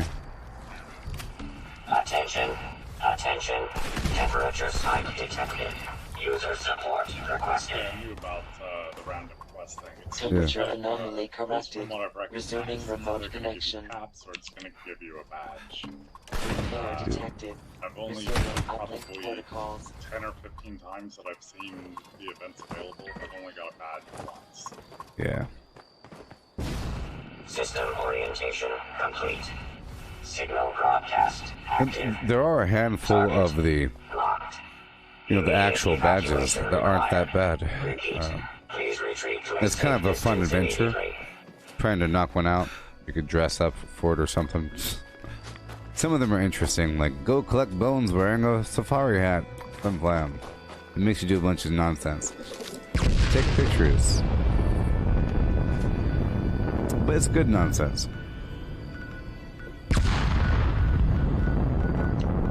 have to go back and look. I think probably got about 5 or 6 of them done, and I'm close on the rest of them. It's just the hard things. There is a defense mission of 3 Gulper, 3 waves of Gulpers at the Thunder Mountain area.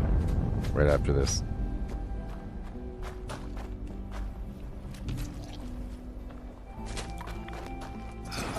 Specified hostiles eliminated.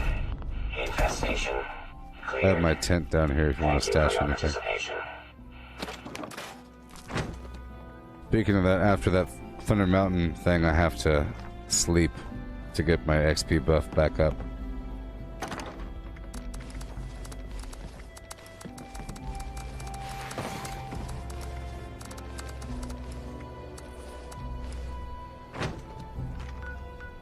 Alright. Thunder Mountain. Oh, wait a minute. Yeah. I think there's enemy left. I think I left too soon.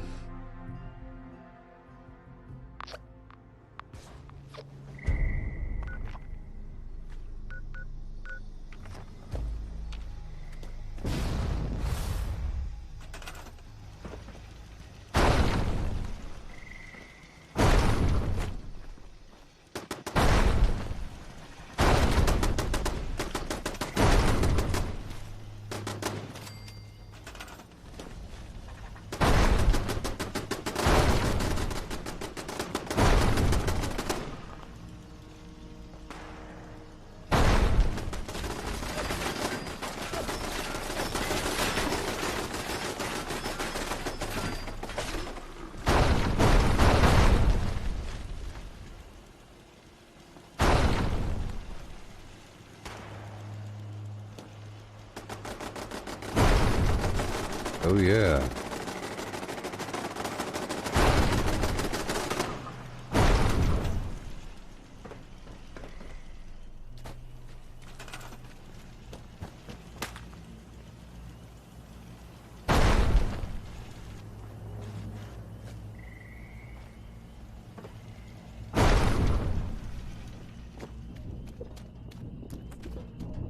Whoa, whoa, whoa. 85 million turrets later.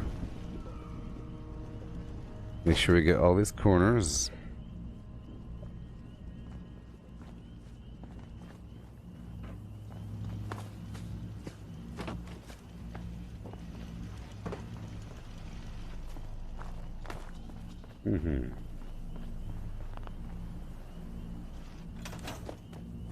Well, that's the maximum build count. Gotta find these gulpers.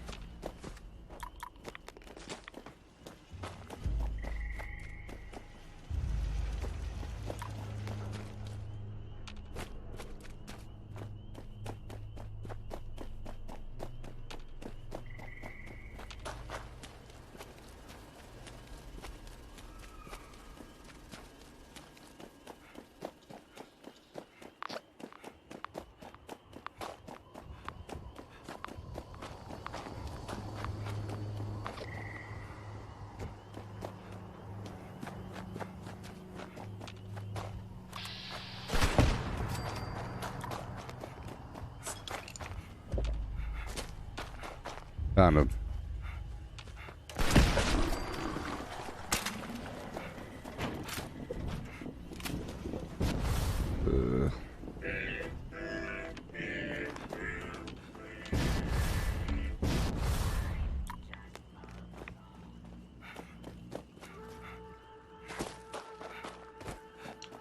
I'd call this one of the game's larger flaws. If they're going to try to attack, then they should attack, not stand on the edges. Mm-hmm.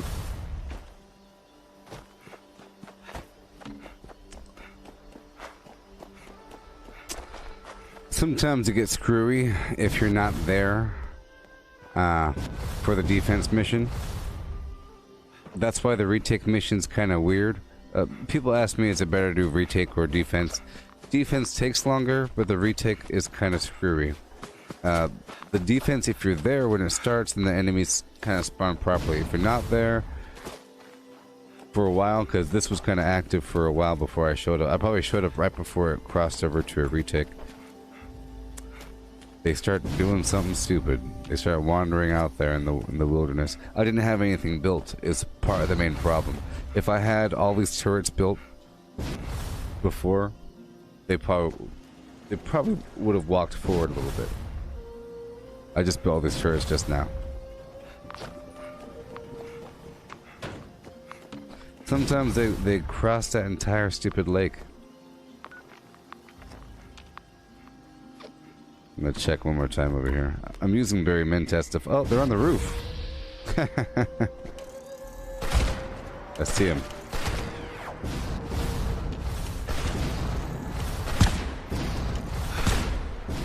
Okay, now these next waves should spawn. Abandoned Bugtown has a defense mission spawning right now. Or in about 2 minutes.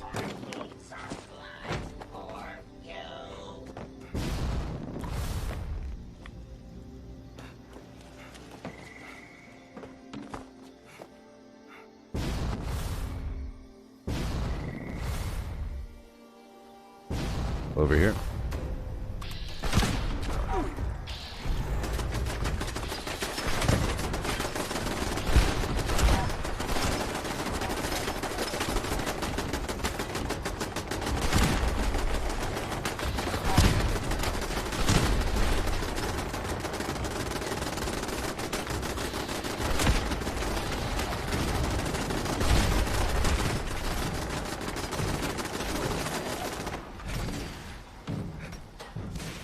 Really, it's too bad. I used to like killing gulpers for pepperoni rolls.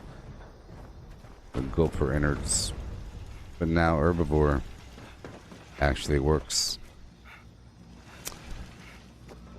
Before I could get the food buff from a meat food, just not the actual food from the food.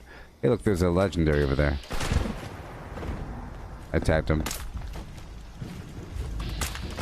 But now you don't get anything, or you don't get the food buff. So all those carry weight foods no longer work for me.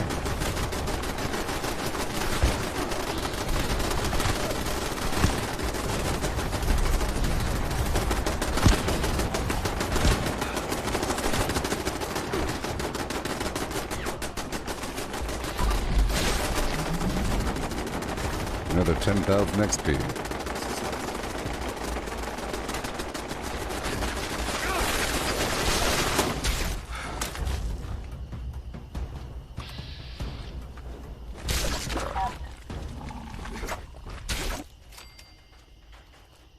Hey, two-shot Gatling plasma. Oh, you're trying to get aluminum? Well, there's aluminum out there. Two-shot and explosive shot are really what we're looking for. Yeah.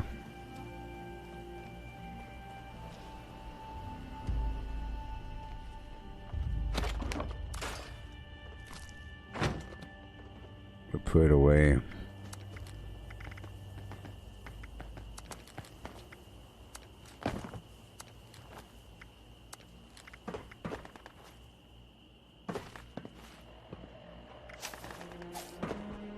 I normally use my bow when I'm around other players to do minimum damage and light them on fire, so it's obvious I've tagged them, but my bow is broken, and now it won't be anymore. I cripple their leg or something. Awesome.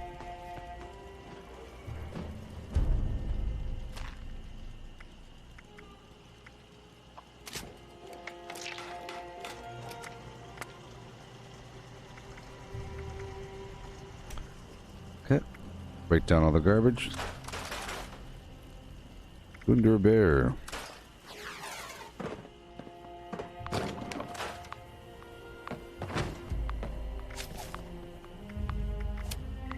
Contractor. Boom. Alright, I'm heading to the Bog Town.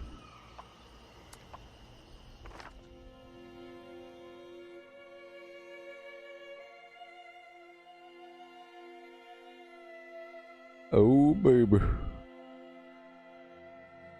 Come on, baby.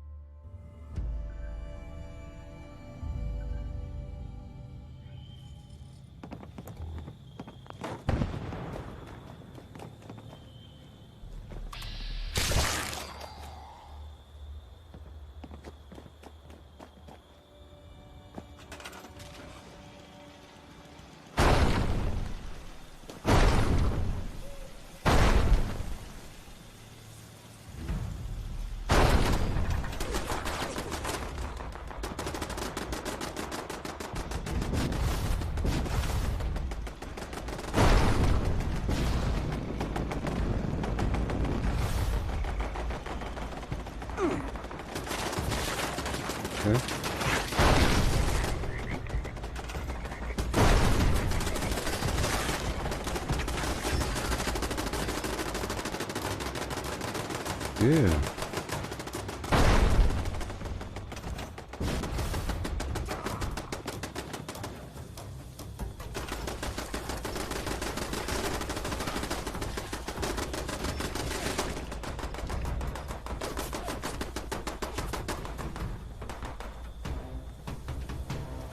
Yep.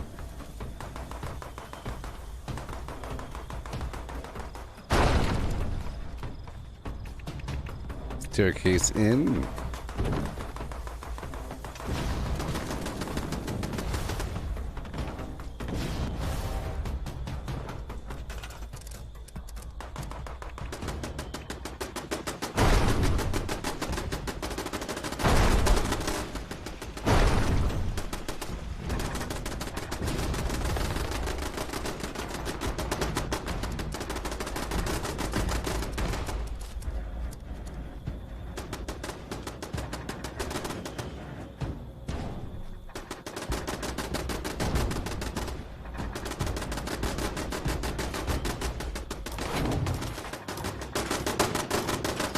Yeah, Dylan, mole miners have aluminum on them. Optical sensors calibrated for detection of sparkles.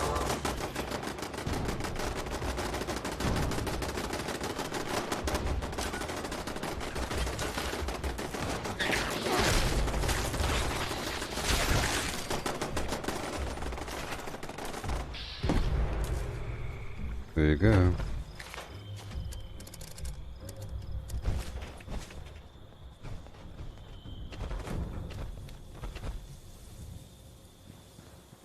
Move you over here.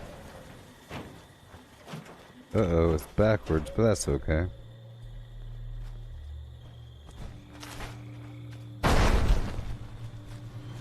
Initiate scan for fat ethnic sugary pre-population.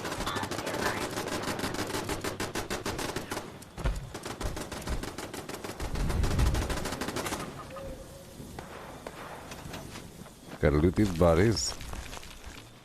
Or whatever. Welcome, friend.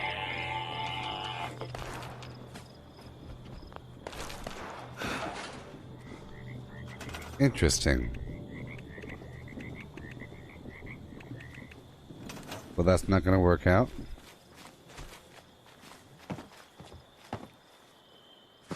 Oh boy, that's not gonna work out. Okay. Oh no. Hurry up. Donuts not found. Error. Okay.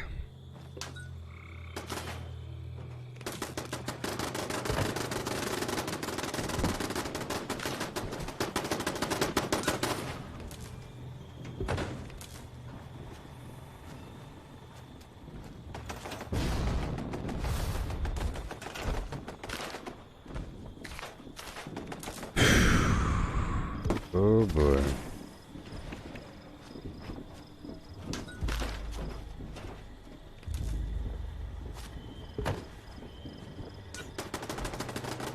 Deploying confetti.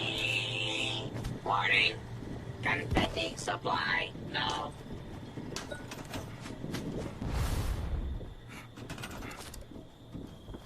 Oh boy.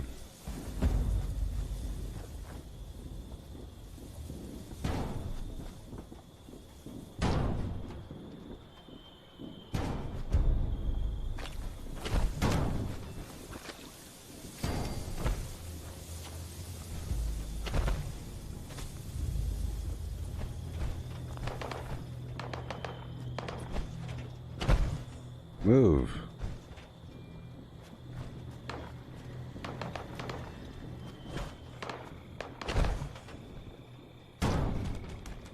Burn him. Burn him.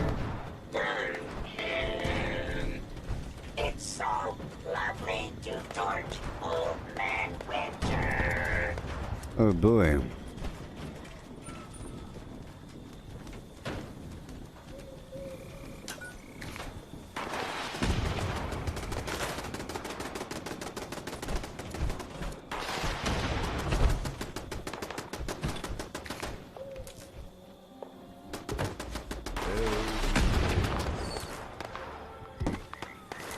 Oh yeah. Hey, Cirque, how's it going?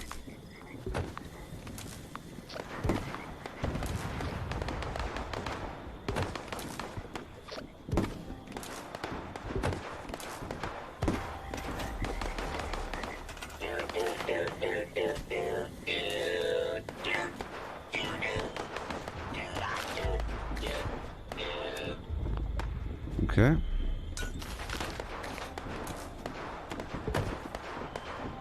Oh, we gotta hurry.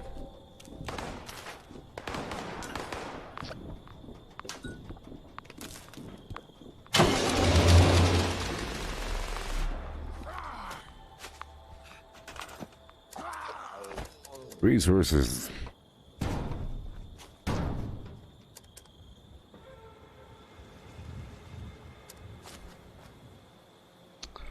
Come on.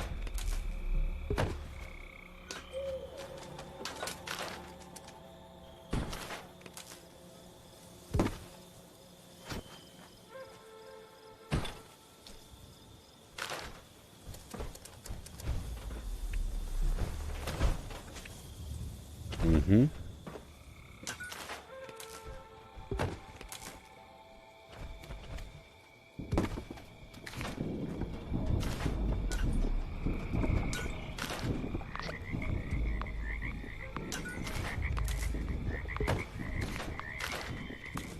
Boom.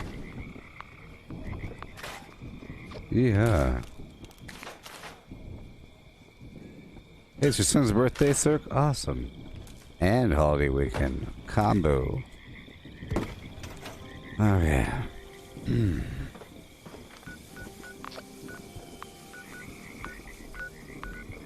That's done.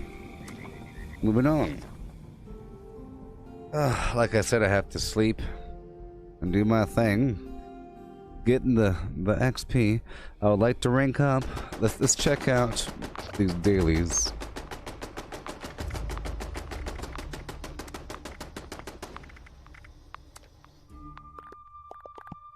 Oh boy. Next level, I'll get the flying saucer. I need 300 more score. Let's check out the daily challenges. collect an audio holotape. Okay, that's everywhere. Easy peasy. This workshop's already built up.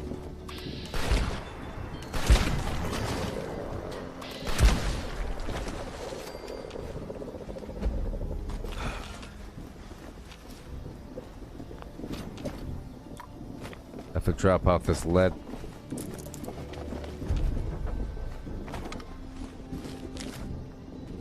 XP. Sure is a big difference when you have full perks and no perks. I'm down to 1,000 XP. Look at that. Down to 1,000. Go over here. Royal jelly, Danbury apples, vodka, whiskey. Drop off the ore.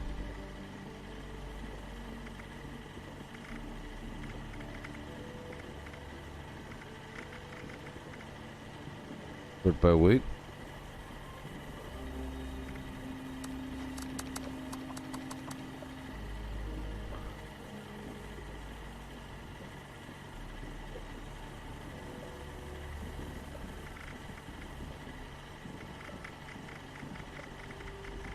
Okay. I have a lot of nonsense in here. It's starting to get pretty bad. Pretty bad. Let's get these grenades out of here.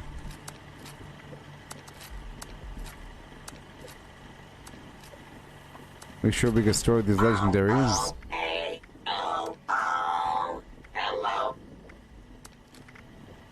Yes, sir. Good stuff. Store the rest of these legendaries. Thank you. So what's the deal with the high radiation?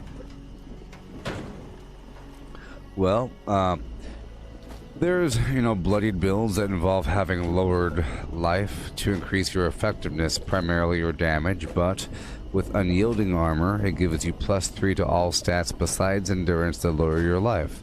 With 5 pieces of unyielding armor, you'll have +15 to all of your stats to lower your life. That's step 1.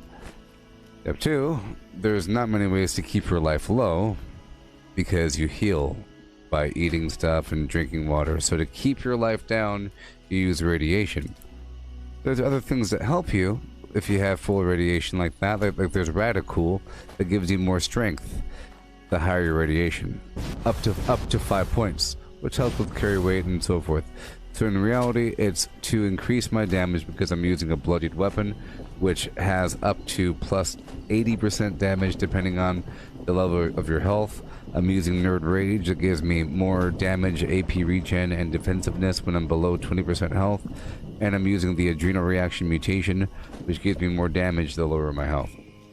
So I'm purposely drinking all the time on my mouse hot wheel. My number 7 button is dirty water, but that could be dirty water, toxic goo. There's different things you could purposely ingest to purposely give yourself radiation. There's also the perk called Ghoulish, which gives you health whenever you take radiation. So in that style, you could use radiation to heal until you're dead. So there you go. Are you jumping into Scorching?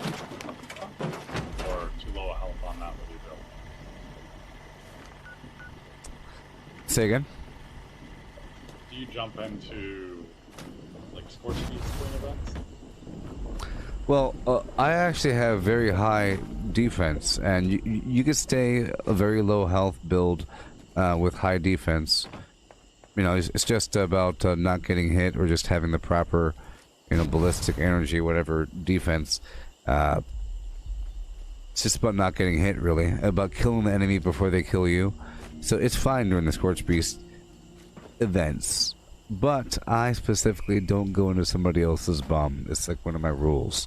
I don't go into somebody else's bomb because I know that they're 19 times out of 20, or let's just say 29 times out of 30, or even higher, illegitimate cheating nonsense bombs by using nukecrypt.com to look up the code from the internet. That, and it reduces the value of bombing myself. If I never go into somebody else's bomb, it makes flux very, very valuable for me, and it makes it a big old part of the game to have to bomb. It's a big deal, you know. And people that spam the queen all day. I think on this server, people dropped 3 bombs in a row on the same spot, you know. And I didn't do that. I mean, like, I entered that world because, well, people that do that, they usually complain about the game all day, because that's what they think you're supposed to do. They read somewhere in a book that the main boss is the Scorched Beast Queen, therefore do that. No, the main boss, the end game, is Workshop Conquest, in my opinion, is what I'm doing right here. And then everything else gets attached on top of that as things that you do. And I think that the Scorched Beast Queen is really a weekly cycle, or bombing in general is a weekly cycle. I don't think bombings should occur until at least the weekend. Right now it's Friday, it's a bit early, I think. So I bomb like on a Tuesday morning, right before it resets. And then no one is able to technically bomb until like a Friday or something, because it's impossible to bomb unless you're a cheater, like everyone is.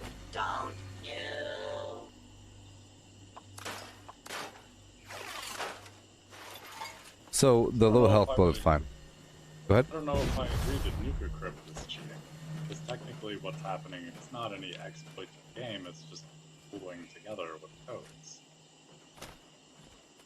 But it's impossible to solve before a certain point of the week. The way it works is, it's relying on a keyword cipher. Right? The game is designed with a weekly cycle in mind. There's a keyword in the Enclave that fills out like Wheel of Fortune, letter by letter, boom, boom, boom. It starts blank, and you need that keyword to scramble the alphabet. You get those code pieces from the Scorched officers across the map. There's 8 code pieces per silo, right? That forms an 8-letter anagram. How are you going to get the anagram if you don't know what the letters translate into? That anagram rearranges the numbers. If you don't have any letter in the keyword, it's impossible. It's impossible. But they found a way, because there's a finite list of potential end state codes, so it's basically cheating. Because it's impossible for a normal person to ever do it. It's not about resourcing together, it's impossible. Because it's reliant on a keyword cipher. And the way it works, so let's say it's Tuesday night, boom, and you get the message that says, warning, your silo code pieces have expired. Right? That means that in the Enclave, that word is gone. And it's not going to be there for Tuesday, or Wednesday, or maybe even Thursday. It'll be blank. It'll have like 1 letter maybe on like a Thursday night. But people bomb right afterwards, in that window when you're not supposed to bomb. Clearly the game doesn't want you to bomb because it's a weekly cycle. It wants you to do something else in the middle. So it's breaking the game, and then people are complaining about there's nothing to do but doing that. You chose to do that. And those same people that spam the queen say that workshops are stupid and pointless, and everything else in the world. But yes, there's a weekly cycle. It's impossible. Boom, boom, boom. 8-digit code. Boom, boom, boom.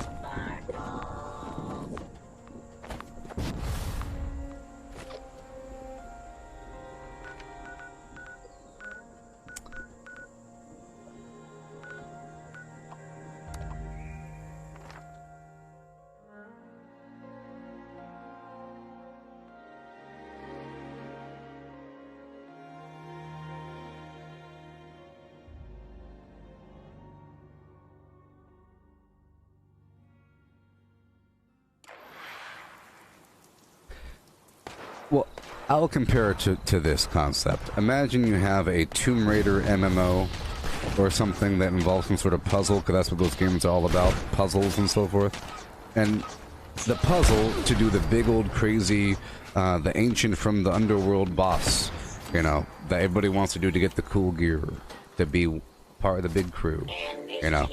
What if that relied on a phase of the moon, sending colored light through a shaft in a building that you have to travel to? And then that does another thing and another thing, get some runes, put them together, and then finally you get some code piece. But what if you could bypass all of that before the moon is even in phase? It's ridiculous. You're breaking the entire game. No, what if you did it legitimately? It'll take a while, and it's a lot of pressure, and you don't even know if it's going to work until you do it. And it's a big old moment. It's awesome if you do it, you know, legitimately and so forth. It's cool. I think the way to, at least in my opinion, the way to look at that is what you're attempting to gain from the game that you're playing is based off of what you want out of that experience. So if there's a methodology to get around something, who cares why it was designed a particular way, as long as it's not entering a code or exploiting something that was coded poorly. I don't really have a problem with that. You don't have a problem with people exploiting something that was coded poorly? No, I do have a problem with something that was exploited for poor code. Okay. But in this particular instance, it's people have figured out how the site works based on explanation, and they're using that limited set to be able to get the code through. That's sort of my assumption, but it's sort of like a brute force tactic to, whatever the excuse is. Just imagine this: what if people really wanted to be in this club, but to be in that club, you have to have 10 Boston Marathon completions? And people say, well, it doesn't really matter, you have to have the completions. So I figured out a way to use Uber and some dummy runners and some wigs and some fake shoes and to work my way through. But it's really hard and technical, but you know what? It's boring. It's so easy to do the Boston Marathon. Here's the problem. If the majority of people that do that are complaining about the game and the process, if they're not having a good time, if they say there is no end game, this game is stupid, this game sucks, those people that spam the Queen all day, all they do is PvP in the Queen, and they say that everything else in the game is dumb. That means they're wrong. If you're playing chess like checkers, you could play chess like checkers if you want to. You could say they move forward one piece, they can't move diagonal. You can make up any rule you want to, but the second you say I hate chess, developers of chess, change it. You're wrong, because now you're opening your mouth and you're telling people your opinion. And you're trying to change the game, but you're purposely going around the natural cycles of the game.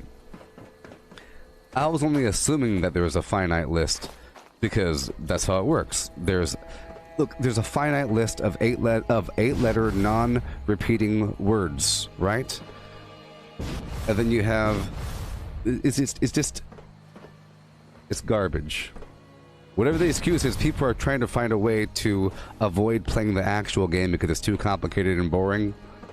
It's too complicated and boring, and you want to just do the bing bing, shoot 'em up, stand there on top of a roof and hold the left mouse button, and then complain about that being too boring, even though that's what you chose to do. You chose to spam the Queen all day, and then you're complaining about it, even though that's not the intention of the game. And you don't like this game. These people don't like this game, and they're playing it. That's the problem. They're playing it, they don't know what they're playing.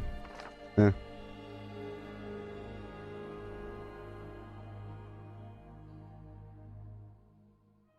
Well, that's what I was saying about it depends on what you want out of what you're doing. So, if, there's no special club or anything that you're getting other than the items and the fluxes from going Yeah.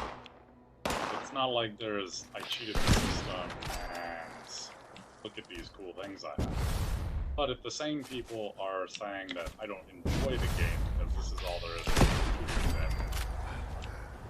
then right. But that is sort of the consensus. It turns into, well, the problem I have with it, well, I have many issues with it, but if the goal is to beat one monster, right, it turns into a damage chase about how high can you get your damage, how fast can you do it, and then that ends up into you're going to hit a wall. eventually, and then at that point it becomes boring. It turns into, let's go fight people now. I've reached a point where I can kill the queen really, really quickly. Let's go fight people. But you know it's not going to be any challenge whatsoever fighting people at that stage. So why even do it? It's just, it turns into a competition, and then the whole time just, yeah, this game is trash. One day they'll have content, and then they get into forums and they talk about it. It's just nothing wrong about it, but that's what people do. It's like what all people do. Do you see anybody else taking over workshops right now? Just hanging out? It's nonsense. And the fight itself is pretty dumb. You stand there. It's not that much of a challenge. It's just sort of like, how much damage can you do? It's not like oh, watch out for the lava ground, jump over the blue spaces. It's just you stand there and you do it. And people do it. And they have like some Sentinel Vanguard build where they just stand there with a full health thing. And, you know, and it just turns into a lameness. And then you're using like repair kits and everything. Repair kits and scrap kits, you know, and some other stupid exploit to get over some game factor that you don't like. And anything involving upkeep you don't like. Sounds like these people are playing the wrong game. You know. Going to external, there's no excuse. Going to an external website to find out the code, and a person could say, but it's the community. Garbage. Garbage. Not the community. You guys are doing zero effort. Zero effort. And then whoever does the bomb is probably glitching through the wall or something. It's nonsense. Trying to do it faster and faster. Soulless, heartless, garbage.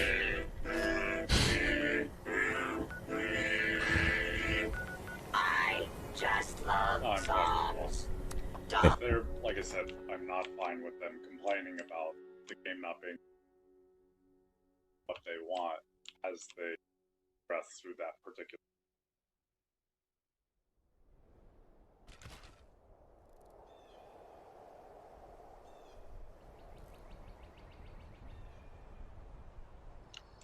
But for people on the forum, I pay no mind anyway.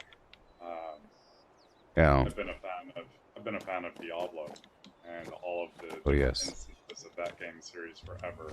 And Blizzard has been, you know, you put out the game, and there are patches, and it seems like every patch has new content. But every time content comes out, people do nothing but complain about how it's not the game they want. Sure. So I'm on the same level with you, where if this isn't the game you want, then get the fuck off the forums and stop bothering me. And they say, just bring out Diablo 2 Remastered already. Nobody's asking for that besides you, sort of. It's like, we want Diablo 2 Remastered, not this Diablo 3 garbage. Well, Diablo 4 will probably be pretty awesome. It seems to have like an open world. I saw from the videos of they're riding little horses. It seems to be, I don't know how it's going to be, but I played Diablo a lot in the past as well. And yep, people are very active in that community, and they usually, it's sort of like in Star Wars as well. The most diehard Star Wars fans hate the current Star Wars. And the most diehard Fallout people hate Fallout 76. And they like Fallout 3 or something. And they want to go back to that. And then they don't even see this as a game. They see it as something to do. So it doesn't really matter. Whatever.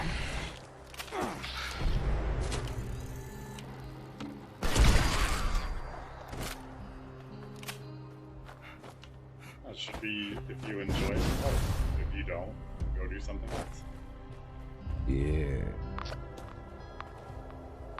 But so let's say that you were doing that Boston Marathon cheating thing. I could understand that it would be interesting and thrilling and fun to try to figure out how to break the system and how to work within the law and the rules and point out, hey, technically you never said that I couldn't ride a unicycle. Some garbage, you know, some weird thing to get away with.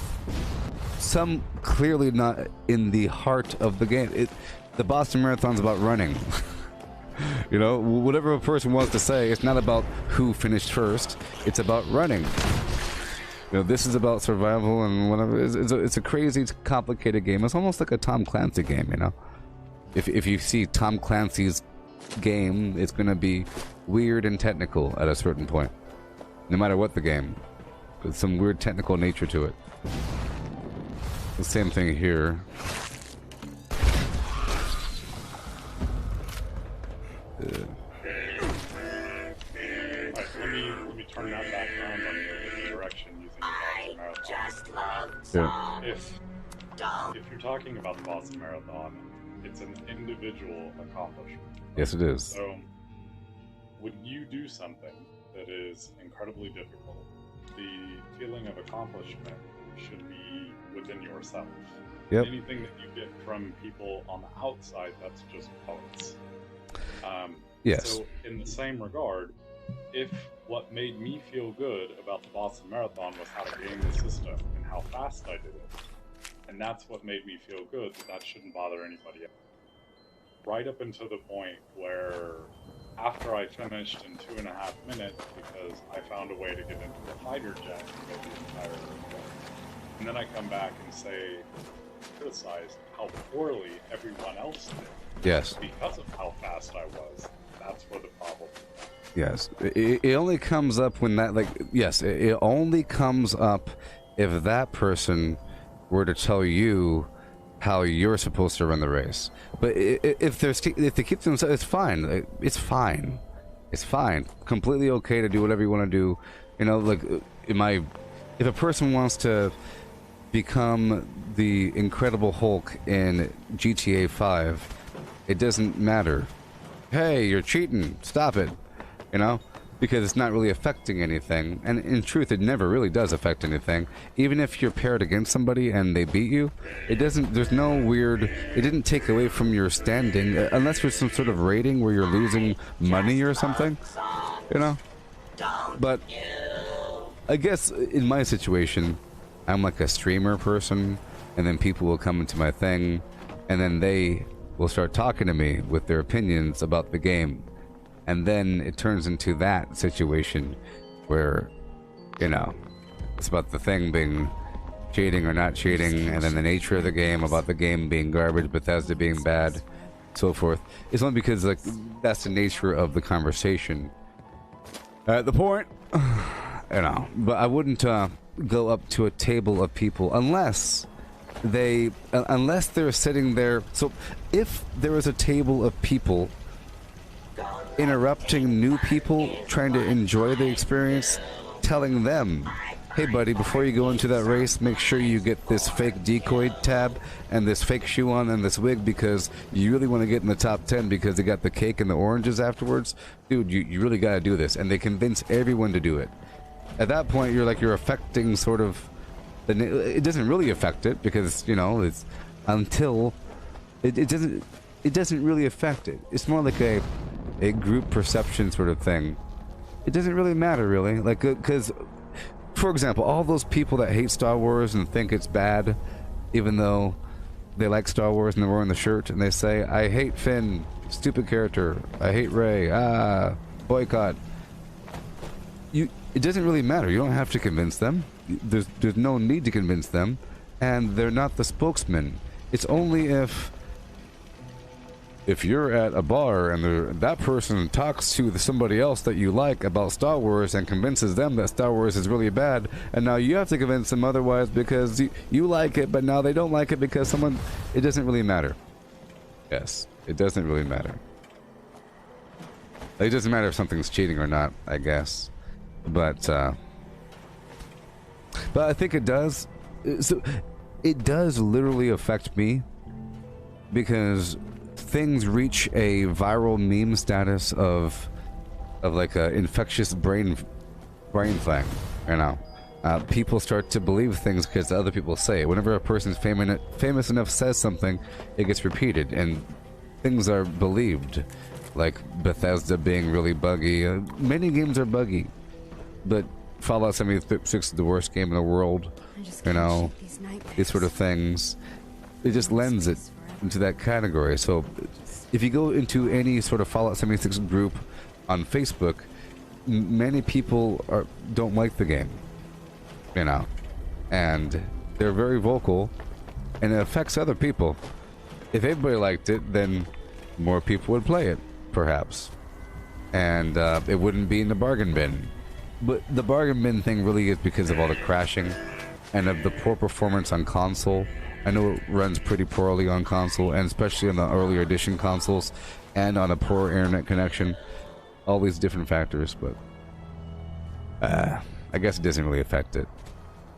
I guess. I just think it's cheating. Probably one of the biggest buggy games that I've ever played. I mean, I don't ever expect software to come out and there not to be some bug.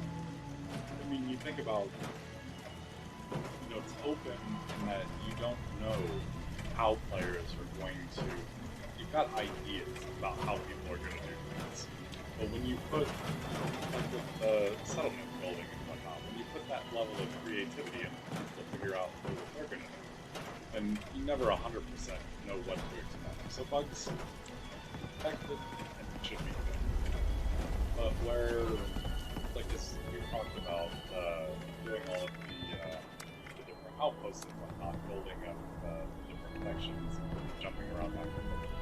I would have never thought about that because the game has been so buggy for me that I wouldn't be able to get more than 1 or 2 in before the game would crash, and then everything I just did was gone. So it's. I'm not so much complaining about the bugs because I like the game enough that I put up. But on the other side of it, I've also spent my money on the game. I'm also subscribed first, so I would expect there would be effort going into it. Yep. And then that said, like, not a Fallout game. It definitely feels way more Fallout since Wastelanders than it did before that. And no, I didn't expect it to be exactly like Fallout 3 or Fallout 4. And I enjoyed it for different aspects. But there's some legitimate complaint that people have had. But like I said, it's a game in the vision of the developer. You can't tell the developer that they're not doing what they're supposed to do when they're building what they vision for the product that they are putting out. Who are we to say what's right and wrong? I think it's incredibly rare that a developer or a CEO or anybody that owns a product purposely tries to be evil and makes it bad on purpose.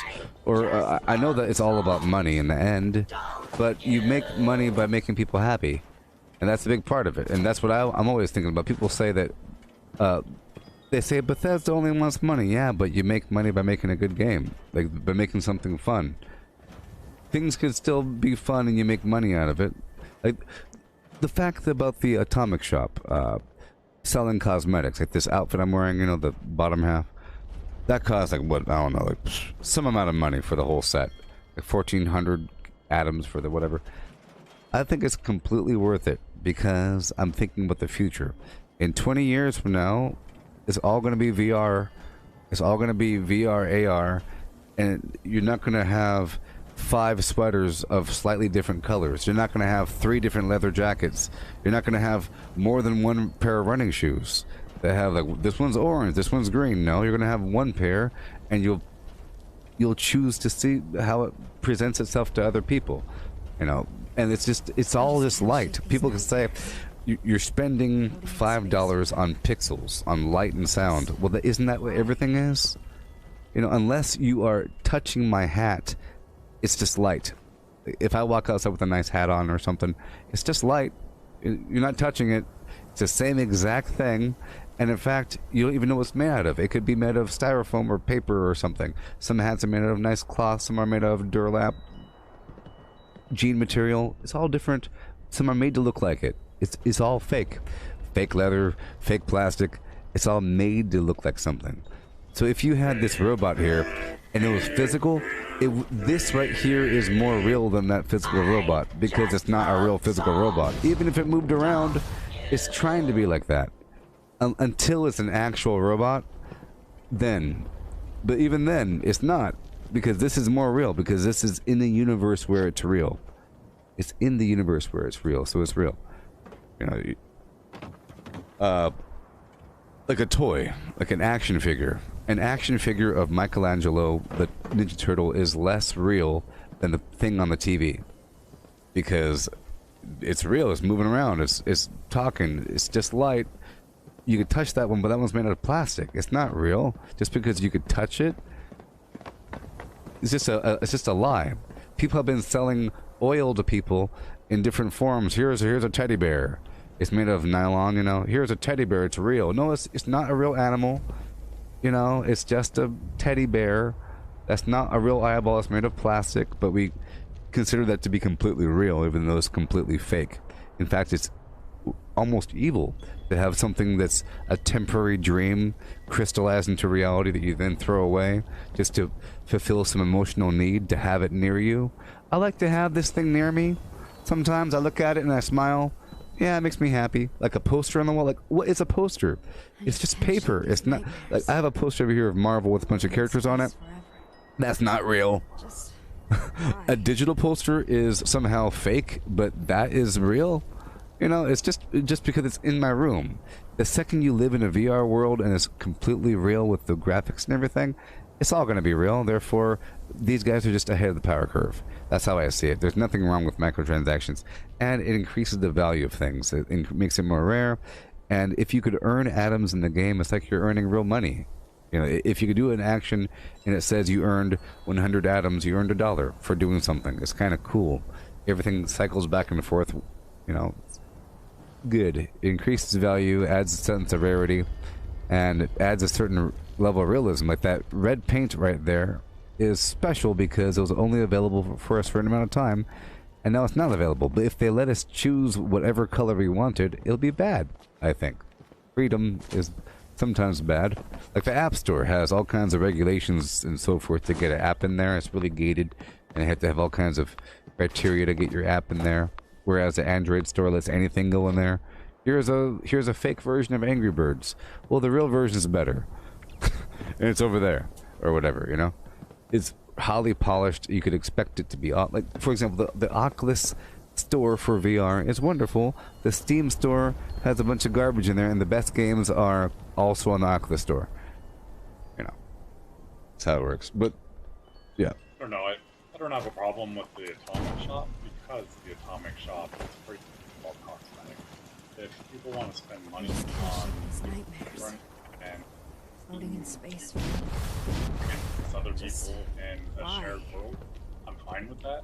What I'm not fine with, and what I would kind of go towards on the evil front, since that's terminology that you used, is what EA did with Battlefront. That was 100% pay to win. With Star Wars Battlefront 2? Or whatever it was? Exactly. Yeah. So, pay to win, I have a problem with. You're charging people for a game, and then you're giving them the opportunity to pay to be better than other players. With a gambling system involved where it's random. So you have to spend a lot of money, depending. Or if you're lucky, you get it right away. Yeah, Fortnite Save the World has the same method. Sort of, they have a pack of cards, and in there you get legendary armor, weapon plans, all kinds of heroes and legendary stuff left and right. It's crazy. It's like, well, this is completely gambling, because you get some amazing garbage if you have some money. So that's sort of how I see it, you know. Whenever there is this corruptive nature in a game like this, where it's multiplayer and people are doing that sort of cheating thing, as I call it, it affects the whole game, because now the nature of flux is devalued. The aspect of using the repair kits is enhanced because you're there and it gives it to you and you're standing there, so the nature of farming things is reduced, and the whole concept of the game of running around collecting resources, building and surviving is gone. It turns into a chase of who's the strongest, challenge me. How fast can you do it? Let's see what you got. Which is natural in any environment, but it goes straight to that. And then people try to fast track to that, so the whole nature, it turns into people just wanting the best gear, quote unquote. And they say, what is the best gear? Min-max. And once you min-max, your game is done. Your progression sort of ends, and then you make a second character and you say, this is my range guy, this is my melee guy. And then you have all this stuff, And then it just becomes every player ends up like that, sort of just walking around doing that, being kind of like a toxic sort of scenario of like just instigating combat when the person really isn't asking for it necessarily. But there's nothing really wrong with that. It's just it's everywhere, to the point where I never trade with anybody. I think I think in any game, if you're able to fast track beyond the loot grind, it's bad. I think the longer it takes to get gear, the better. The longer you suffer, the better it is. Because then you learn more over time, and you get to appreciate things, and everything's in context, and you end up appreciating every increase in strength. That's a good thing. But, like, before Wastelanders, you didn't have the gold bullion system, so you didn't have the Gauss shotgun or the Gauss minigun. Which I think are some of the best weapon category classes in the game. Obviously, they're very, very, very powerful. Explosive energy nonsense. But you can't trade them. You can't trade them. So that kind of makes everything else okay, in my opinion. Like trading, fast tracking, because you're fast tracking until you grind the gold. And that involves reputation as well. Grind the gold and reputation, which involves playing the actual game. Now a person's forced to play, as opposed to... You can't grind reputation doing the queen all day. And it takes way too long just doing the dailies at the faction leaders. You have to go around the whole map doing the thing. So you end up actually playing. Yeah, you're playing PvE. I think getting more people to play the PvE thing. I think the difference between PvE and PvP should be invisible. It should be the same exact thing. You shouldn't, you know, like right now it's very broken with PvP, so I don't do it at all. Or, I try to stay alive or whatever.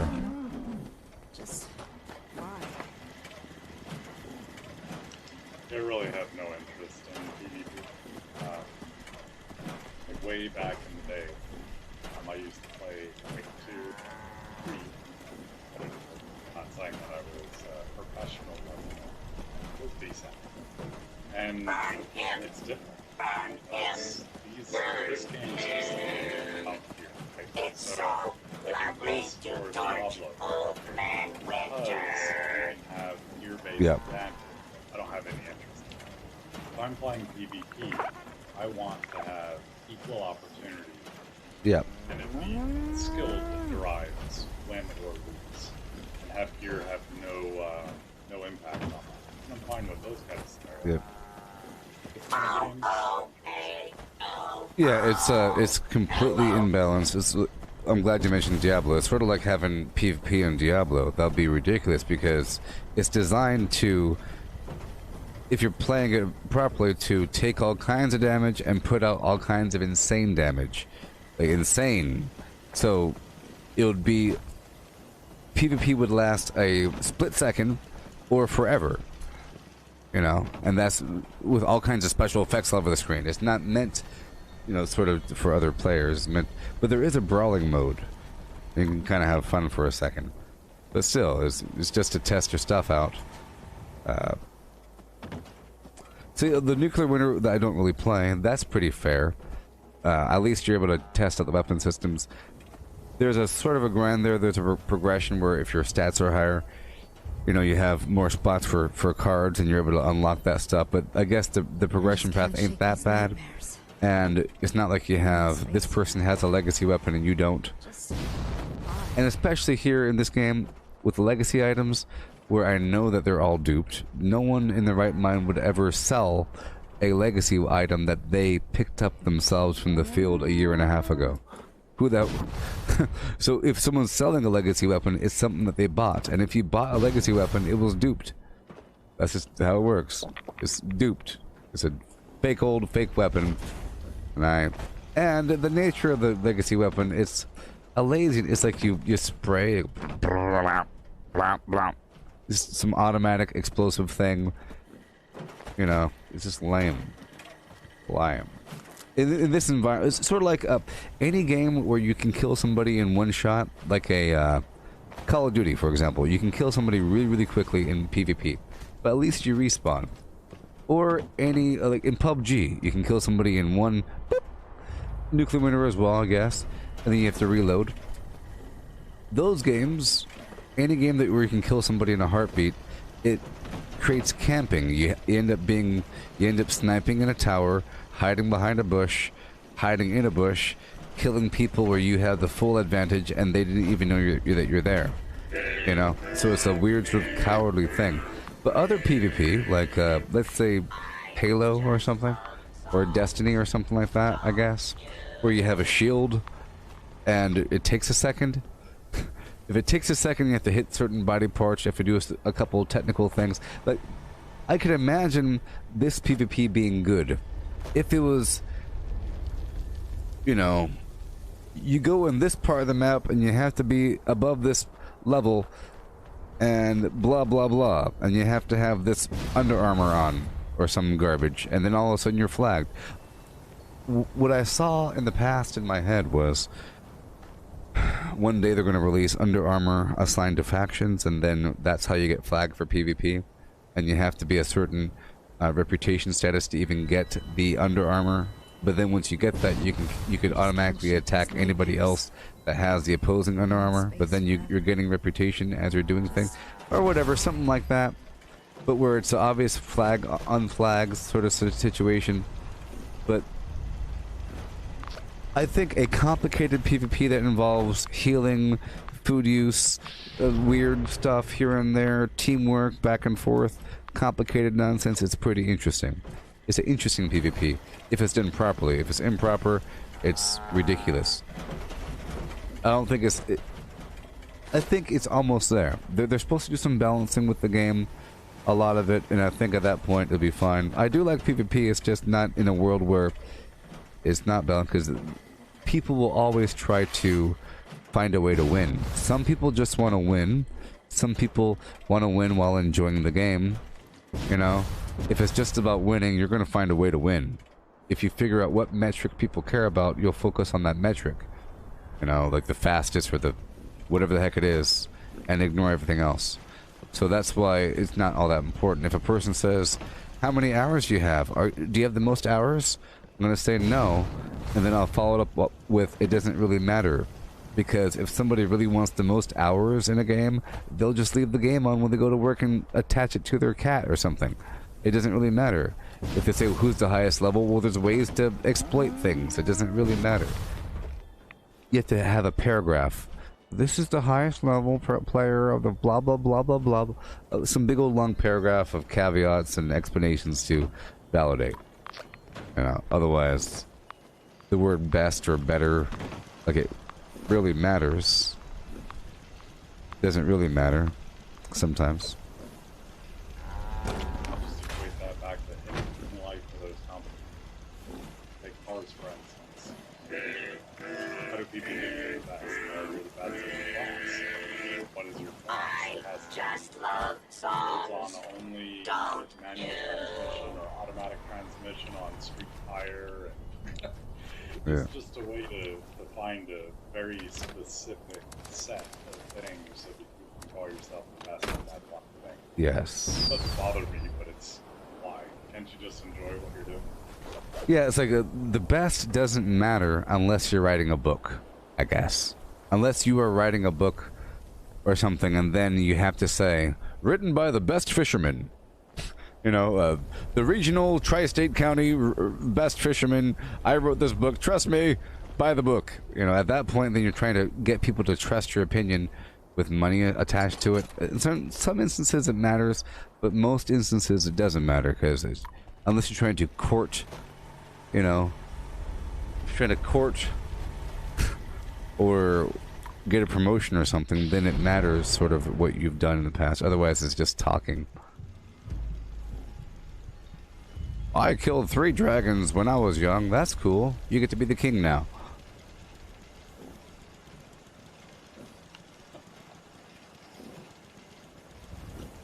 I don't know, I personally have a problem with ego. You know, it's, if you did something amazing, that's awesome that you did it. But as soon as you start tooting your own horn and or enough, then whatever opinion I would have had would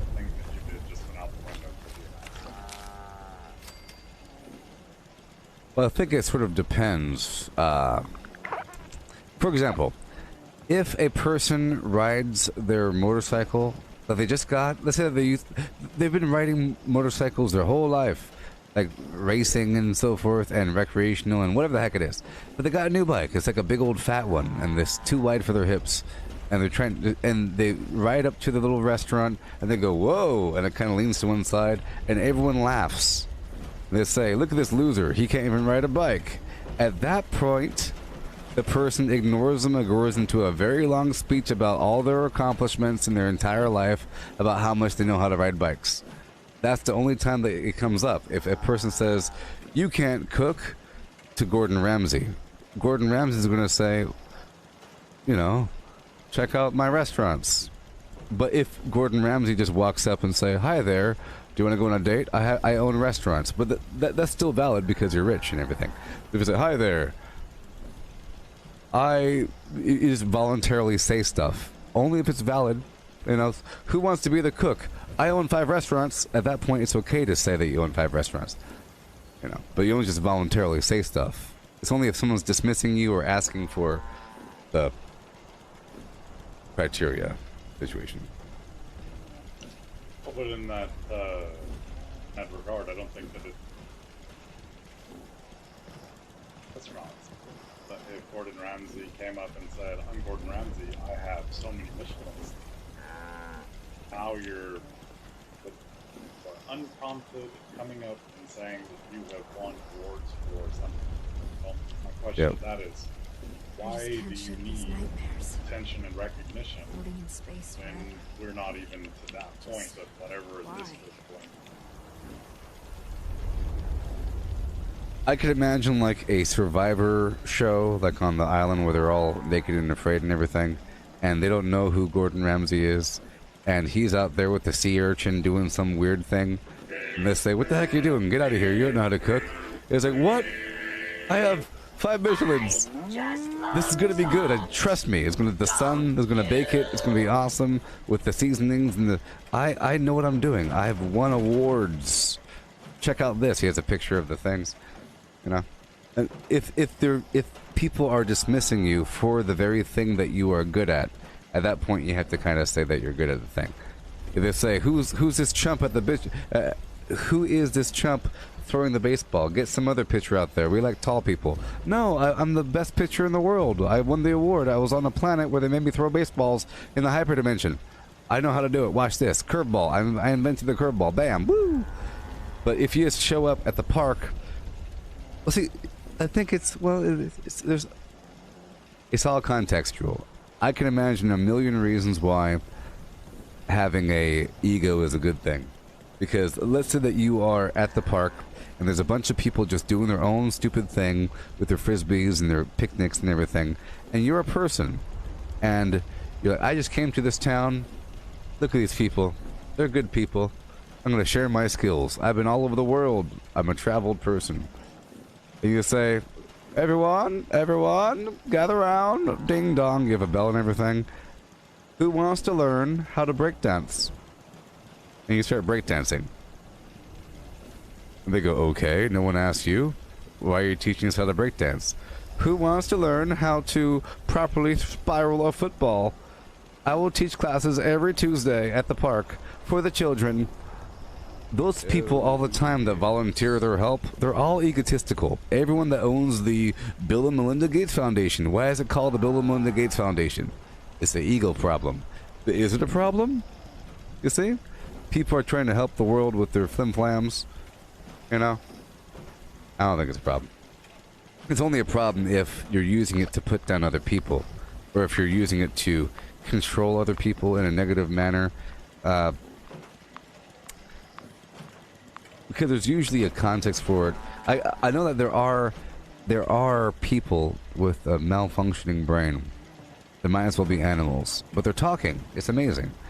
And one time I threw a baseball over the mountain, but it's like out of the blue, and it's like, okay, dude, it's good. You pat him on the head, you know. But but if it's in context, just like, well, we have to get across this river. Well, one time I threw a baseball over a mountain. I think I could do it. See, it's sort of contextual. I can imagine. But that's not going towards ego. The ego is when you think you are better than everybody else. And then it's, I'm not even opposed to that. But then it's your humility and how you interact with other people. So let me report and say that the ego is not the bad thing, it's how you apply stuff. Oh, sure. And on the other side, you could still, like in your Gordon Ramsay example, Yeah. yes, you can go and, you're preaching in the sun with all the crazy, whatever else you're doing. Well, funny where your mouth is. There's no reason for you to come out and say, well, I'm the best because of X, Y, Z. Let me just show you what I do. And then you can take it or leave it for what it is. Well, I'll say this. I think it's partially propaganda to say, like, the whole notion that people have that high ego is bad. Or how about this? Arrogance, vanity, narcissism, all that stuff, I think they're all good things. Because they're traits of leaders and traits of businessmen. So let's say that you thought that you had the best shoe idea in the world. You could say, hey there, kid, stop being egotistical. Your ideas are the same as everybody else. Your shoe design sucks. Go back into the room and work in the steel mill. But what if you really, really thought that you had the best shoe design ever? You become Mr. Nike, okay? Mr. Reebok. They were all egotistical flim-flams. Somebody had an idea that they thought, this is the best idea ever. But then somebody else says, hey, you shouldn't think that. I think it really, honestly is 100% propaganda. It's sort of like, so, I've been thinking about it for a while. There's a song, Jukebox Saturday Night, okay? And there's a bunch of songs, like, I Don't Want to Set the World on Fire. Right, I just want to keep on loving you, baby, the flame in your heart, I've lost all ambition of worldly acclaim. I just want to be the one you love, right? There's a lot of songs about giving up on life. Just giving up, and that there's no point. There's no point, give up, it's stupid, the world's going to end, or something like that. Like, hey, all we have is today. Baby, tonight, not tomorrow, because we're all going to die tonight. Don't work towards. I think it's a way to keep people down, because only the select, because anybody is able to do anything, I think, and anybody is able to master anything. If you applied yourself to making a new football, you can make a new football with holes in it and stuff and have it fly further. And because you thought, I'm a smart person, I'm going to make a new football, you're going to do it, and it's going to be awesome. It's going to be the best idea ever, with little fins in the back, and it's going to fly backwards and into space. Because you're the best person ever at that task, at that moment, and no one can tell you otherwise. And I think that if someone tells you not to, it's a bad thing, And so let's say that Gordon Ramsay says, I have the best. You know what? I really feel like I know how to make sea urchin. I'm the best. So he makes a restaurant and makes dishes and sells it to people and puts his face on the wall, and it proves it, and that's what he does. And then you buy the food and you say, this is good, Mr. McDonald. I love your hamburgers. Because somebody's, Mr. Croc thought that he has a good order with his hamburgers with a little pickle and the flim-flam and no whatever. You gotta have the order because his burgers are perfect. If someone said, hey, Mr. Croc, stop being an egotistical, narcissistic loser. Listen to people and change your mind and go with the flow. That's what they want you to think. That's what they want you to think. I think it's the commies. Seriously, they want you to go. The idea is to destroy individuality, inspiration, dreams, goals, working on something besides your current job. Like trying to design something on the side to make some invention to change the world. Thinking that you can change the world is apparently really egotistical. Hey, this guy wants to change the world. What? Get out of here, you loser. Get back into the mental health class. This whole thing, I think, is all to control people to get them to stop trying. You also have the, money. We really don't need it. We'll make out all right. Let the other guy feed that jukebox. So at the sip of a soda, we got a scheme. Somebody else feeds the record machine, or plays the record machine. It's about just making it without trying, and just doing it. and existing and doing whatever you gotta do as long as you get the credit, right? It doesn't matter. Like the person, so a person, everybody has it in their heart to try to do something, you know, and try to excel at something. Otherwise, that really is the whole purpose of life of every living thing, I think, is to get rid of the chaos and perfect reality. In any way that you can, your little region of reality must be perfected and purified of all chaos until the end of time. Until the expansion stops. Until we stop the heat death of reality. That's our goal as humans. You know. That someone's gonna have an idea and fix it all. I don't think it's a bad thing. I think it is really bad to call somebody like a narcissist or egotistical or like well, arrogant would be like if a person tells you that you're wrong, you say that you're right anyways. Well, who's telling you that you're wrong? About what? And what if they don't know why you're like? I think it's just arrogance is from the outside in, you know? Arrogance is that somebody else thinks that you're not taking their advice because they're egotistical. So if an egotistical person tries to tell somebody else advice and they don't get the advice taken, they'll call them a narcissist. You get that? You don't like my advice? My advice? Of all people, my advice. I had the best advice ever. I went to Juilliard. I went to Harvard. You don't want my advice? One day you'll learn to listen to your elders. Listen to your wiser people like me. I'm wise and you're stupid. You arrogant narcissistic loser. One day you'll get educated like me. But they're being very egotistical in that process of telling somebody else to stop. You see, they're doing exactly what that's when it comes up. If someone says, "Hey, buddy, why are you playing tennis with both hands? Try your left hand." If the person says, "Well, I've been trying both hands. This works pretty well." If you see, no, just try it out. Just try it. Promise. Try your right hand. No, this works out. Try it out. If the person doesn't listen to them, all of a sudden they're arrogant, conceited, doesn't listen to advice, loser. Bad person. Meanwhile, the person pushing the advice is somehow the good person. You know? In reality, that person that wanted to give advice is just like the other person. Because they think that they have a proper way. They think that they could play tennis better. Because they know how the footing goes. And they're trying to help they're trying to help somebody. They're seeing it from a point of helping. The person that joins a little village and sees them playing in a park, and they're all having fun, but they're not having enough fun. And you just think, you know what? They could have a water park here. If they had a water park, they could have a lot of fun. They're not having enough fun to my standard. This is how the whole world works. But I really do think it's propaganda to, you know, tell people to stop. No, but it's still... Don't let things fun is what I do. So, say you're awesome at tennis. Try to help somebody else that Yeah. are wrong compared to what you would do. Both people have humility. That other person would come back and say, you know, I've tried that, and this is what it did. Why I'm doing this. And you can have a conversation about methodology. Maybe both people end up in a better place. So, I think we do definitely have different types of individuals, type A, type B, type C personalities, and I think that all of those are valid and have a place. But the only way to coexist in effective philosophy and talk is how do you give up certain freedoms? Kill somebody, feel like that's something I give up to live in society. So even being that type A personality, you still have to be cognizant of how other people feel.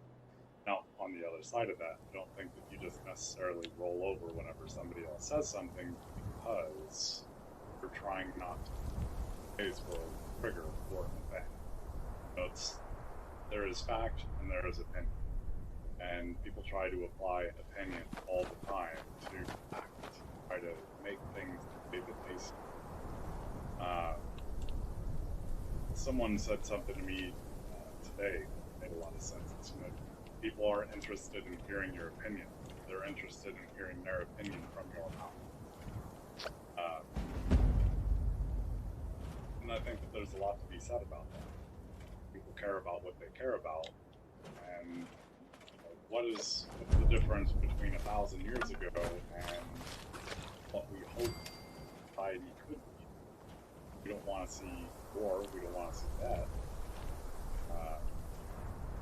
To briefly mention communism, if it wasn't for humans being the way they were, then communism really would be the perfect form.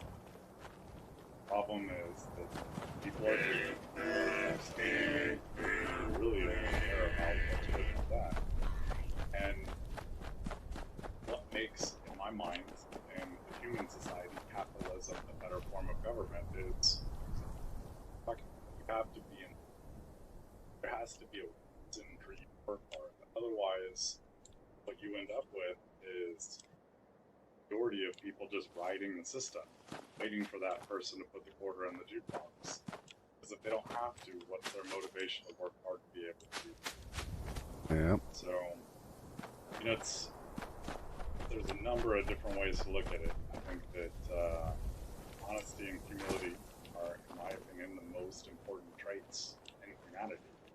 And if you carry those two things, then having an equal or being incredibly talented or something becomes not that big of an issue, because you couple that with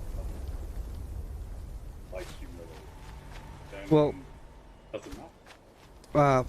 You're saying humility. Can you define humility in this context? Like, it means like never offering your skills? Because it really is about the other person's perspective. And it really is about some people just not liking effort or something. I don't know. It's a person. Well, I don't know. It all depends on what's happening. Like, what does it mean? Let's say that there's a mechanic that worked in the army for 1,000,000 years or something like that, and they were like all kinds of mechanic stuff, right? And then they're in their friend's garage, and they see their friend's uncle working on something, and they're using the wrong tool. At what point does he offer help, or does he ever offer help, or does he, have humility? And because it's all about perspective here. It's all subjective. Because I think humility is subjective. Was it, in that context? We could put that into play directly in that example. So, if both people have a level of humility, both people, let's say that are both type A person, they both think that they're very skilled in what they do, they both have a lot of knowledge about the trade that they have mastered. In that example, the person that sees the other person using a tool that wasn't really made for that particular situation could offer advice. And if the other person has humility, you offered me advice, don't use an open-ended wrench on this, use a closed wrench or a closed 12-point wrench, because you'll have an easier time being able to different angles. That person might have a reason that they're using the open-ended wrench, that maybe it is the right tool, but the other person didn't have a context for why they were using it. So, in the example of humility, both people have it, and that was our conversation. So, have you ever thought about using this tool instead? Yeah, I have, but the reason I use this is because, oh, that's interesting. I never thought of it like that. Yep. So, we all have value in things that we've been through and experiences that we've had. And I think that where there is a lack of humility is when you feel your experiences or knowledge is better than everybody else, and where arrogance narcissism coming is when you are unwilling to I just listen can't shake these to what somebody nightmares. else has to say. Floating You in could be space the best mechanic in the world, and somebody says, hey, you should try this. You're not even going to listen to it because the first thing you buy and the rest of what completely invalidated because you know better than they do. Well, Arrogance and narcissism.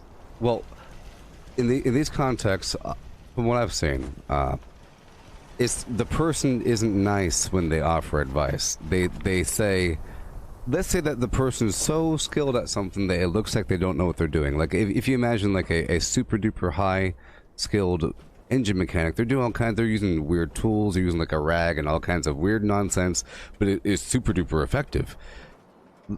Usually, it's a person laughs at them and says, "What are you doing? You got to use the blah blah blah." Jeez, like that, and the person's then says, "Trust me, this is going to work."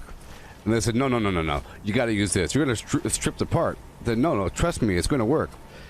Stop being so narcissistic. Listen to advice. No, you're the one being narcissistic and arrogant and cocky and by walking up and assuming the person's wrong. It really is about how you mention it. It's like, "Hi there, what you working on?" is what you should say. "Hi there, what you working on?" Like that. You don't say, "What are you doing?" Or "Look at this idiot," you know, because you have a certain method, perhaps. You know, it's not that it's right or wrong. You walked up and said I was wrong. You see, that's the point. You walked up and said I was wrong. So now I have to defend myself and why I'm doing what I'm doing. It's not that what I'm doing is perfect. I'm letting you know why I'm doing what I'm doing. You know, I don't have to stop and start doing what you want me to do because you're in charge and you have a huge, crazy ego control system power problem. You know, it's usually you're doing something funny and a person says, "Hey, you ever like a." They act like you're wrong or like you're stupid in the process, and then you have to defend yourself about why you're doing it, and they want you to stop what you're doing and do the other thing, and you have to say, "No, trust me, it's good." So in the process of you saying, "Trust me, it's good, I've tried that, I've tried this, I've tried the other thing yesterday, this is going to work," all of a sudden you sound like you know what you're talking about. You have all this experience and you can't take any advice. And it's really just the person got their feelings hurt. Because like what you said, people want to hear their words in somebody else's mouth. So a person wants a sense of satisfaction, of greedy, selfish, partially evil satisfaction of walking up to somebody else and say, "Hi there, you're changing your tire. I think you're doing it wrong. You should do it this way."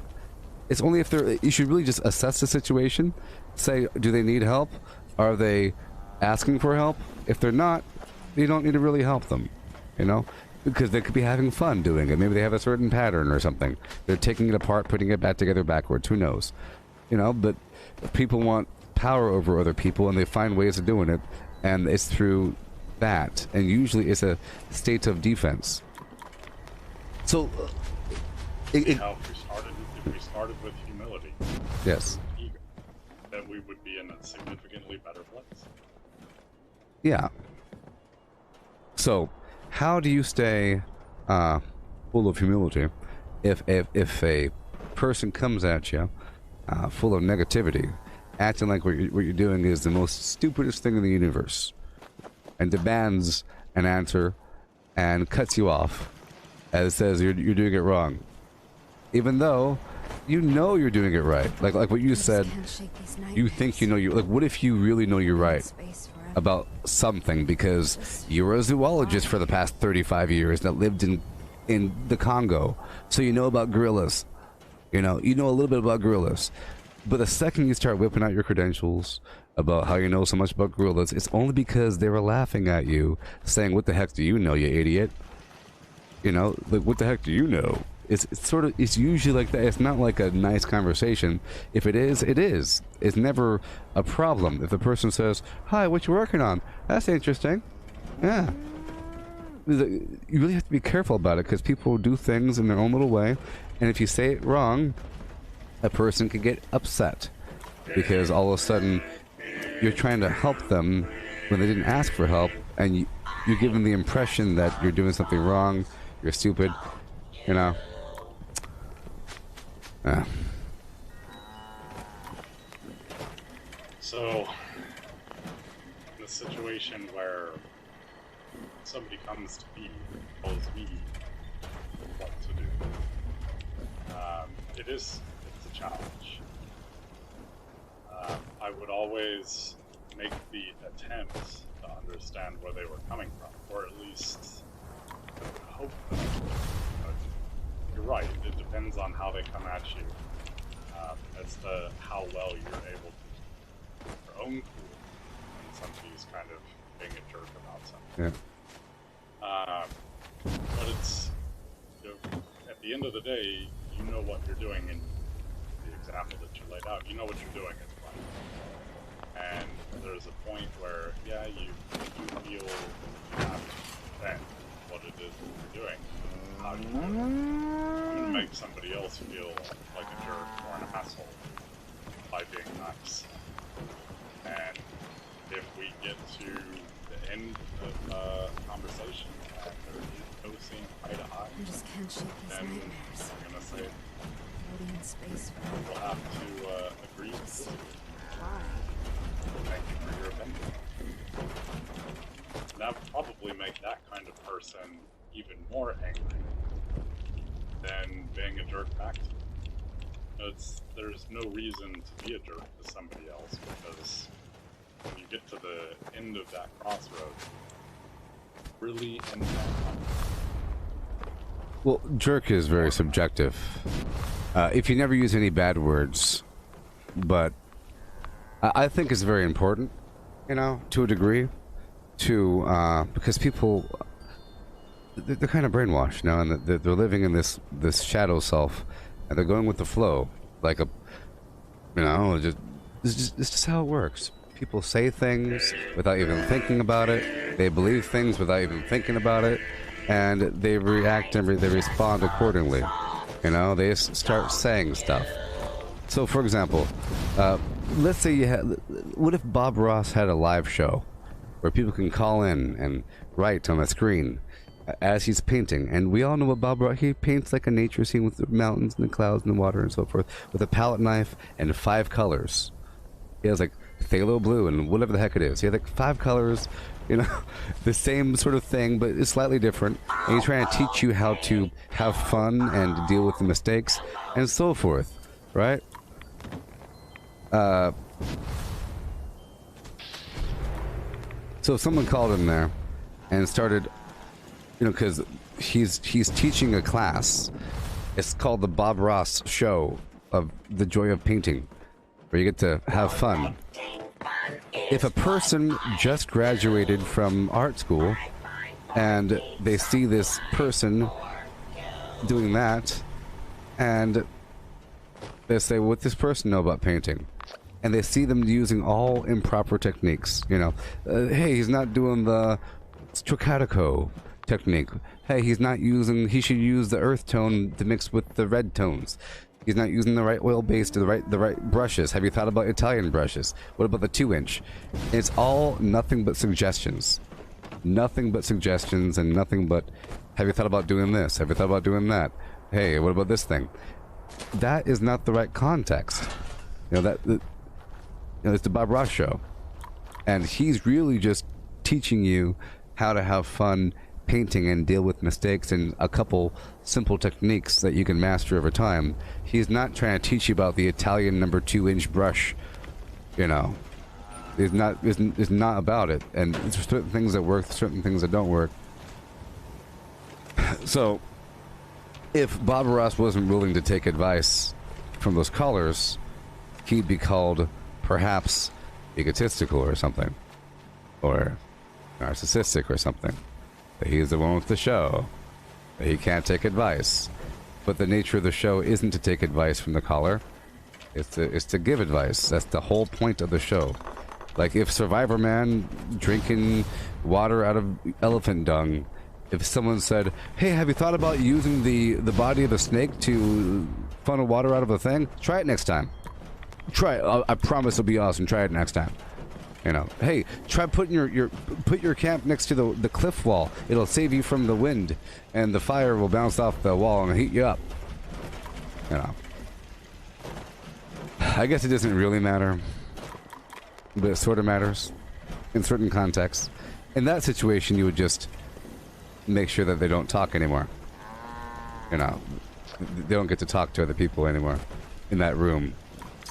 You know, they're trying to be the second teacher in that classroom. Not like it matters, I just can't shake these but it does sort of matter in that context. If Bob Ross is trying to go ahead, You're only making my point. Yeah. Because now you've got brand new art student. They've got an education behind them. Yeah. They've got a piece of paper. They've got an ego. How do you keep that ego in check? I think we can all agree that when you end up in that kind of situation, what's lacking. So now you take somebody who has experience versus someone that doesn't have experience. Sure, they might know all kinds of different things that you don't know. Well, education changes all the time, right? Sure. But how do you, when that situation comes up, interact with the person that's coming at the situation without humility? well, it all depends on how they came up to you. So let's say that if they just said, "What sort of brushes are you using?" And he said, "Oh, these are the Thomas Lawrence brushes, the 2-inch." And they say, "Have you ever thought about using the Italian brushes?" They say, "Oh no, because the horsehair, it messes with the pigment on the board." That's sort of okay, you know, that's okay. But if they say, "You don't even know what you're doing, you're using the wrong brush, you idiot. You call yourself a professional painter, you should use Italian brushes. Horsehair is the best. You moron. Don't you know about the paint sticking to the brushes there, pal?" But or it's more like this. Sorry, it's more like they see you doing something, right? But they're not using the full thought to the end of the equation. And imagine they say, "There's no way you'll get the paint to stick to that canvas with your brushes like that, even though you're clearly doing it. And you've done it before. This isn't your first episode, and this is their first time here." At that point, they're just a jerk. Because they're not even thinking about it. They're not even thinking, like, well, this is his show, and he's probably done it more than once, and they're just quickly trying to correct on purpose, sort of, like as to feel good about themselves, you know. So then you correct it, it's fine, and it goes back and forth, and then it goes one layer deeper. It's sort of like a heckler at a comedy club. How does a heckler treat how does a comedian treat the heckler? They say, "Well, you're entitled to your opinion, but if you could, please keep it quiet, and I'm trying to give a show." No, you sort of incorporate that thing. You dissect what they're trying to say, and you really break it down. You know, what if what they're saying was wrong the whole time, but the hairbrush thing? It's more about the fact that it's sort of a hostile action. I guess, you know, if it doesn't matter, nothing really matters, you know. If it doesn't matter, then nothing really matters, I'd say, you know. If a person says, "Hi there, you're ugly," who cares? "Hi there, you're ugly. What's up?" You might as well say "Gabba gabba goobu goobu." You might as well walk backwards. It doesn't really matter, you know. What if everyone around you said, "Hi there, you're ugly. I don't want to talk to you." Everyone in your entire life. Does it really matter? As long as you got your wife and your children, they don't say it to you, but everyone else says it to you. Does it really matter? Let's go about your day. At a certain point, you have to break down. It's okay. It's okay. I think there's an issue. It's okay to have a little backbone, because remember the context is, I'm not going to somebody else's show to correct them. It takes a lot to go to somebody else's show and correct them. You know, it's like if you walked into the middle of a park and somebody was teaching people how to make a fire, and then a person says, "Have you thought about this method?" And they're in the middle of teaching some other method. They're not there to learn. They're there to be part of the show. They're there to be Also, they can't. They're too busy to have their own situations. They want to, Shake these nightmares. you know. So you say, yes, I have thought about that, and we're doing this right now. And then usually they'll do some personal attack. If you sort of, I have lots of experience with it, but I never. It happens to me all the time. Okay, because I do things that other people don't do, and I don't do things that people do. You know, like the whole legacy thing and the Nuka Crypt and all this garbage. It turns into that sort of thing about who's wrong and who's right. Well, you're in my channel, so I'm already kind of right. I'm already sort of right, because this is just my opinion, you know? If I write down in my diary, I think whales are better than seals, and then you come into my little diary fan club and you want to argue with me about seals and lions and stuff like that, then you're the wrong one. Because you're the one saying that one is better than the other, and I'm saying that I happen to like this and this is what I do. I'm saying I do this and this is what I do, and they're saying that is wrong. You should do this instead. That is stupid. So then we have to deconstruct what is right and what is wrong, and it goes into a big old long situation, you know. But in that situation, talking about opinion. So there's two different things. You do a particular thing and you like it. That's what you like to do. It's a fact that you like it. yes. It's your opinion that it's the right thing to do. Are seals bigger than whales? No. That's a fact. So if somebody came into your diary club and you think the seals are bigger than whales, you know, it's in the back of my mind I'd be saying, you know, probably don't know what you're talking about because you've never seen it. Exactly. So it's like this. If I say, I think whales are the best, or I think seals are the best compared to whales. But see, the word is best. This is a strange thing here. My best isn't your best. So then it's subjective, you know, and then it's tied to objective. If you think best is largest, then it'll turn into an argument for a bit about what best really is and why being large is best. You know, it turns into a branching argument about objective and subjective. It's all intertwined, I just can't you know, shake these nightmares. and it's never polarized. Some people want to make things polarized. They'll say, what is the best weapon? What is the fastest way to do something? How do I get this thing? What is the best in slot? It's all contextual. It's all contextual, and it's very, very complicated. And there is no best thing or worst thing. It's all about what you're doing. And if you say that something is best, you have to have a paragraph after it. Because... and you have to say what that means. You know, seals are the best because they can go in the land and the water, and they got this and that, and the blubber and the hair. You put them in the hats and stuff like that. It's awesome. You hit them with a club, great. You eat them. It's the best for food, agriculture, in these categories, in the big old long list. You can't just say best or worst, you know.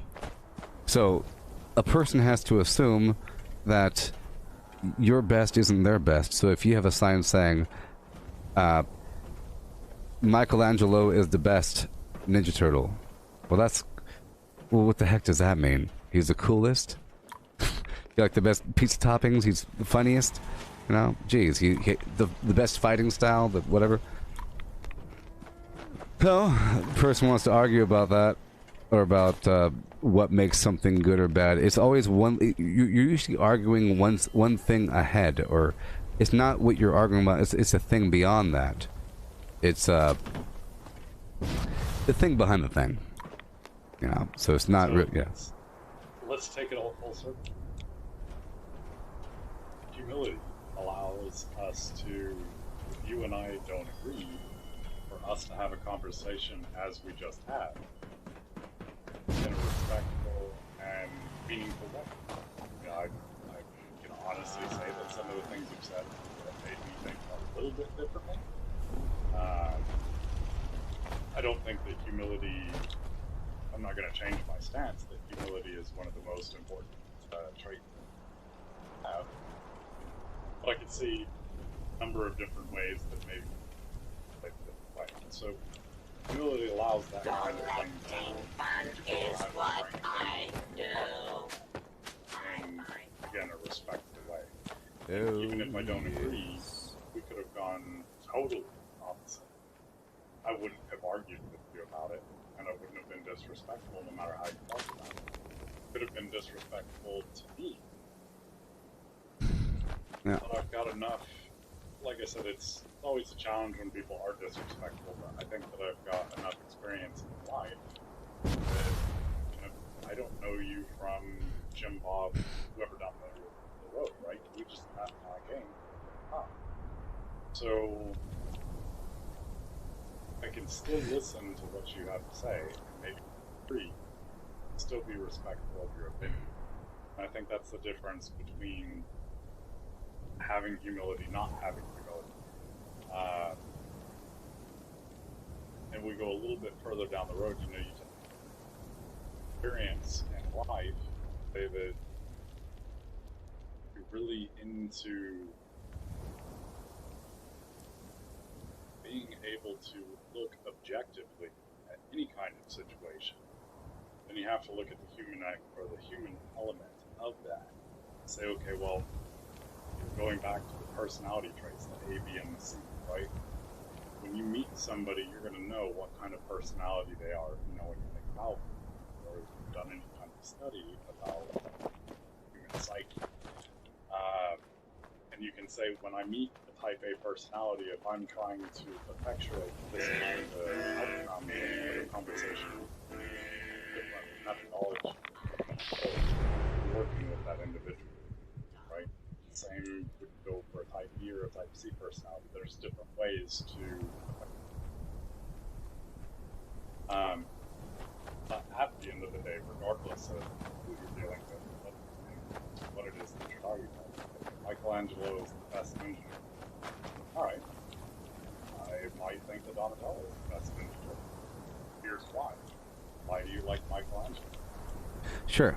It's just the way that you go about things, right? And if you have that level of humility, then it doesn't matter what kind of different conversation comes to play.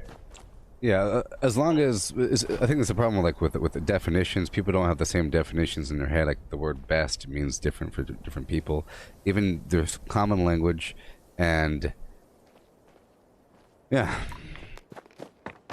it's yeah. I think before I was like with humility versus unbridled arrogance, egotism, whatever. I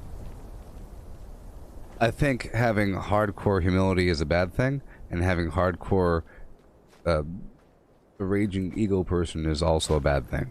But having, because if you were hardcore full of humility, you'd never share your opinion. Or whatever. You would never try to create anything. It would always be, you'd always try to attach something to what's already there to help out the existing set, but you'd never introduce new information necessarily to avoid putting other ideas down. You would avoid putting your information in at all. You would never compete in anything, and you'd never do any sports ever, and you'd never try to do your own business. If you're super duper, you'd just be a person, the third road back, in this endless sea of people, which is okay. We need those people. Of course we need those people. And on the other hand, Elon Musk he's probably pretty vain, or maybe, perhaps. Or Jeff Bezos, perhaps, to a degree. And if he's not, of course Elon Musk thinks he has the best ideas ever. And he probably does. And you know what? Everybody does. There is unable to, you know, bring their ideas to reality.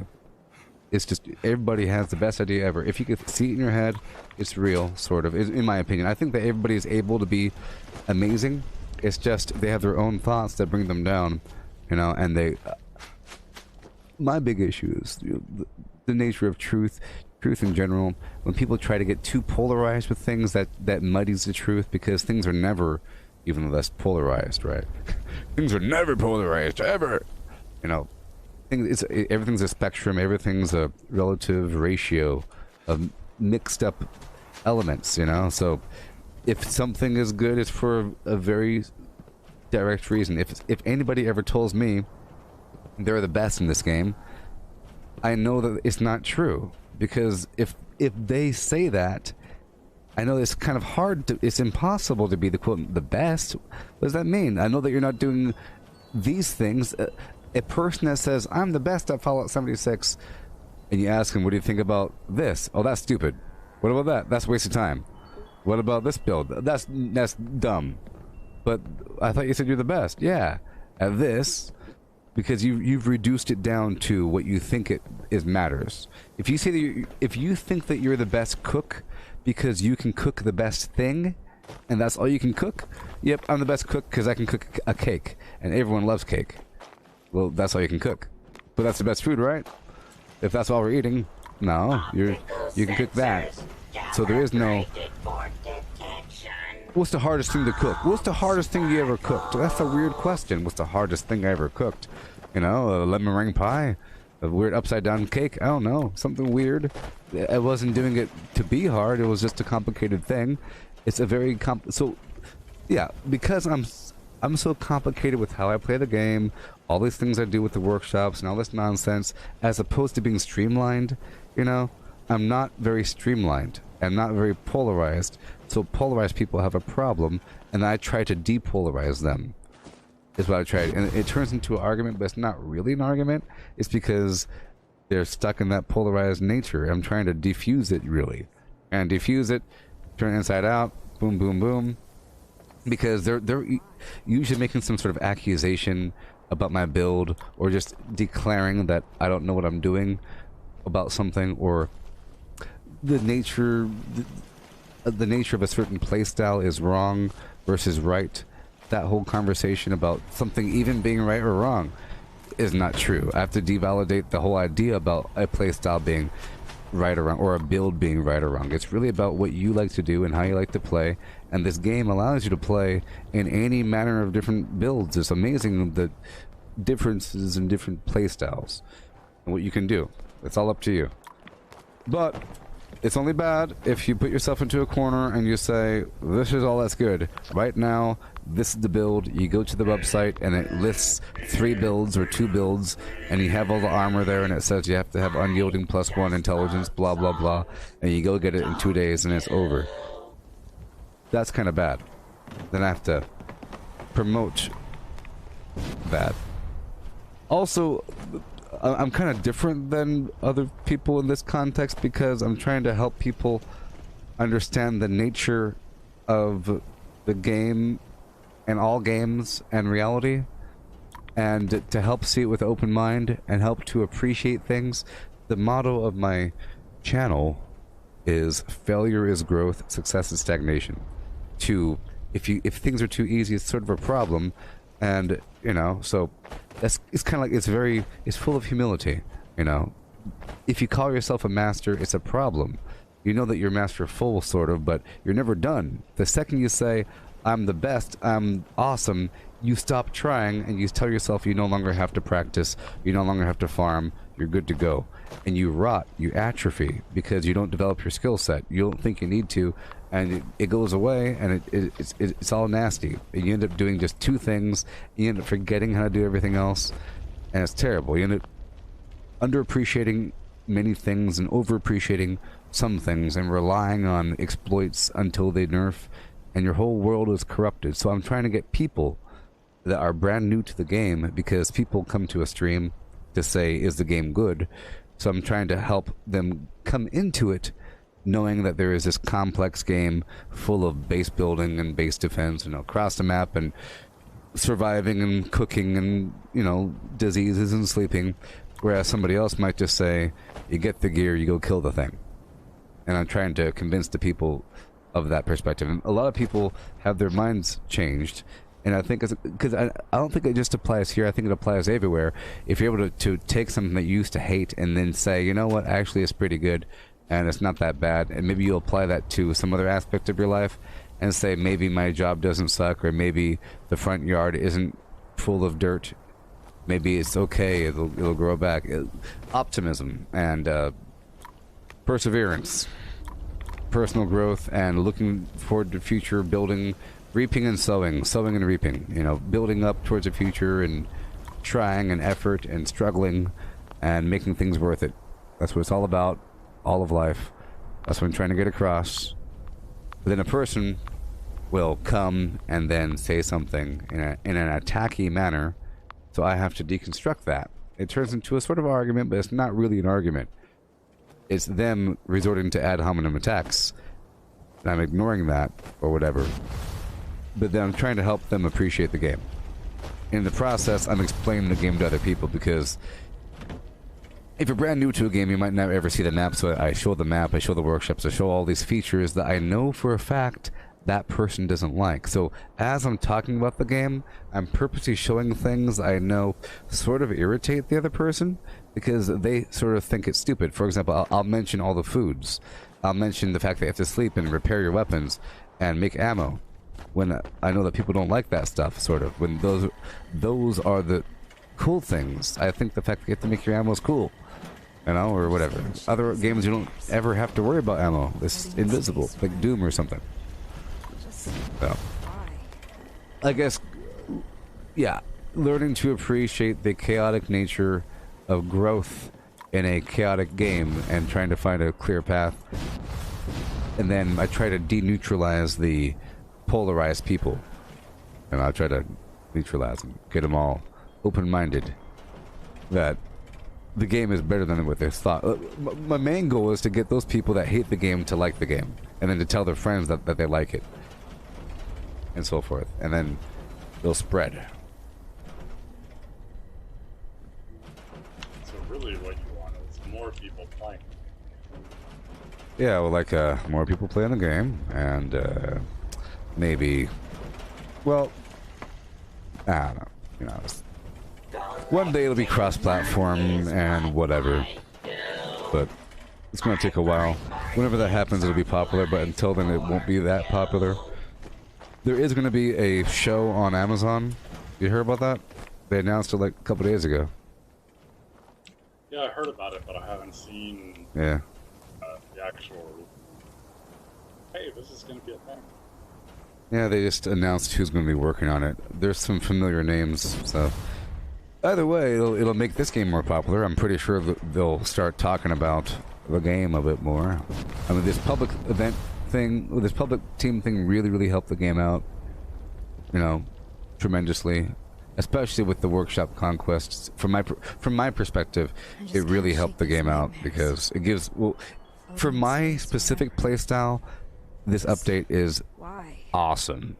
Especially, I'm at really high level. I'm just leveling up for no darn reason, but now I'm getting credit for XP, for like a lot of XP, like 10,000, so it helps. All these things, it's great. But yeah, I never claim to be the best at something, but you can say you throw, like, for example, if you're sitting there on the side of the lake and you're trying to skip rocks into the lake, and you've been doing it your whole life, you don't have to say you are a professional rock skipper, because you're not. You're not the best, but you know how to skip rocks in your own special manner, and you could probably teach somebody else how to do it as well. But you're not a noob at it or whatever, and you have your own individual method of doing it. But you can't say you're the best, because then you're done, and you say this is my patented method. It means you're done experimenting. You're not going to mess up your curveball if you mastered how to do something, unless you're good.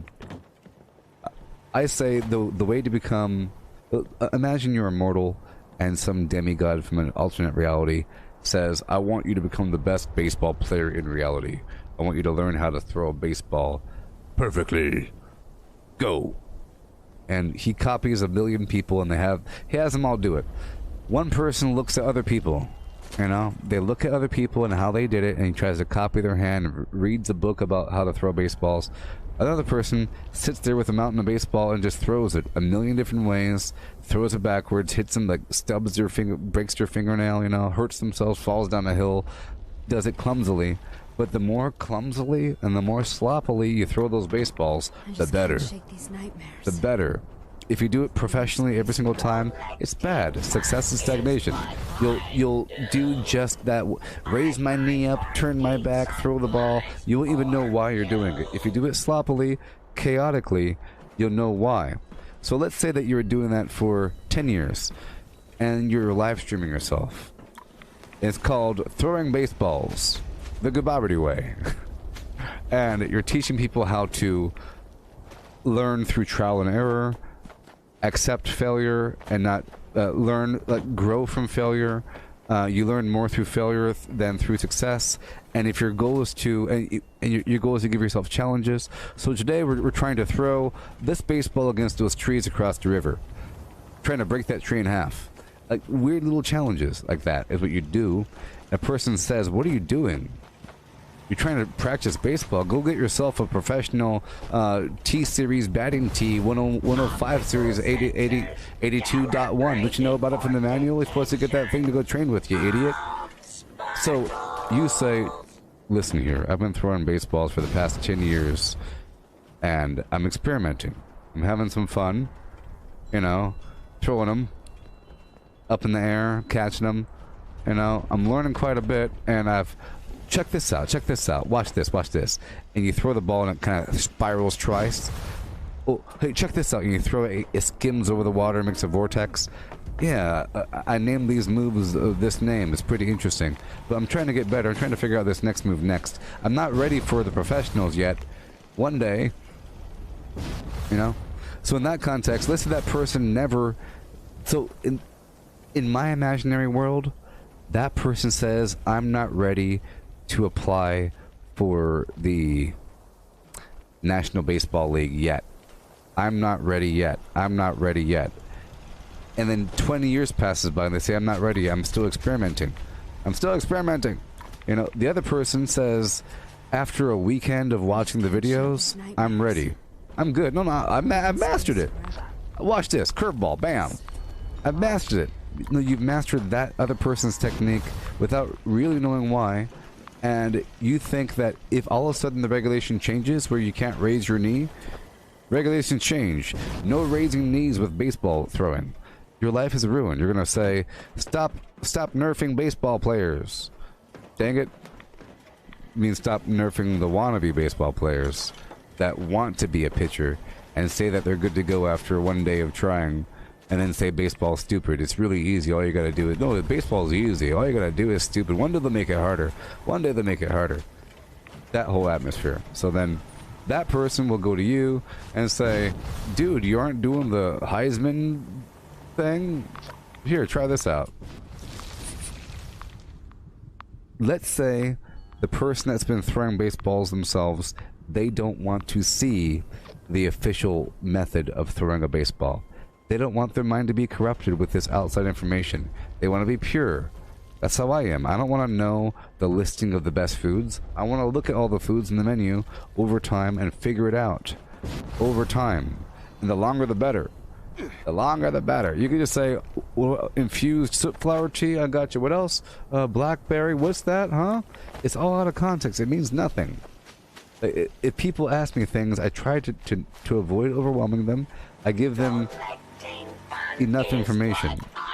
If you give them too much, they'll never do it, or it's just too complicated. You see, I try to give them the basic idea of what to do and kind of vaguely where to go and what the mindset should be. I just can't shake these. If a person says, if I just get the game, what do I do? Another person might say, well, you want to get yourself this, go join a team, go power level with this, hit level 45, get the gear, then go back and do the stuff afterwards. I would say what you're going to want to do when you first start the game is you really want to listen to the holotapes. They'll be played to you. You really want to read everything. So if there's a letter, read it. If there's a note, read it. It's going to tell you where to go and what to do. It's really interesting. It's like a mystery. It'll say, hi, your boss is down the street in Flatwoods, I guess. Go down the Flatwoods. You can kind of meander along the way, but go down there slowly. Work your way down to there, and then it'll say, we have to go up to Morgantown. Work your way slowly, zigzagging up to Morgantown. There's a certain order of where you have to go. The game tells you. You need to follow that flow slowly as possible. You can stick your big toe into other places, but be careful. Don't go out of context. If you go out of context, you'll have a quest log full of stuff that's too confusing. So just take your time and read everything. And as for perks, if you don't know what perks to use, don't use any. Don't apply any perk points until you know. Because eventually you will know. You'll say, oh, whoops, I need more carry weight. Or, oh no, I wish my weapon was stronger. You'll look at your perks and you'll say, hey, look, there it is. And read everything that you get and you'll be good to go. That's different than me saying you need to get a bloody two-handed sledgehammer and you have to get a this and this and this build. You have to go here. I'm trying to teach you how to think about entering a complicated scenario. You know, read the so if a person says, hi, it's my first time in Fiji, what do I do? If I just say, when you're at the airport, make sure you keep your purse close to you because you never know. Look around for signs in English. Around there might be people that speak English. Say, hi, where's a taxi? Find the nearest park. These are common sense things that could apply to anywhere. You know, it's not just about Fiji.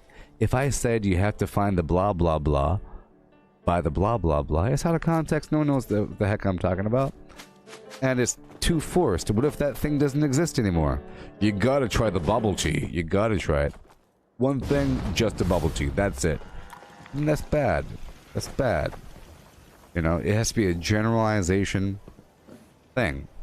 And if the person that threw the baseballs on their own method without help says, I don't want your help, it's because there is a certain value in learning things on your own completely out of context from everything else. I like to learn things completely separate and then I look it up.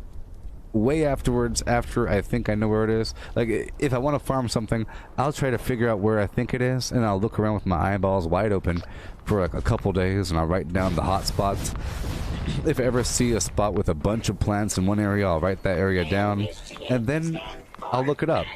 And I'll realize I have like 3 or 4 spots that they didn't have, and then I incorporate them all, but it's in context now. Then I understand, oh, I get it. It grows near trees. This plant grows near trees in the water. I gotcha. I understand the nature behind the item, not just the item. You know, so because I'm not the best, because my gear is garbage, you know, and whatever metric it is. But you know, I think in terms of trying to figure things out and experimenting and whatever on a live stream for other people, at a certain point you end up with not much competition. Because, but if a person's curious as to how does a person learn how to do something in a vacuum, I'm the person to go to. If you're curious, what's he doing with this other game? That's interesting. What'd you learn today? I learned that you could do this thing. That's cool. I never thought about that. There's all kinds of weird tricks that people know, but you end up learning this stuff on your own. And it's cool, and I don't want to learn about it too early, and I don't want to learn about tricks. I don't want to learn about, hey, did you hear about the blah blah blah exploit? I don't want to hear. I don't even want those words uttered. I don't want it in my brain. I don't even know about it's even possible to do something. You know, all you gotta do is just do this thing. I don't want to hear that, so I'll cut them off and I'll mute them. If a person tries to give me advice about something, I don't want the shortcut. If I'm looking around a very large building for something and a person says it's over there, I'll give you a warning and then I'll mute you for half an hour. You know? I don't want to know. I want to figure out where it is, and I want to search the entire building in the process for future reference, because I'll be in that building every single day for the next year looking at different stuff, and over time it adds up. This map is finite, and we've all been around this map over and over and over again, but I know there's value in doing it over and over and over again. So I allow myself to explore and get lost and die and whatever, as opposed to just doing the pure things and not dying and being the best. I'd rather not be the best. Remember, failure is growth. If you're losing and still trying, that's a really good thing. For example, if a person says, I had a great weekend skating. I'm practicing for this new skating competition, the exports. I got this new half pipe, and I say, oh wow, all weekend, huh? Did you hurt yourself? I was like, what do you mean, did I hurt myself? Did you hurt yourself, like falling down? They say, no. I was like, well, you didn't try very hard, did ya? You didn't push yourself until you fell down on your half pipe? Whatever? You're trying a new trick, right? You're trying like a triple ollie double half pipes flip and you're not falling down. You have to be able, you know, the humility to let yourself fail and know that you're learning from it. You know, sort of thing. Yeah. So, super hard to say anything. I couldn't be happier.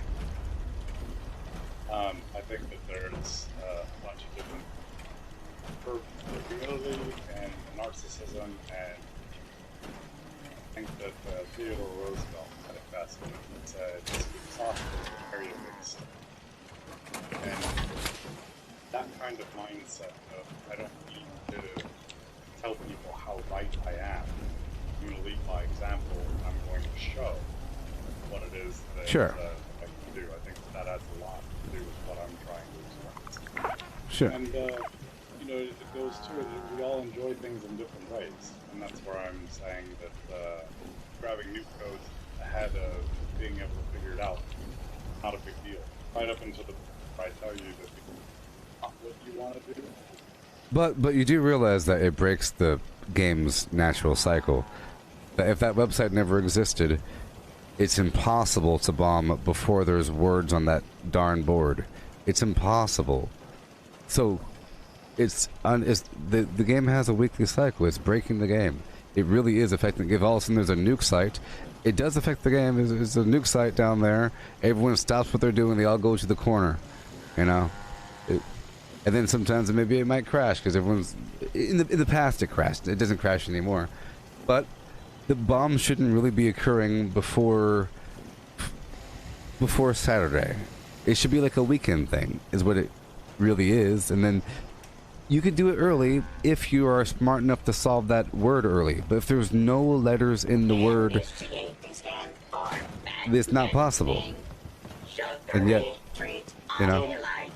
The website was, so look at it like this. The website was developed last year, right?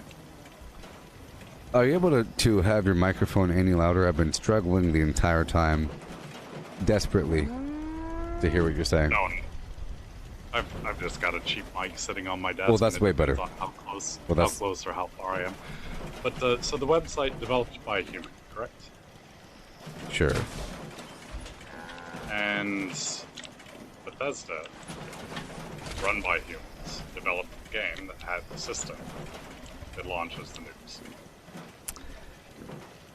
But we have to imagine that the website doesn't exist. Other people exist because there are other people in the vault. And the whole notion is that, in essence, people can gather different code pieces and then combine. Hey, what do you have? I have 4 of Alpha and 7 of Charlie. Cool, I have 1 of Charlie. Awesome, let's solve it together. And then you can combine your stuff and then start solving it. You go down there to the keyword room, and then you solve it. But without that, it's impossible. Now, a person did do it, right? But is it some weird data mining situation? Is it some other garbage situation? But remember, it's breaking the weekly cycle. It's no way.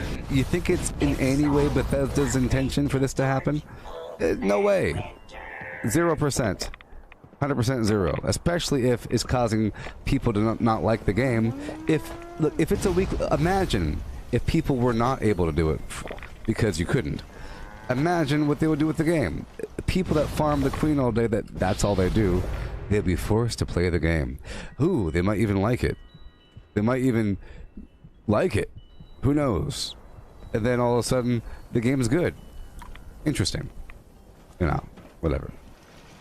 Right, but I mean, so let's take this into a different direction. So I'm in IT. I do a little bit of coding, scripting, and automation work. If I'd have figured this out without data mining, and then decided I'm going to launch nukes all the time, but I'm not going to share it with anybody, would you have a problem with that? Yes.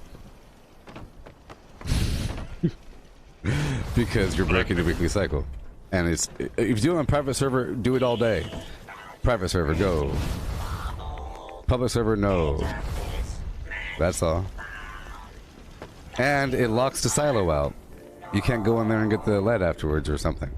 It locks the silo out. You know, for 3 hours or something.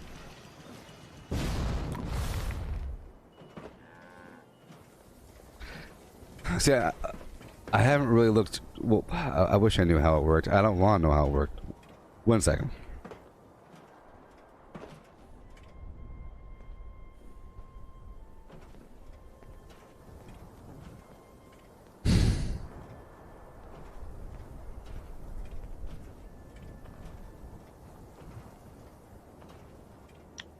If you're talking, I can't hear you. Yeah, I'm not talking. I was trying to look up how it's done. Like, how do they do it in the back end? So I'm trying to find out. Seems fairly complex. But I mean, it's, you know, if Bethesda didn't want it, then they would make it so that it would be impossible to do it without the words. It is. Do you know how to do it? Remember, if you don't know how to do it, this whole time, and we're talking about this whole conversation without you knowing how to do it, you know.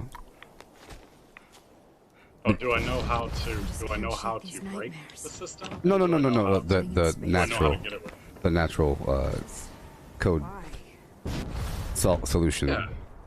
Yes, utilizing the letters that are shown throughout the.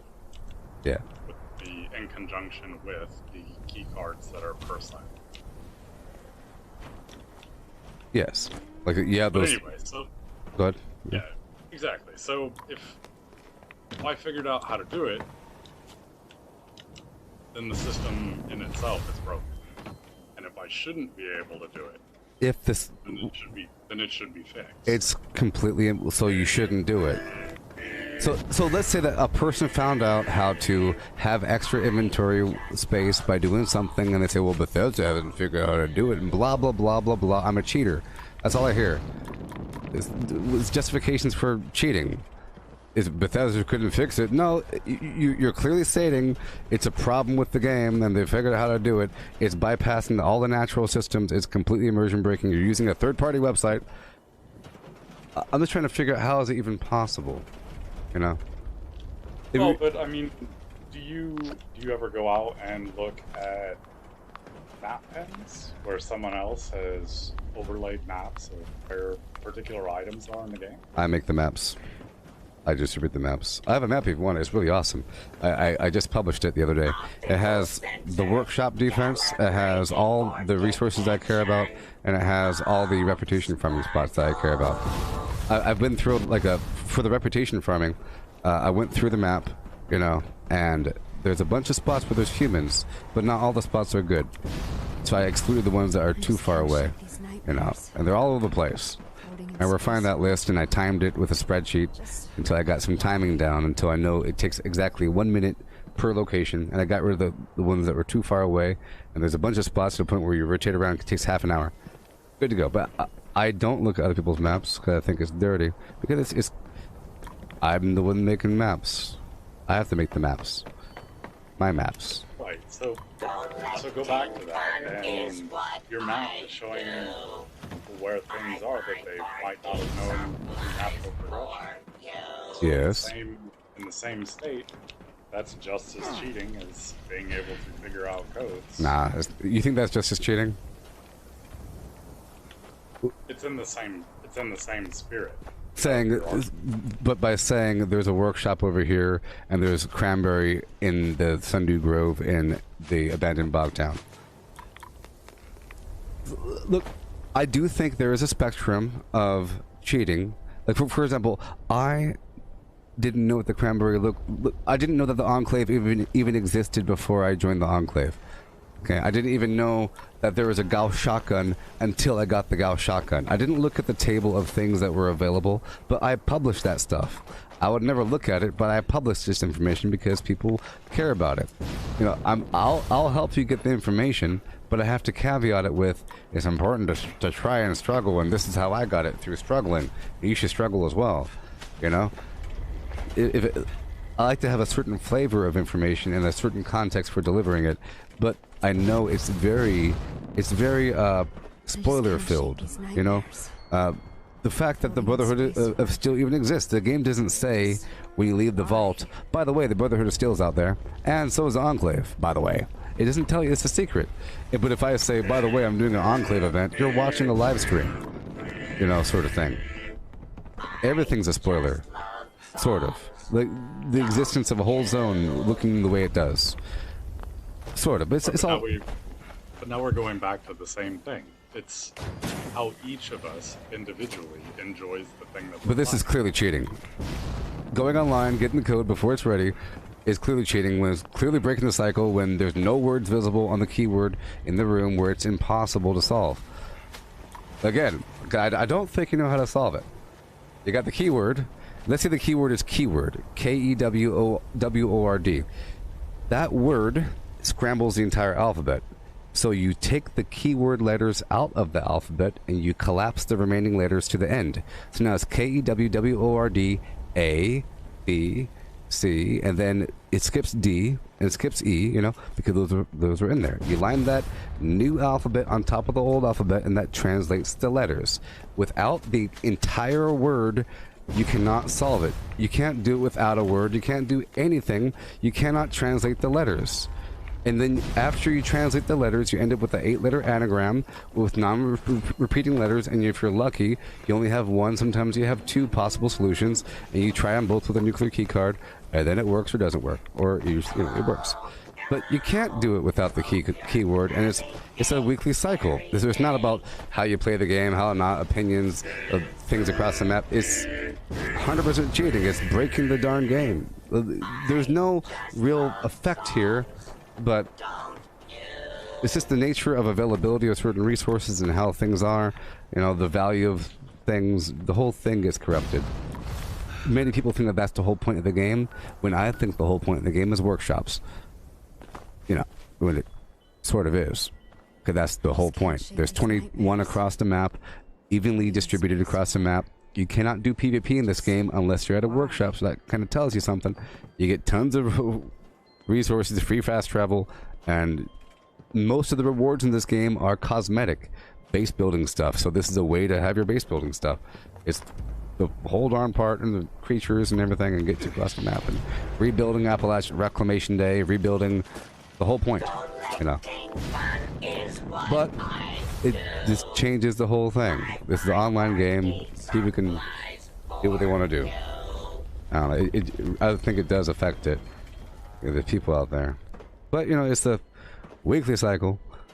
Impossible to solve without the words. If you have one letter, it's possible. It's possible if you're... Because if you have, let's say you have like it's a 6 to 13 letter, non-repeatable letter keyword is what it is. Sometimes they're very long. I do it on spreadsheets. Very long. Crazy, crazy words like lycanthropic. Lycanthropic was a word. It's ridiculous. There's a Y in there, and all of a sudden there's a C. I was like, well, I wonder what that is. Oh, I see lichen. Lichen, what? You solve it early. But if there's no letters... And there are no letters for a while. It resets Tuesday, and then Wednesday, and then Thursday, and then maybe Friday, and then there's a letter eventually. Today is Friday or something, right? I don't know. If I go, I'm gonna go there right now. I'm gonna read the words on the wall. Today is Friday, and you'd think that after Tuesday night, Wednesday, Thursday, now Friday, there'd be some letters. You're super awesome at Wheel of Fortune. Well, I think maybe one of the words might be solvable, but you know, it's a fun thing. You say, cool, I could do it early. My early is before darn Tuesday. I like to prep it up and everything. Big deal. I'm here at the Enclave, about to go check it out. No, get the cap stash on top of it. I know. I'm rich. I know about the cap stash. I heard that there was a cap stash right.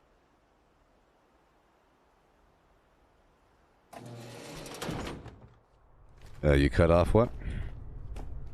Said I heard that there was a cap stash just inside the door too, but I've never found it.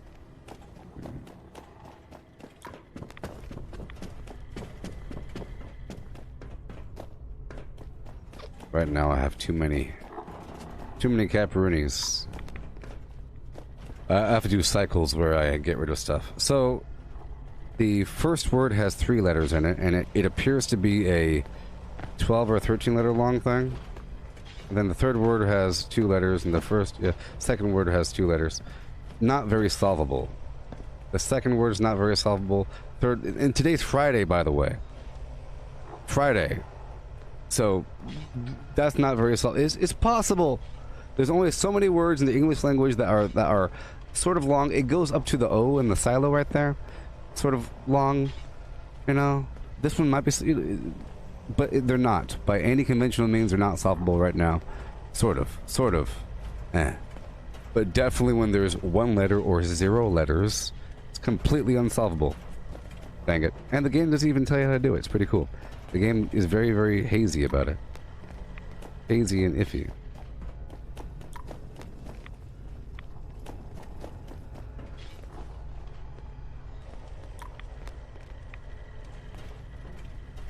I thought it was a pretty cool process. In the army, I was also IT, but part of that I was the ComSec manager, the communication security guy with the encryption and so forth. And I think it's so cool that this game has that. That's why I'm kind of sensitive about it, because I'll use the spreadsheets and so forth to do it. It has certain similarities. Well, the whole idea that you have the scorched officers carrying the code segments across the map, and then you have a master code, very realistic. That whole idea.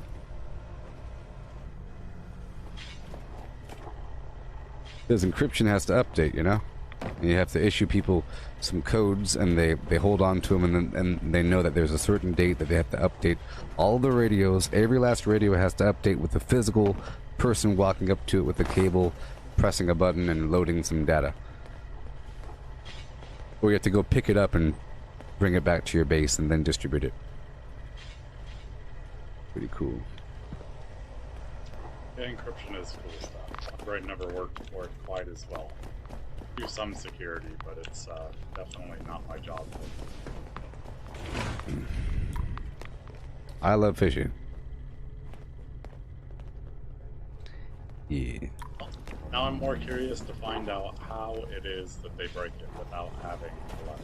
Yes, because at the very end, so after you get the keyword cipher and you scramble the alphabet and then you translate each letter from that letter number combo from the scorched officers, you just have an anagram, and then that becomes an 8-letter non-repeatable whatever word, you know, and then, but I guess there's only so many words in the English language that are non-repeatable.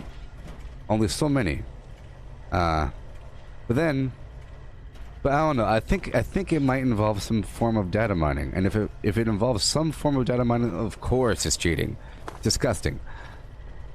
I'm really curious about how it works. Yeah, I'm trying to.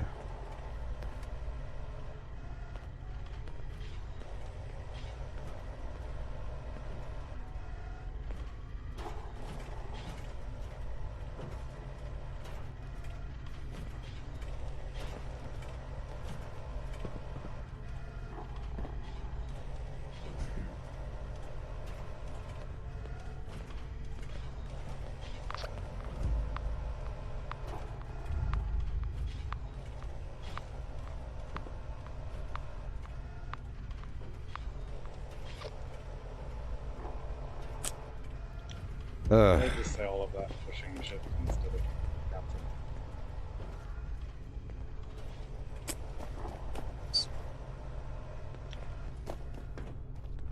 So I think what happens is that they're looking for particular combinations of the new code cards, and based off of what they're seeing on a full set of code cards, they're able to extrapolate what this is going to be.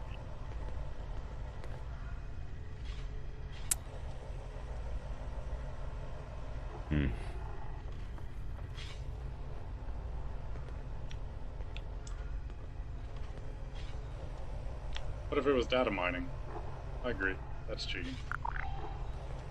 I don't know how they would do it if it were data. Like somehow there's a table with all the possible flim-flams in it or something.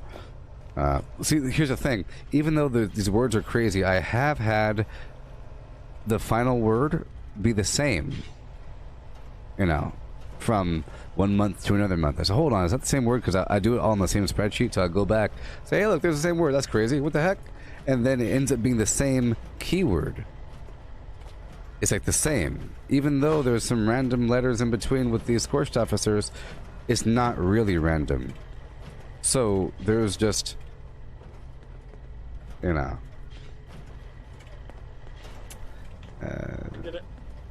so let's just say, what if it was as simple as, even though it's not, there was a table with all of the codes in it, all the codes and their word combinations, and you could just, if people have portions of it, they could just wind up, hey, I have 4, 8, and a 5. Well, that eliminates all the ones that don't have those numbers, and it just winds it down until it's just a collection, and then there it is. If it was as simple as just looking up the code, then it's like bypassing that entire situation. So, remember the vault raids and everything? What if you could just bypass everything and just fight the main boss? Just fight like the Strangleheart.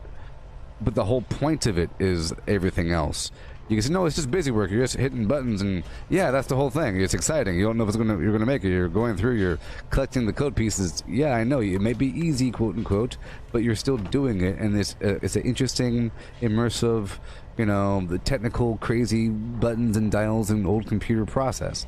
It's very Fallout-ish, but you're trying to not make it Fallout, and then you're trying to turn it into an arcade game and stand there with least effort, and then say, I think the game is bad. Look at how good my character is. That's how you know that I'm telling the truth. Look at how good my gear is. Of course I'm telling the truth. I've been playing forever, since beta. This game is trash. All you do in this game is farm the queen all day. That's all you do. Everything else is stupid. This game is trash. That's like the narrative I find many people having. In some aspect, I know I condensed it quite a bit, but you're doing it to yourself. It's more like I'm trying to teach a person that you're doing it to yourself. If an example I give is, if you had a week-long buffet and you knew for a fact that somehow the food on Tuesday is better than the food on Monday, and you could choose to have the food, you know, for the whole week, whatever that, you could say, I want to start on Tuesday or something, and you know it's going to be better, well, you should start on Monday, because none of the foods are gross. All of them are good. And to make Friday better, you have to go through Monday through Friday. If you start on Friday, you're going to get sick and tired of Friday real quick, and you'll ask for something better and say, that, oh, we've had nothing but cake all day. This sucks. Where's the steak at? Well, you chose cake. That's Friday's meal. What's wrong with you? You know, that's what you're doing. There's no vegetables in here. What the heck? Because you want the good stuff. Or you're doing it to yourself. That's still only up to the point that they're complaining about what they're getting.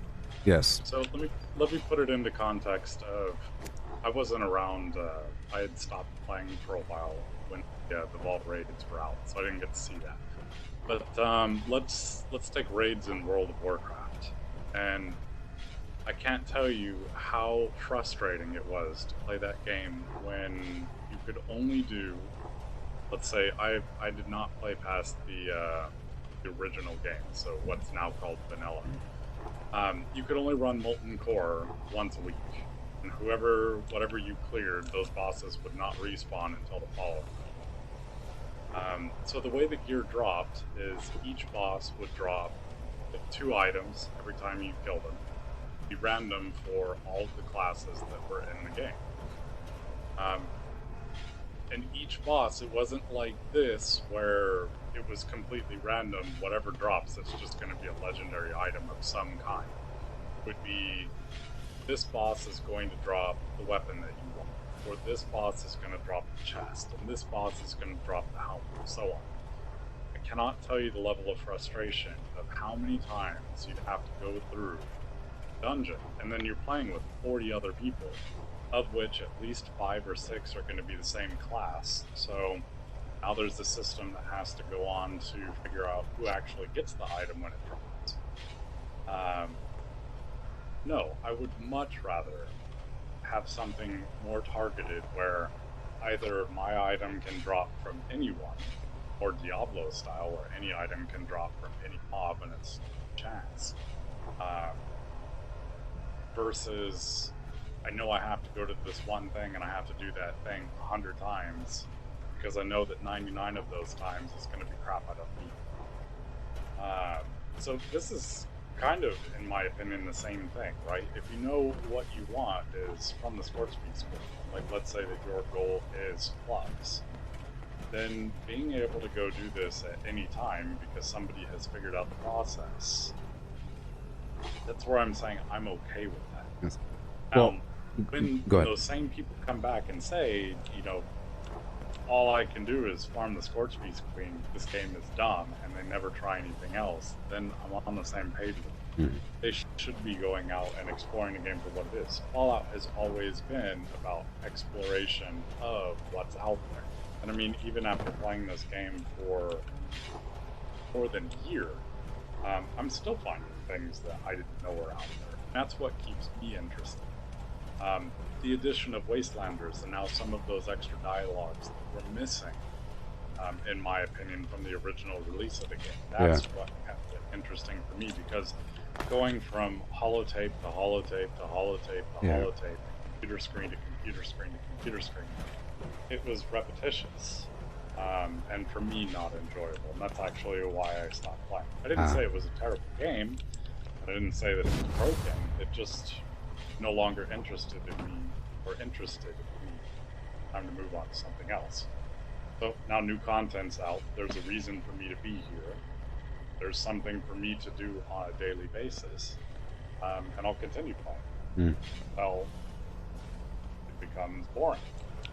If all I did was Scorch Beast runs, I can totally see how that would be boring. And if that's all people do, then I can see why they would complain to themselves about it being boring. But self-imposed. Yes, I agree that it's only bad when a person says they don't like it. Like if they say, I love playing chess like checkers. Cool, that's awesome. But if you say, I play chess like checkers and I hate it. What are you doing to yourself? Stop it. Stop it. I hate it. Stop it. What are you doing? I eat ice cream cones backwards. And it's so messy. Well, buddy, I wish I liked pizza, but it's just so messy. It gets everywhere. You're holding it upside down. This is how I want to hold it. So, in the case of the player, who told them that this is what they want? They don't know what they want. People don't know what they want because their friend told them that's good. They don't know what the heck is good, and they're wrong. Think that they know what the heck they want? They don't know what they want. They don't know what they want. It's an easy way for a low level to farm XP. You go there, you get credit, you stand there, you farm it, and you get XP, XP, XP, XP. You don't do anything. I would say it's the easiest thing to do in the darn game. That's sort of why I avoid it. And it's that factor. So a person will go there, you stand there, you level up too fast. You know, it's fine. It's sort of a challenge, like a metric. I do certain things because I know how long it should take, so it's like a challenge to see how fast I could do it. Like the burrows, for example, farming or at West Tech or whatever. It's just a... Yeah, but in any context, if a person goes into a foreign land and say, I heard about this thing, I want to go just for that, nothing else matters, then they are stupid and they're an idiot. They should shut their mouth and never speak again in public. They can talk. No one can listen to them. They're stupid. Stupid. What the heck do you know? Hey, I heard... Imagine never being to Disneyland. Your friends can tell you, dude, you have to go on the Indiana Jones ride. It's the best. Sure, do it. Don't only do that. Oh my gosh. But I understand if you've been to Disneyland your whole life, you've been born in Anaheim, raised there and everything, you have a season pass. At that point, you do nothing but the Indiana Jones ride. I understand, because that's what you do. But not when you first start, because someone told you that's what you do. Everything else is a waste of time, waste your money. You don't want to go to Main Street. You don't want to go here because it's stupid. Little kids go there. That's stupid. It's all dumb. Space Mountain and this, everything else is bad. Let them figure it out. It's sad if a person goes in thinking already. Let's take a step back from that. So, I tell you, Indiana Jones is the best ride. That's the only thing that you should care about. Sure. And then you go to Indiana Jones, and it's amazing. Yep. And you are inspired to do it again. Yep. And what happens is you liked it so much, Yep. you kept going throughout the whole day, Damn and now right. the parks. Yep. I don't think that there's anything wrong with that. What's wrong with the idea, and I think where you're kind of leading to, is when you have done Indiana Jones, 15 times, and then You just, without trying anything else, you say, you know what, I did Indiana Jones 15 times, I'm not going to try anything else. That's problematic because cheating yourself out of a bunch of other awesome things that you could have done. But that doesn't mean that your 15 times at Indiana Jones was wasted. Yep. There are, I guess you could say, objectively, better or worse things in any sort of field. You could say, what sport is the most fun? There's a playground, all kinds of sports. Well, dodgeball's pretty fun. High speed, everyone's yelling and screaming is fun. Then you got like putting. That's fun for a different reason. It's a technical, mental game of putting and stuff like that. Miniature golf is a complete different kind of fun, but I don't know. I guess it's fine. It's just you kind of wish the person never even knew what was in the park. That you don't know that there's miniature golf or that there's rides in general. It's just, yeah, go there. Have a nice time. Smell the air. You walk, oh look, there's ducks. Oh look, there's a carousel. I didn't know about this. Everything is wonderful. Everything is beautiful because whoever designed that park wanted everything to be perfect. That's how I see it. Whoever designed this game, they tried really hard, even though whatever people, shortcuts or whatever, they're trying and they have a vision. I don't care about reusing models because you don't have to reinvent the wheel necessarily. I know that this brown box was probably in Fallout 4, and so was most of these things in this room. But it's okay because it's just the vision is here. I could see it, and I know it's going to change over time. This living world, and well, I guess yes. So I think it's just how I'm seeing it is my main problem here. I'm not seeing it like it's something that could be beat. I don't think this game is something that you could beat or win at. You could thrive, and not have too terrible of a time. But I think struggling is part of this existence in the wasteland, but there is no beating. But I think some people think you could beat it. It's like a beatable thing. Like you could either min-max a character and say this is the best character. Look at how strong I am. But you might be strong, but you can't walk. You get over encumbered or something. If you're doing 1,000,000 damage, there's something wrong with your character. I guarantee it. Otherwise, the points, there's something wrong. So, pluses and minuses and whatever.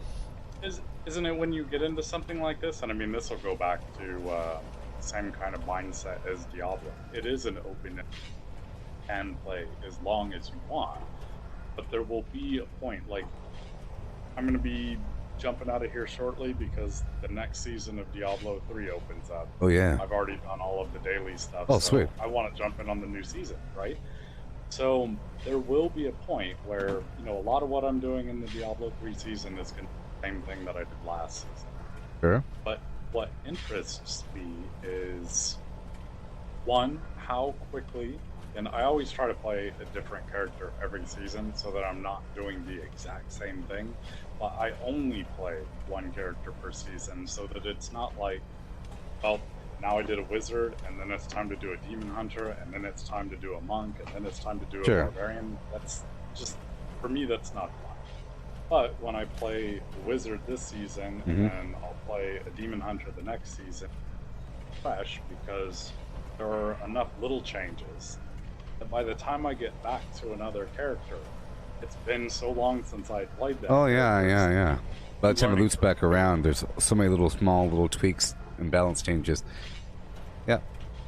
Exactly. But you'll get to a point where the last thing to do is continue grinding for the item that you already have in a more perfect form. Yep. So that you can get higher and higher and higher in the greater rifts. Sure. There's a point where beating the game for me isn't where the credits roll, but it's where I've done everything that I want to do, and for me, it's... You see, I think if Diablo was an open world, it doesn't really have to be open world, but that would help. And if you had to live in there, I think that Minecraft compares because you can't. You can beat Minecraft. You can kill the dragon, Ender Dragon, whatever. There's a whole point because of eggs and underground and so forth. But it's about the journey, sort of, and it's a long journey, or it could be quick, but now it's even more complicated, but you're not really meant to beat it, and you could get better and better and better. And imagine you had the best enchanted whatever gear, the diamond everything. That isn't your character. That's just what you have, and you can get that in a second. It's about knowing what to do through exposure in the world and through conditions, and you thought you were good, but you blew yourself up, you're too close to the edge. It's small things. It's like living in the forest, knowing how to make a fire. Hey, I'm good, I know how to make a fire, I know how to make a shelter, yeah, but now live there for 30 years.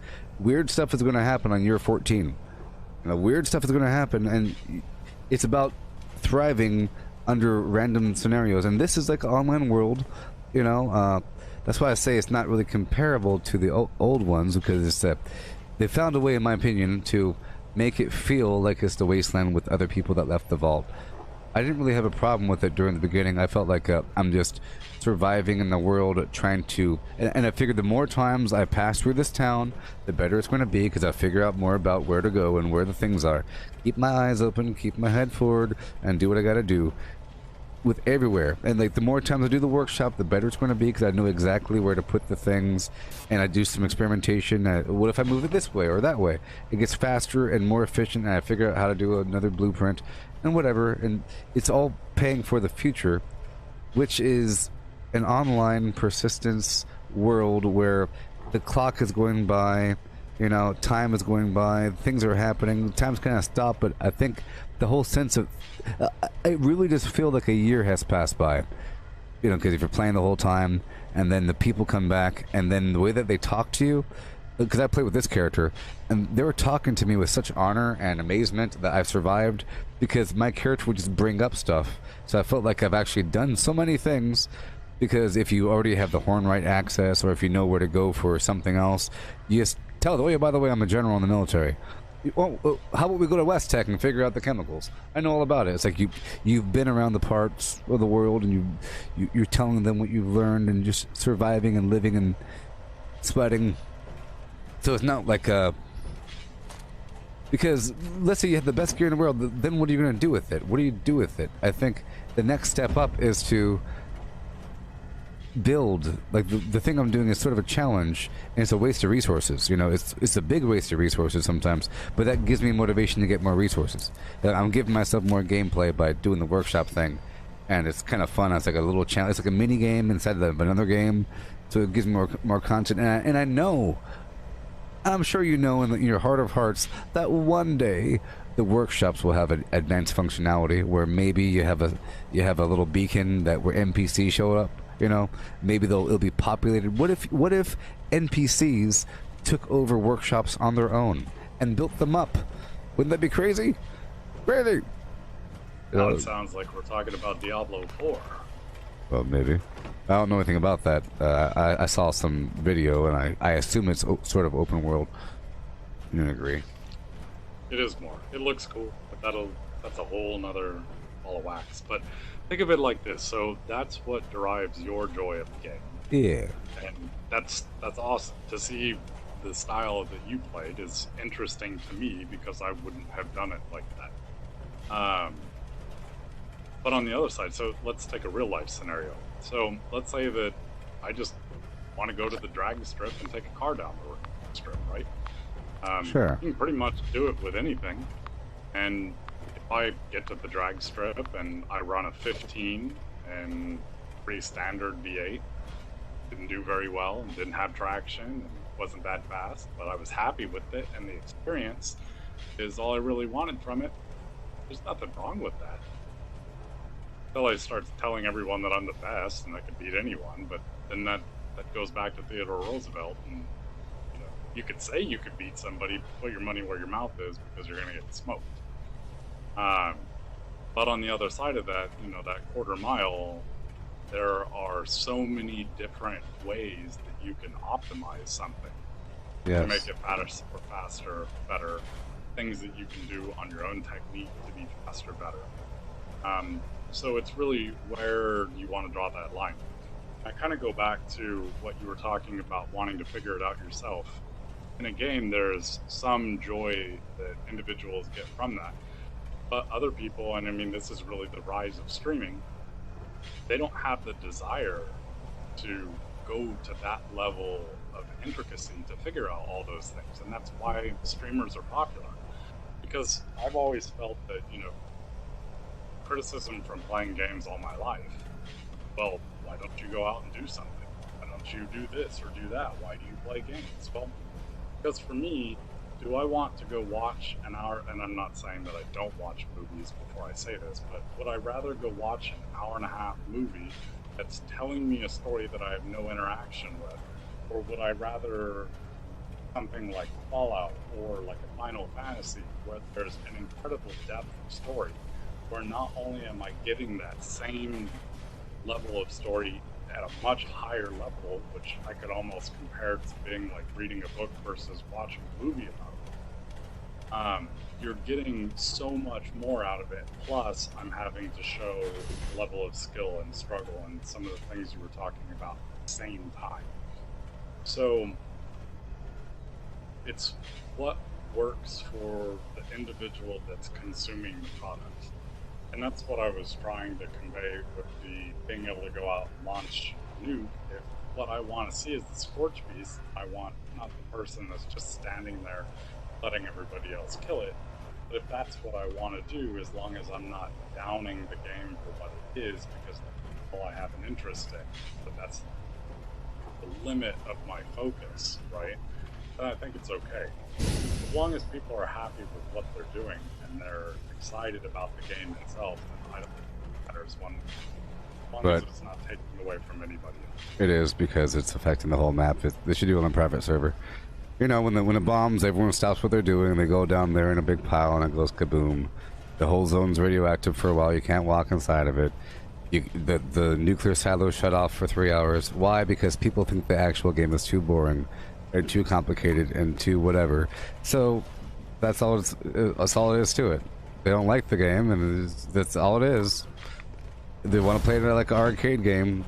There's many things out here in the world that are technical, and I don't know. Let's see here. I'm trying to imagine some sort of a analogy here of where this is a very technical game, but clearly people are trying to find ways to avoid the technical nature by avoiding this amazing decryption process that takes all week, you know, to go do the thing, because that's what you're supposed to go do, and then avoid, you know, workshops are stupid, who needs blah blah blah. Like, well, people, I have Fallout first, and they're saying it's not pay to win. Of course it's pay to win.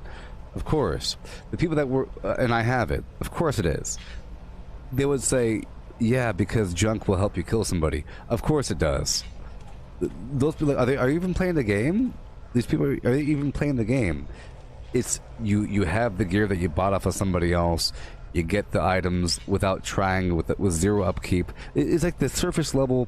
You're on the very surface of the game, playing little aspects here and there, but it's just unfortunately multiplayer, and you have to deal with these people, and they show up, and it affects you because those are the primary people that want to start PvP with you out of the blue.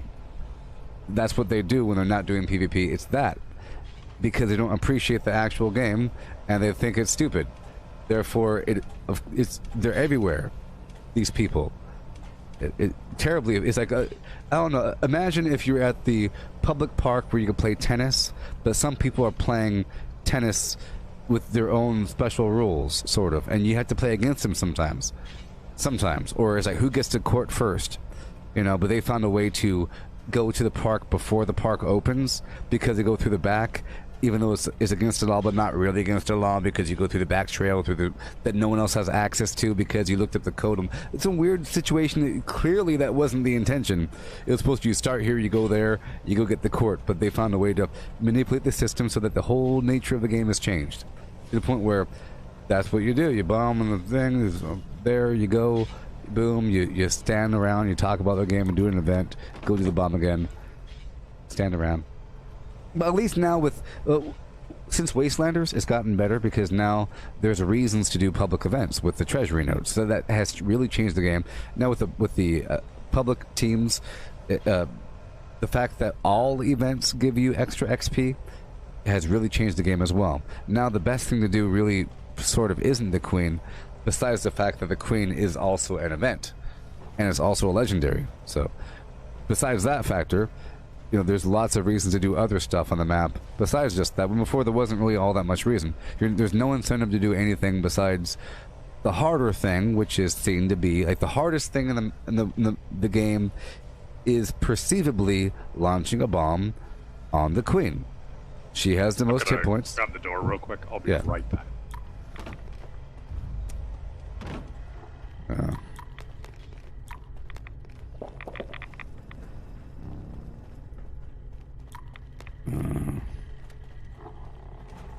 How's it going on their Facebook?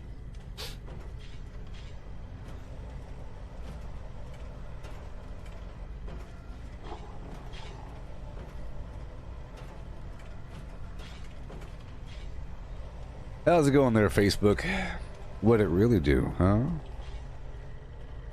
I need to go back to my camp and do a couple things here.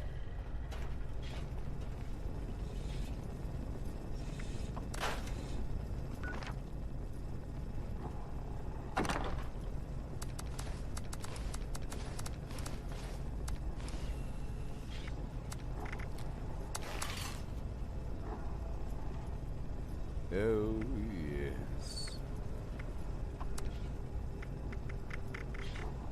The burden of proof.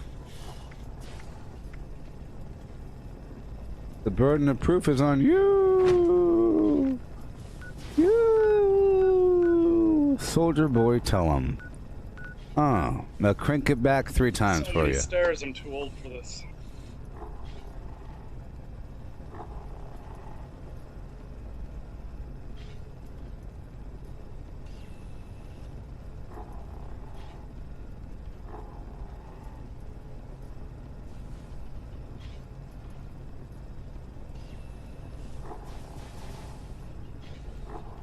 I guess it is a good point. Like, who Anyway, cares I just about? realized what time it was. Oh yeah. Getting ready for the Diablo season. I threw a friend request. Hopefully you'll accept that. I've enjoyed our conversation, and yeah, definitely enjoyed seeing your style of play. That was a good point. The whole thing that had me think about who cares about cheating if it doesn't really affect you. It's a really good point. It's like, why should I care so much about what somebody else does? It doesn't really affect me. It's like it's almost like a power thing. Why are you doing this thing I don't like that you're doing? It's a bad thing that I don't like that someone is doing something bad. It shouldn't affect me. It doesn't, unless they're punching me in the face. It doesn't really matter. It just takes a lot of a willpower. I don't know. It takes a lot of something. Humility. To have it not affect you, but here it's like because they're coming to my little party, they're entering my chat, you know, and they are repeat offenders, so they're already in the ballpark of hardcore heckler troll. It's more of there's some oomph behind it, so it turns into a situation. But it's more about the nature and value of suffering versus the easy track, blah blah blah. I'm really just trying to sell my whole idea about failure is growth, success is stagnation. But hey, it was great talking to you. And I'll accept your friend request. That's good, man. I hope to see you around, and no, I get your point of view as well. I'm mostly anti-cheat, especially in online games. Like, I wouldn't want to see somebody running around with God mode or infinite ammo or other hacks and exploits. But as another thing, how do you feel about mods? So, for instance, I feel a shortcoming of the game is not being able to quick manage my perk cards. And I use a perk card manager to be able to switch things back and forth quickly. Well, they're going to have that update towards the end of the year in winter, I guess. It's the quick perk, whatever thing. Well, I think that that's cheating. Because if, let's say you're out there, it's like, this is a competitive environment, and then boom, boom, they hit a button and their whole build changes, and you can't do that. It severely, and I think it hurts a person if they never have to manually do the perk thing. I have to do it all the time to the point where I'm always changing perks out, you know. And I feel like if I had the button, that I would not be as skilled in changing the perks out so quickly, of knowing off the top of my head what does what. I would have, this is my building perk and build, and this is my melee build, and I don't really know what's in there. I just know that it's good, Oh, it's good. I've been working on it. Oh, it's good. But I don't really know what the heck I'm doing. But if you never have to do that, you change out 1 or 2 perks. A perk here, a perk there. Swap out one thing, put one thing back in. I do it all the time whenever I'm building or crafting or whatever. You know, just one thing or 2 things. But it would be nice. It'd be wonderfully nice to hit a button and change everything out. But I can't. And there's other mods, I guess, that give you data in your inventory. That's all cheating as well. It's not in the game. It makes it easier for you and harder for other people to do the same exact thing. And it's a competitive environment. If I have to stop and adjust my inventory while you run forward and grab all the plastic, it affects me. If you run forward and bomb while I'm just trying to get some lead, and all of a sudden I'm locked out because you have a button and I don't, not in the game. Because it's not across the board, it's not a standard thing. Now, you might think people that have a mouse, like for example, I think I have a huge advantage over people that play on PC with a controller, because I have the mouse. I have an MMO mouse with 12 buttons on the side. You might have the same thing, perhaps. The 12 buttons on the side, you know, that match the 12 favorite wheel. I could just press 777 6555555, you know, for Razor Green Flower, for anything I want. Where somebody else has to load up the thing. It's a huge advantage having a mouse, and to the point where it's almost like there's a game in VR called Rec Room where you could play paintball with VR and non-VR. You might think it's an advantage to be in non-VR or in VR. I think it's a huge advantage to be in VR versus a person not in VR, because you could dodge. You could dodge and blind fire and all kinds of crazy stuff. So it's not fair that they would even have that as an option to fight somebody, to the point where it's in random matchmaking. You just get thrown in with somebody that has a different control scheme. So the mouse thing, I think, is pretty OP. You know, even more so than using mods. Using a mouse with buttons on the side, using hotkeys to quickly use something is OP, but it's part of the game. So. Well, and even further than that, so you've got a mouse with all the buttons. You know that you can do macros on your buttons. Yeah, now that I consider cheating. Yes, like in Fortnite, because it's doing more than one thing within a course of action, where somebody else has to press it twice. Like for example, what if you wanted to always use bubblegum, or you know, like a berry mentat, psycho buff, and a boom. Boom boom boom. You press one button and it does all 3 things. That's cheating. Wow. Or whatever. You know, like but good. Oh, sorry, in the same regard, you have a mouse with 12 buttons. Yep. So yep. You could do that by pushing 3 buttons, and you could do that faster. I have 6 buttons on mine. So yep. You have a tactical advantage. Yes. Maybe. And yes. Good. I have a 34-inch ultra widescreen. There you go. And I run at a really high resolution. So technically, I can see more of the screen than another player. Yep. So is that cheating?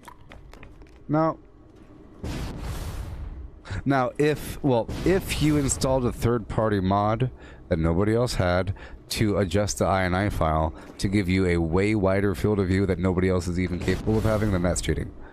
To see the sides, to see more than what's even possible to see. Because right now, well, how about this? On PC, you could have a high field of view more than console, but it's not cross-platform, so it's okay. Right, but not all PC players have that. I also have a pretty decent video card, so my frame rate is probably higher. That's a tactical advantage too. Well, yes. Having a better computer. If a person had some garbage computer that had to turn off shadows and everything, and now they can't see stuff. Well, how about this? Do you think? Well, I think so people that play Fortnite Battle Royale, they purposely turn the shadows off to see characters better. So if you're purposely adjusting the graphics to see the other player better, I consider that cheating, even though it's just the graphic settings. If you purposely make it like extra bright and turn off all the shadows to the point where you're losing immersion, where it looks ugly, but you can see the characters better, that's in the ballpark of cheating, because the only person that would do that is a person that cares more about the win than the experience. You know? Like, geez.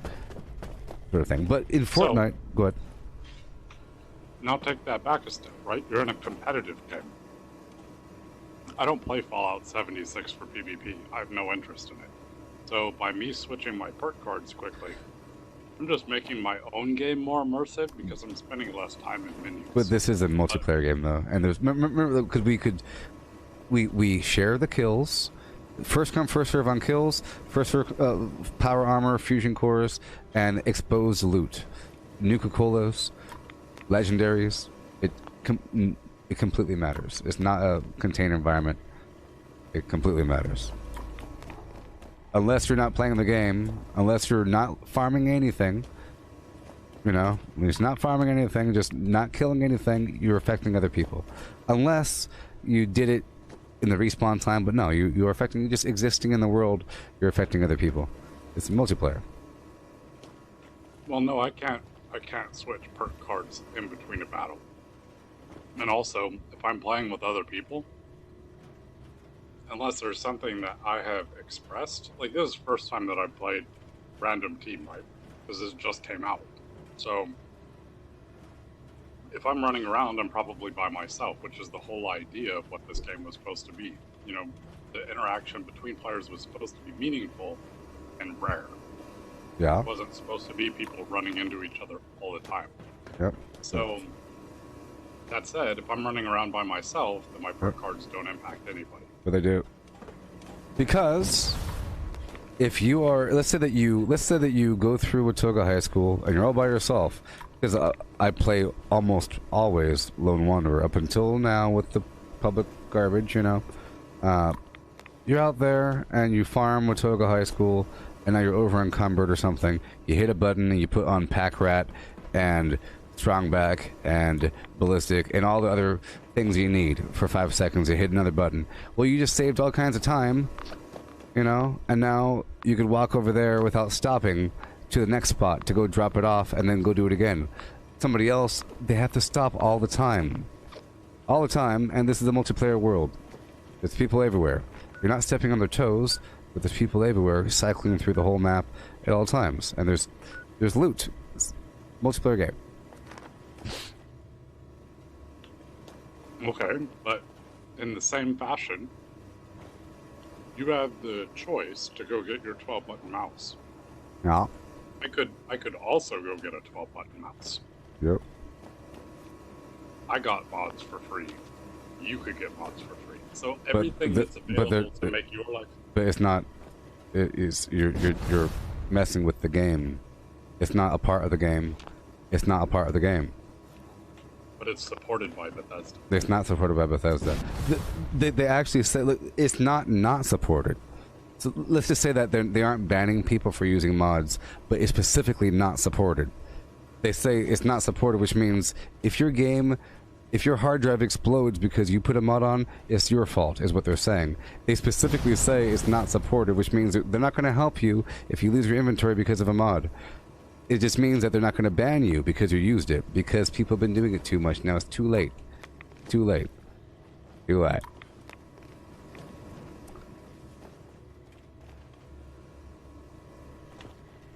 But providing technical support and saying that there are INI files and there are custom INI files, and it's there because they wanted to give people the ability.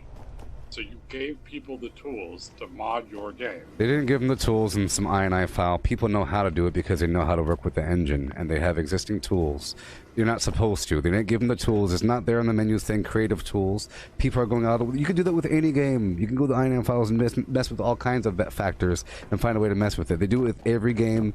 These people, these modding community, these people, they do it with every single game. They're not happy with the developers. They want to do their own little thing and then act like the developers need the modding community. No, they don't. Trash. Okay. So here's where your argument is broken, in my opinion. Nuclear Winter, they look for modified INI files, and if there are modified INI files, you cannot join the game. So they're looking for that kind of thing in one environment, and if it is, you're denied access. Okay. They don't do it in a private server, and they don't do it in the open world public server. So in that effect, because they're looking for it in one and not the other, to me that means support. I think it doesn't mean support. It just means that they are actively denying it in one area and then not actively denying it in the other area, because the other area is completely competitive PvP. Other one isn't. But if not supported, why would they allow it? They're just not allowing it. Here, if I go to what's it called, the next. They clearly know how to detect it and stop it. What's it called? The I'll try to read what it says on the website here.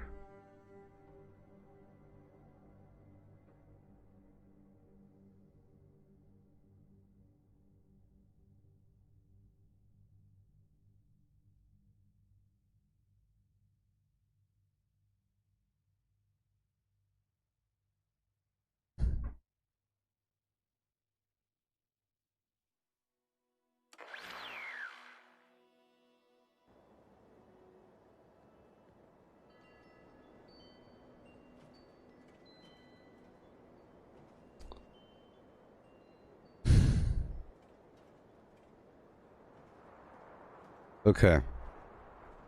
So I'm gonna read. Oh,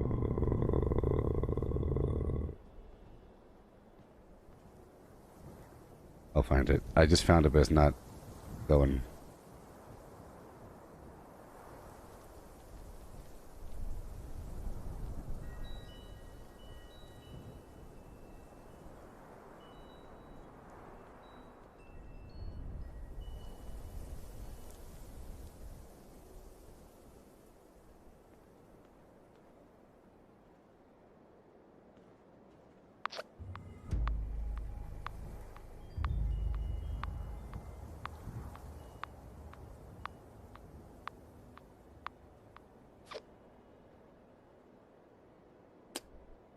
Only.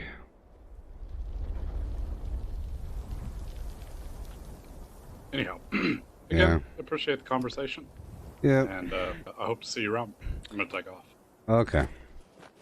Catch you later. I just can't shake these nightmares. Floating in space forever. Just why?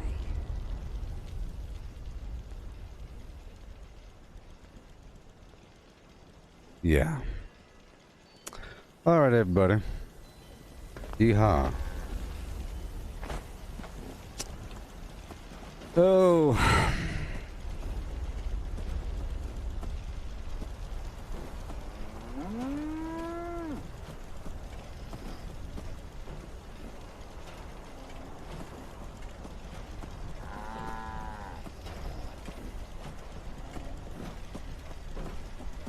Yay. Humility! Humility! Humility! Q! Q! Q! Humility!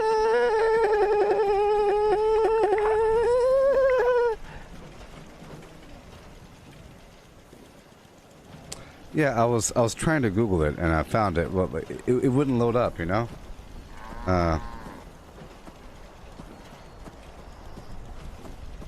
You know, it comes up like this.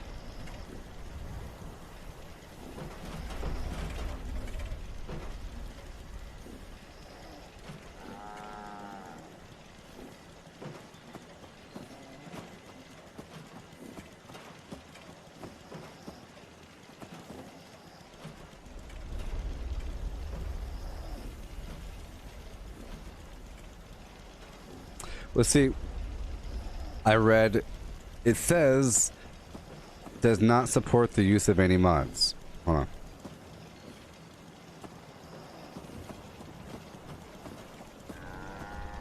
Fallout 76 doesn't... See, a person was asking, can I use mods or other third-party programs with Fallout 76? And they said, Fallout 76 does not support the use of any mods, add-ons, or other third-party programs. You know what I mean? But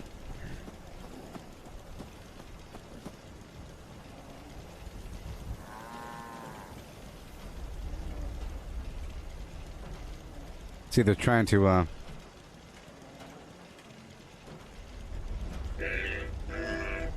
okay, yes. So So, this is what it says. Fallout 76 does not support the use of any mods, add-ons, or other third-party programs. Please be aware that the use of such applications may result in Fallout 76 not functioning properly. This is what it says. So that's basically saying, like what I was saying earlier, they're not going to ban you, but if your game explodes, they're not going to fix it for you. You know?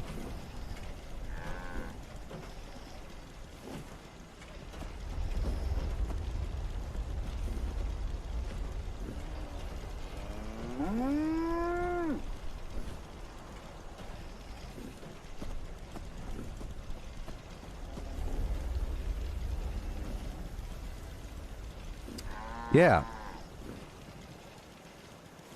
Yeah. I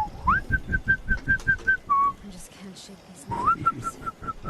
Floating in space forever. Just why?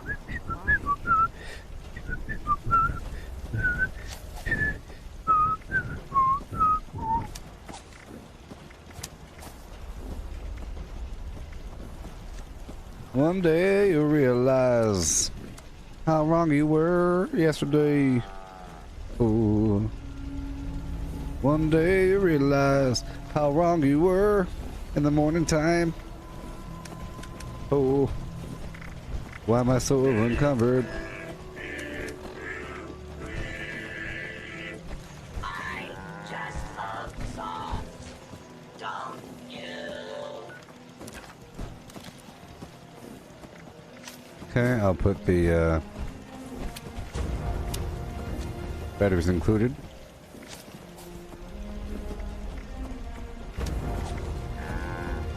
Okay, we're about to go back around the map and get ourselves a ton of flim-flam. Yep. About to level up again. Hit rank 25. Woohoo! About to hit rank 25 in just a second, baby. Yeah. About to get 500 points the second I get a single hollow tape. A single hollow tape. Yes.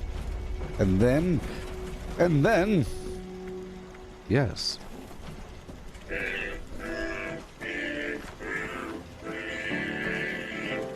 I just love songs, don't you? Fix it for you. This game doesn't affect anybody. Why should I affect what you're doing, baby? I bet you that person thinks that it's okay if a single person... I bet you that person thinks... you know how people have found a way to bring Fallout 4 assets into the game and combine things and wear armor you're not supposed to? I bet you that person thinks it's okay because it's not affecting anybody. I bet you they think it's okay if you wear, you know, imported items from another game if it doesn't affect anybody. You know what I mean? I'll tell you what it does. Because you're devaluing other people's stuff. If you import a yellow head, and before there were only 2 yellow heads available, now you have the 3rd yellow head that is really cool. There was a sun head and a duck head, and you got the banana head. You know? Yeah.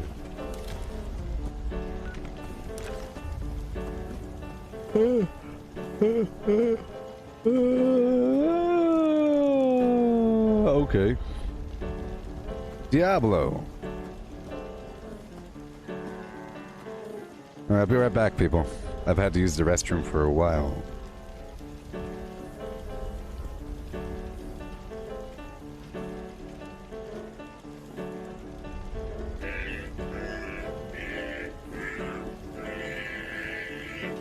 I just love songs, don't you?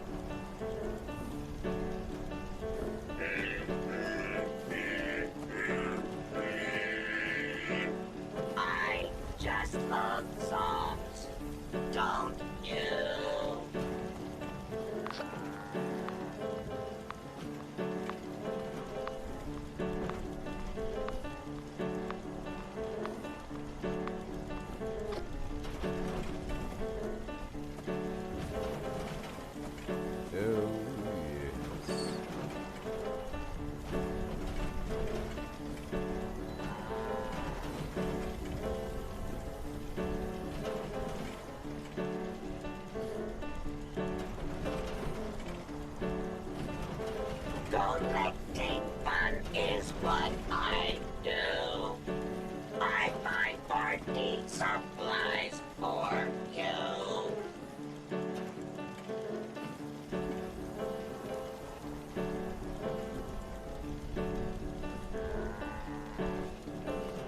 Oh. Okay, people. Time to rock and roll.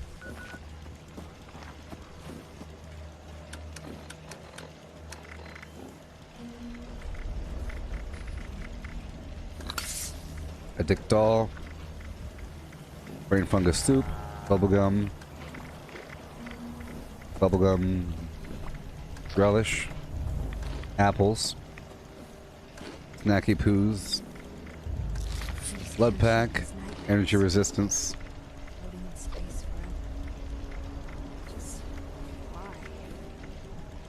Max AP. Disease resistance.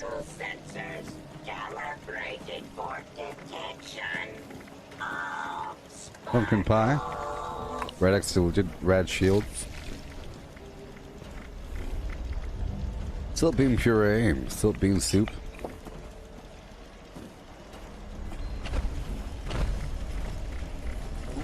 Deep firm flower tea. Deep fever blossom tea.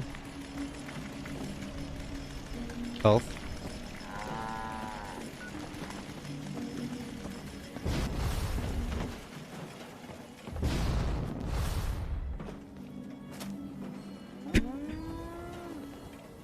Alright. Here we go. Let's get ourselves a ton of XP. A ton. Going around the entire map. I just love songs. Don't. Around the entire map, people.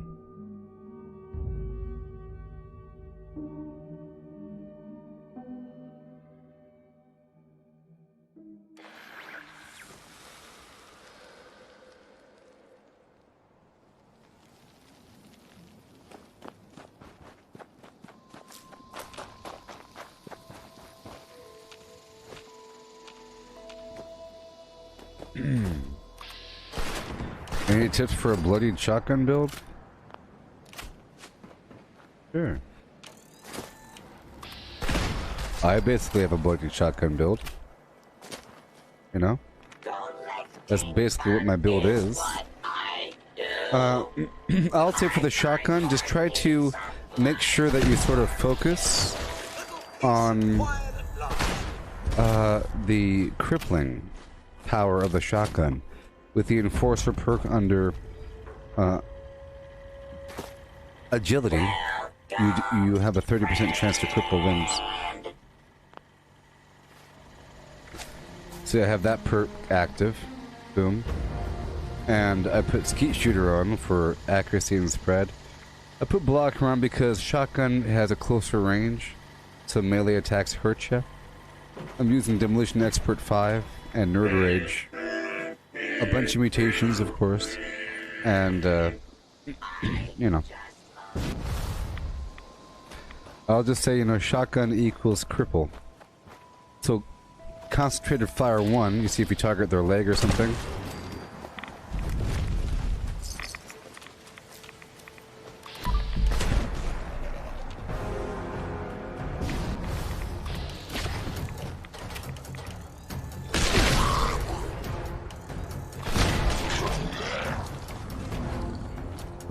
Usually, if you destroy any of their limbs, they die. Okay, we're gonna go up and around the map to all these retake locations and quickly get our XP. We have about 29 minutes left.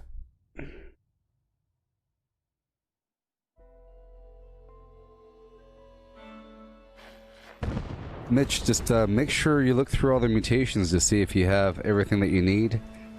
And if you're bloodied, you can go unyielding or bolstering. Bolstering gives you more defense at low life. Unyielding gives you more stats.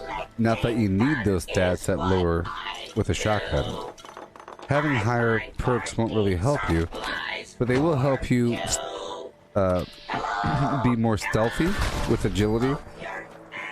have a tighter shot group, I guess, with perception. Oh, yes. Luck increases your crit rate under VATS. These perks do stuff. Intelligence give you XP. Quite a bit, mind you. Quite a bit of XP there. It's pretty substantial.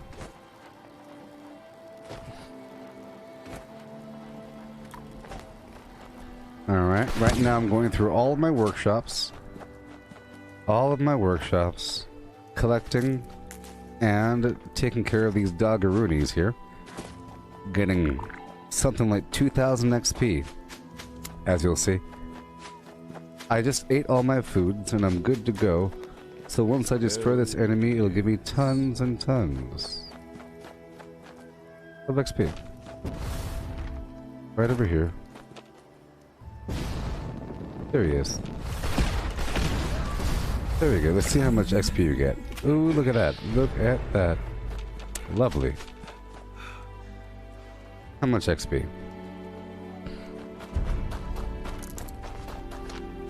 Another 10,000 in the bag. Yep, 2,100. That is the number, people. I was measuring it earlier on a spreadsheet.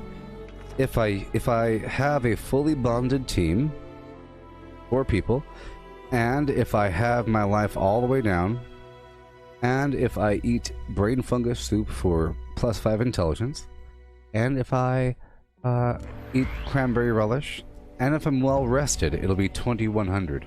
Now, if I had the perk from the lighthouse, it'll be even more. And the bobblehead.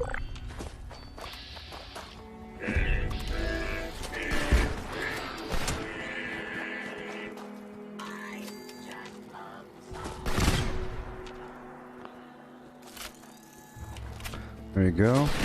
Got these mongrels. You see, it just takes but a moment to clear the workshop, and then we reap the reward. You'll see, it'll tell us. Soon enough. Soon enough. Retake Gorge Junkyard. How much XP? 2,100? Yes, sirree. Yes, and lunch boxes, that's right, Dave. Maybe I could stagger them. I'm gonna wait until I get more lunch boxes. I think later on, right? Later on, whenever it gets really rough. Right now it's getting rough. Right now it requires 1,575 points to reach rank 25. When before it was costing 1,300. And then 1,350, and then 1,400. Now it's 1,575. And it's actually ramping up quite quickly. Surprisingly quick. It's 1,575. Yesterday it was 1,300. But, you know.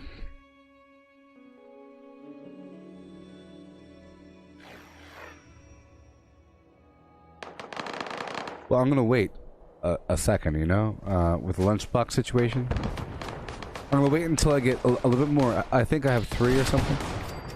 Don't you love coming back to a well-built workshop? I love coming back to a workshop I put some resources into. All this purified water.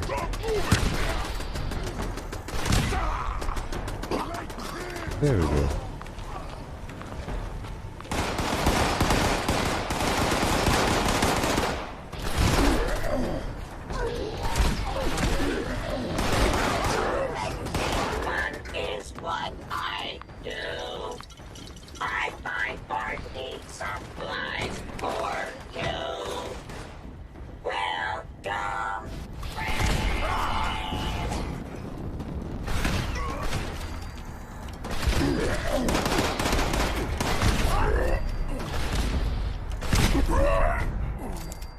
Are we done?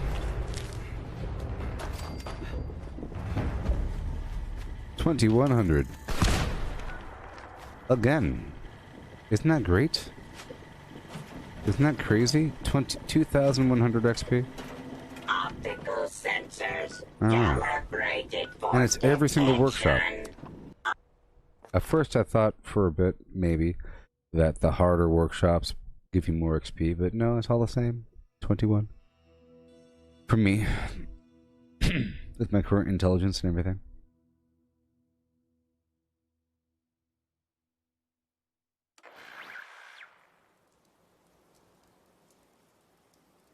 Stealth bloodied shotgun build. Well, Mitch, it's the same thing. You just have to squat when you shoot. I'm basically a stealth bloodied shotgun build, even though I'm jumping around. I try to squat whenever I shoot. If you have the escape artist perk under agility, every time you squat, you turn invisible with a mild cooldown. So, not every time. Initiate the scan for fattening. Sugary treats off the line. Hey, look, rank 25. I did it, people. I did it. Woohoo! I did it. Yeah, look, the flying saucer. Oh, I did it, people. I achieved my goal. I wanted to get the flying saucer today at rank 25. What you know about that, buddy? Look at this. It's the first time in the world you're about to see the flim flams. Behold. Behold.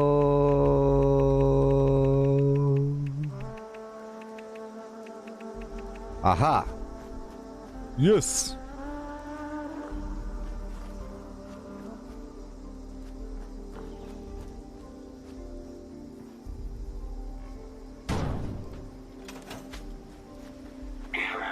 We'll slide. Staircase. To the side. Oh, it's a wonderful bunker. It's a wonderful bunker.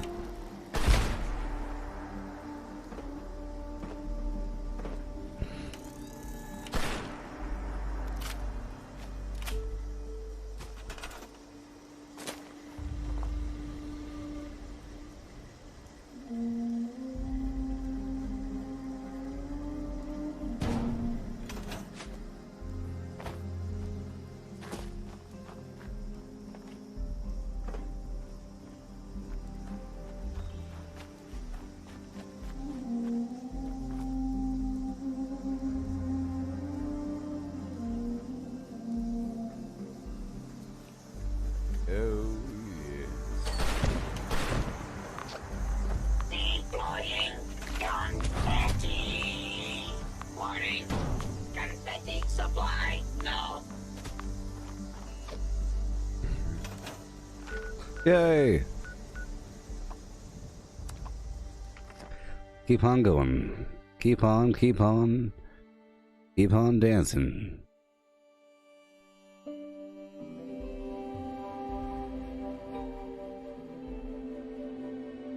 I'll find a way to make it nice. But you can shoot through the holes, and you can stand up in the middle and see through the top. But it's almost like you're too short. A drop too short. Okay, let's hurry up.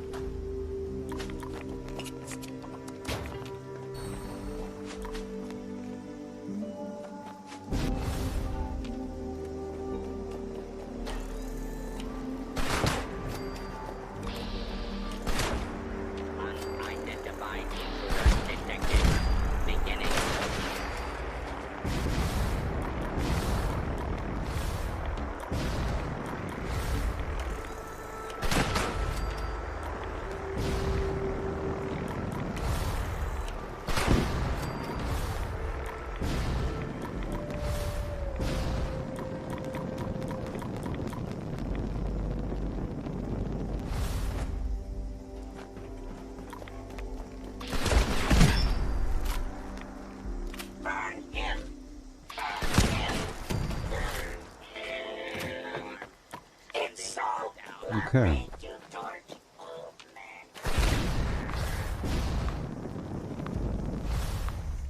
Keep on taking care of things.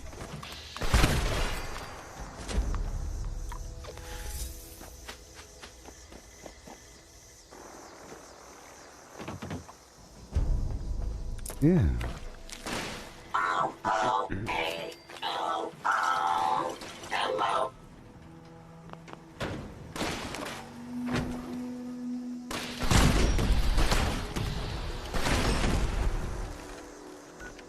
All right. Whoa. Keep on going around the map. The landfill. Mitch, you don't need stealth. Well,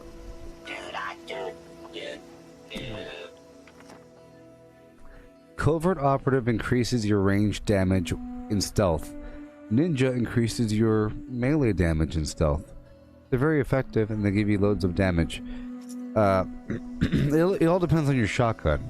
If you have a Gauss shotgun, you don't need any of that. If you have a normal shotgun, then you need everything you need, I guess. But yes, back when I had a stealth build, sneak helps, all that garbage helps, but I find if you just have very high agility, and if your armor weighs lower or less, and if you have this escape artist perk, sneak to lose enemies, that's very important. With Wastelanders, I feel like you no longer need sneak.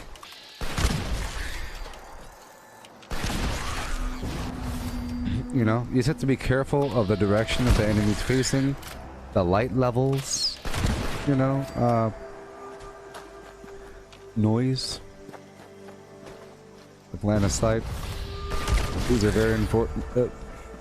That's how the stealth works. If they can see you, or if one of their friends can see you.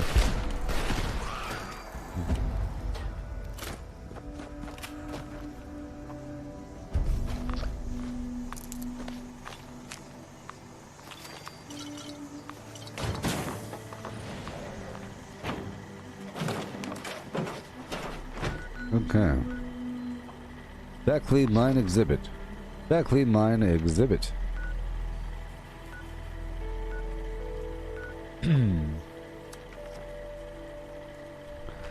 Yep. You just have to make sure that you squat before you shoot.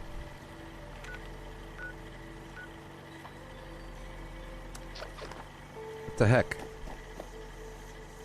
You're wasting my time.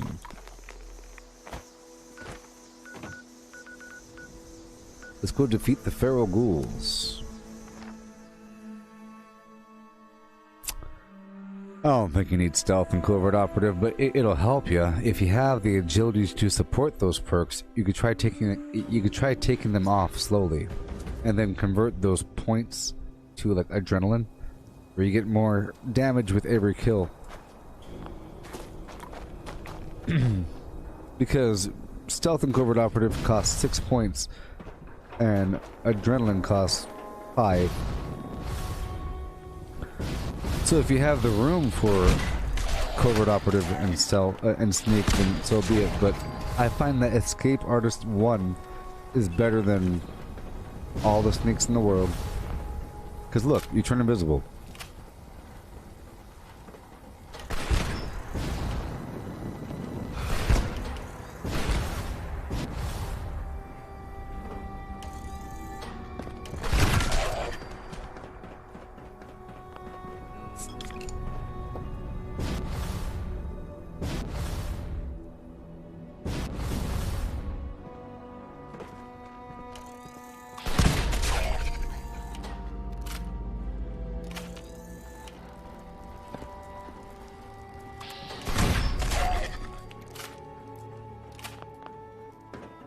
Yeah.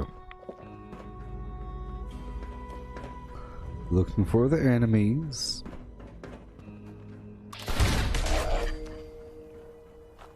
Where are you? Towards the end it'll tell me.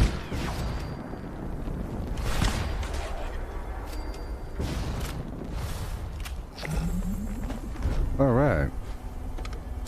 10,000 more XP. Now down to Beckley Mine exhibit.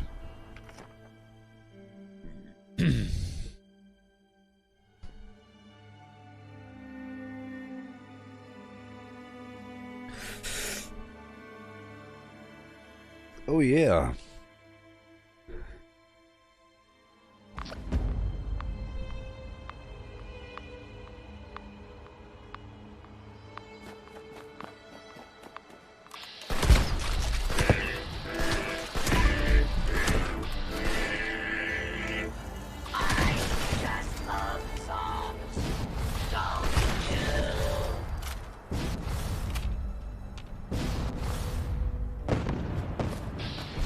Be asking for the best shotgun until you unlock the Gauss shotgun. I don't know. I never really liked shotguns until I unlocked the Gauss shotgun. You can try them out, experiment for a bit.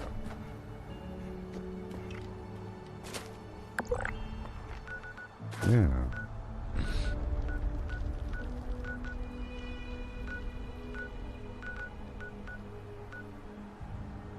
I own most of the workshops across this map, if you notice. Some of those workshops are currently in a defense state. They'll be really easy to clear if you clear them and you had your perks on and everything. You would get 2,000 XP. Whenever I go around my 20 workshops that I own right now and I do the retake mission, it takes me 1 minute and I get 2,100 XP if I eat a brain fungus soup, cranberry relish, right, berry mentats, full unyielding, and it can get higher than that. All I'm saying is that workshop conquest is the best thing that you can do. Tell your friends. Tell your friends. I just love songs. Don't you? For example, I'm about to teleport right on down to the Federal Disposal Field. It's going to take me 1 minute.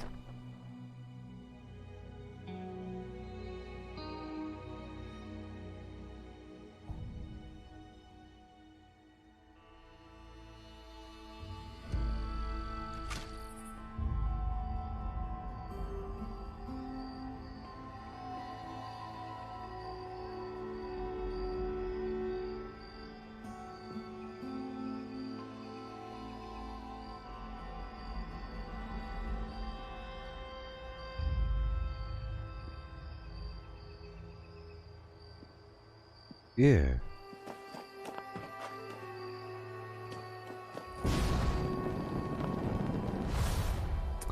Basically, every shotgun has their ups and downs for their own reasons, and you should just try them out as you play.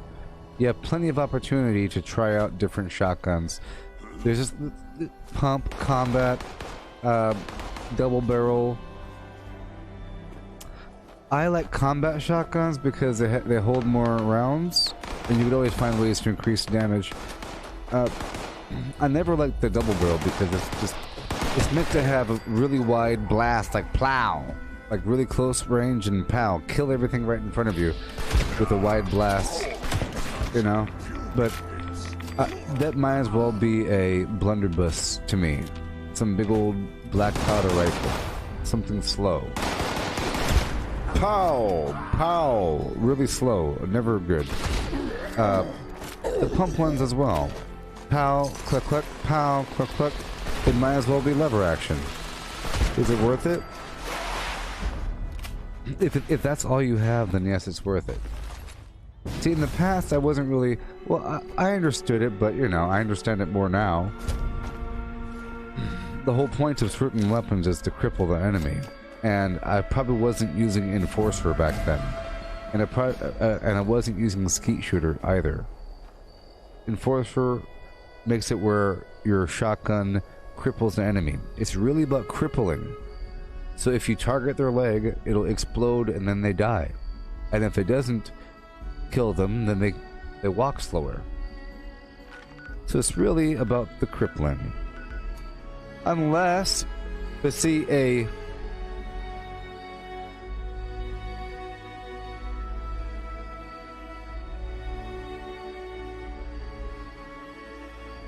you know, but it's best just to experiment with all different weapons, you know? You have plenty of time. Just keep experimenting with all these different shotguns. That's what I'm saying, like, every weapon is unique in their own little way. You're gonna find a legendary version of a shotgun. It's gonna be a different kind of shotgun. It's gonna... Oh look, it's a 2-shot explosive pump shotgun. Double barrel, whatever the heck it is. The important thing is that it's a shotgun. There's no perks for a specific type of shotgun. So, as long as it's a shotgun, you're good to go. It's sort of like different kinds of rifles. As long as they're non-automatic, you're fine to experiment a bit. You're not too locked in, because all the perks work. Tormentor, you know, tank killer. It still works as long as it's non-automatic. It doesn't really matter. But I don't think there is a best. You know what I mean? Everything has a purpose. But then now clearly the Gauss shotgun is the best.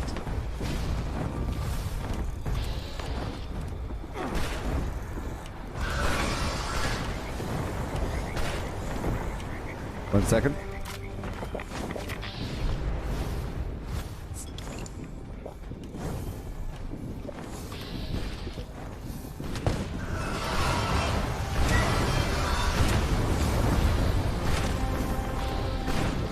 He's gonna land right now. He's landing.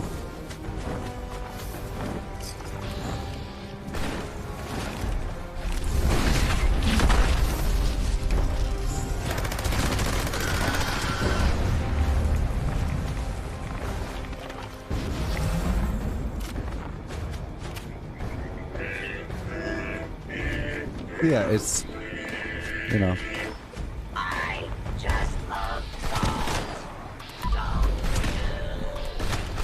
I think clearly the Gauss shotgun's the best because one, it takes the most work to get it, so that's a clear indicator of probably being the best. It's an indicator. Now the problem about the Gauss shotgun is that it charges, but it also fires really quickly. It has a huge magazine size, and it is very accurate. It's super duper duper accurate. You know what I mean?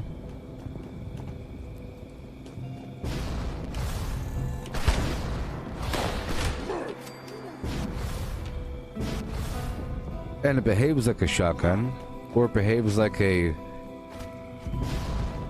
some crazy futuristic cyber rifle. Okay, that was more like a shotgun. That's more like a rifle. But like this, like that is more like a shotgun. But it's a funky, crazy, super duper sci-fi shotgun. Now, in PvP, I'm sure shotguns of all variety, if they're explosive or whatever, are very effective because they stagger. Like so let's just say certain weapons naturally stagger you and cripple you. Some weapons do it more than others, and shotguns do it the most. Shotguns do it quite a bit.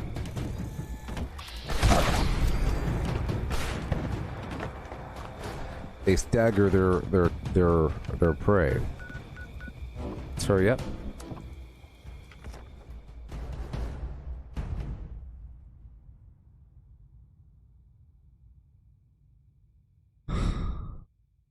Pete, you're asking, is inspirational worth it? Worth using now? There's a team system. Does it give your team mates extra XP? No, inspirational only gives you extra XP. When you are on a team, you gain 15% more XP. I would say it's worth it. Because now we're always on teams. I gave myself herd mentality as well. I figure I will always be on a team. The first thing I do when I enter a new server is I join a public team, because you have to be on the team for a couple minutes, like 5 or something like that, to gain a full bond. So as you're getting ready and sleeping and all that, you could be getting that bond level, you know?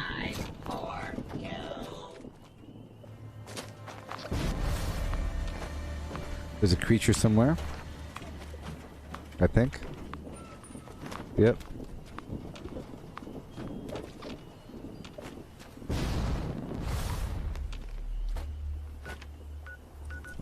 Uh-huh. There you go. Okay, keep on moving up and around. We'll do the anglers right over here.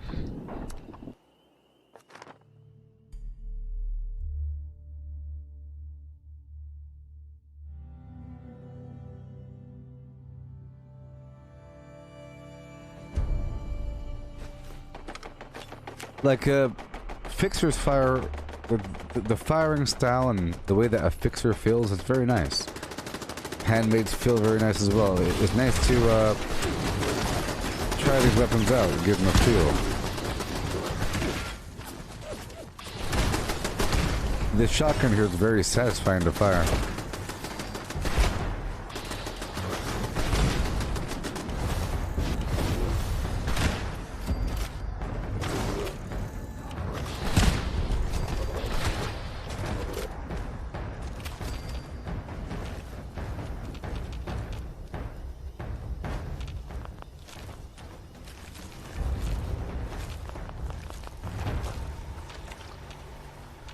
Cool. You have 2 more minutes in the stream. Optical sensors calibrated for catch that, Melissa. detection of sparkles. Oh boy. Okay, moving on to another workshop. You see how this works? It's super duper awesome. Whenever you own 1,000,000 workshops, you can just go around the map and do your thing. You know what I mean? Yeah, so we kind of got sidetracked there for a couple hours in that conversation, but it was a good one. I think we learned a lot about the nature of humanity. I learned something, about humility and like, why should it bother you if someone's doing something, even if they tell you about it, even if they're in your face about it. Why should it ever, if, hey, you're stupid and your dog's ugly, ha ha ha, you have an ugly dog. Who cares about that person? It doesn't matter, even if they tell it to you. It's only if they call your next job and they say, don't hire this person because they have an ugly dog. That's when it starts to be bad. But besides that, it's just, people doing people stuff. Whatever.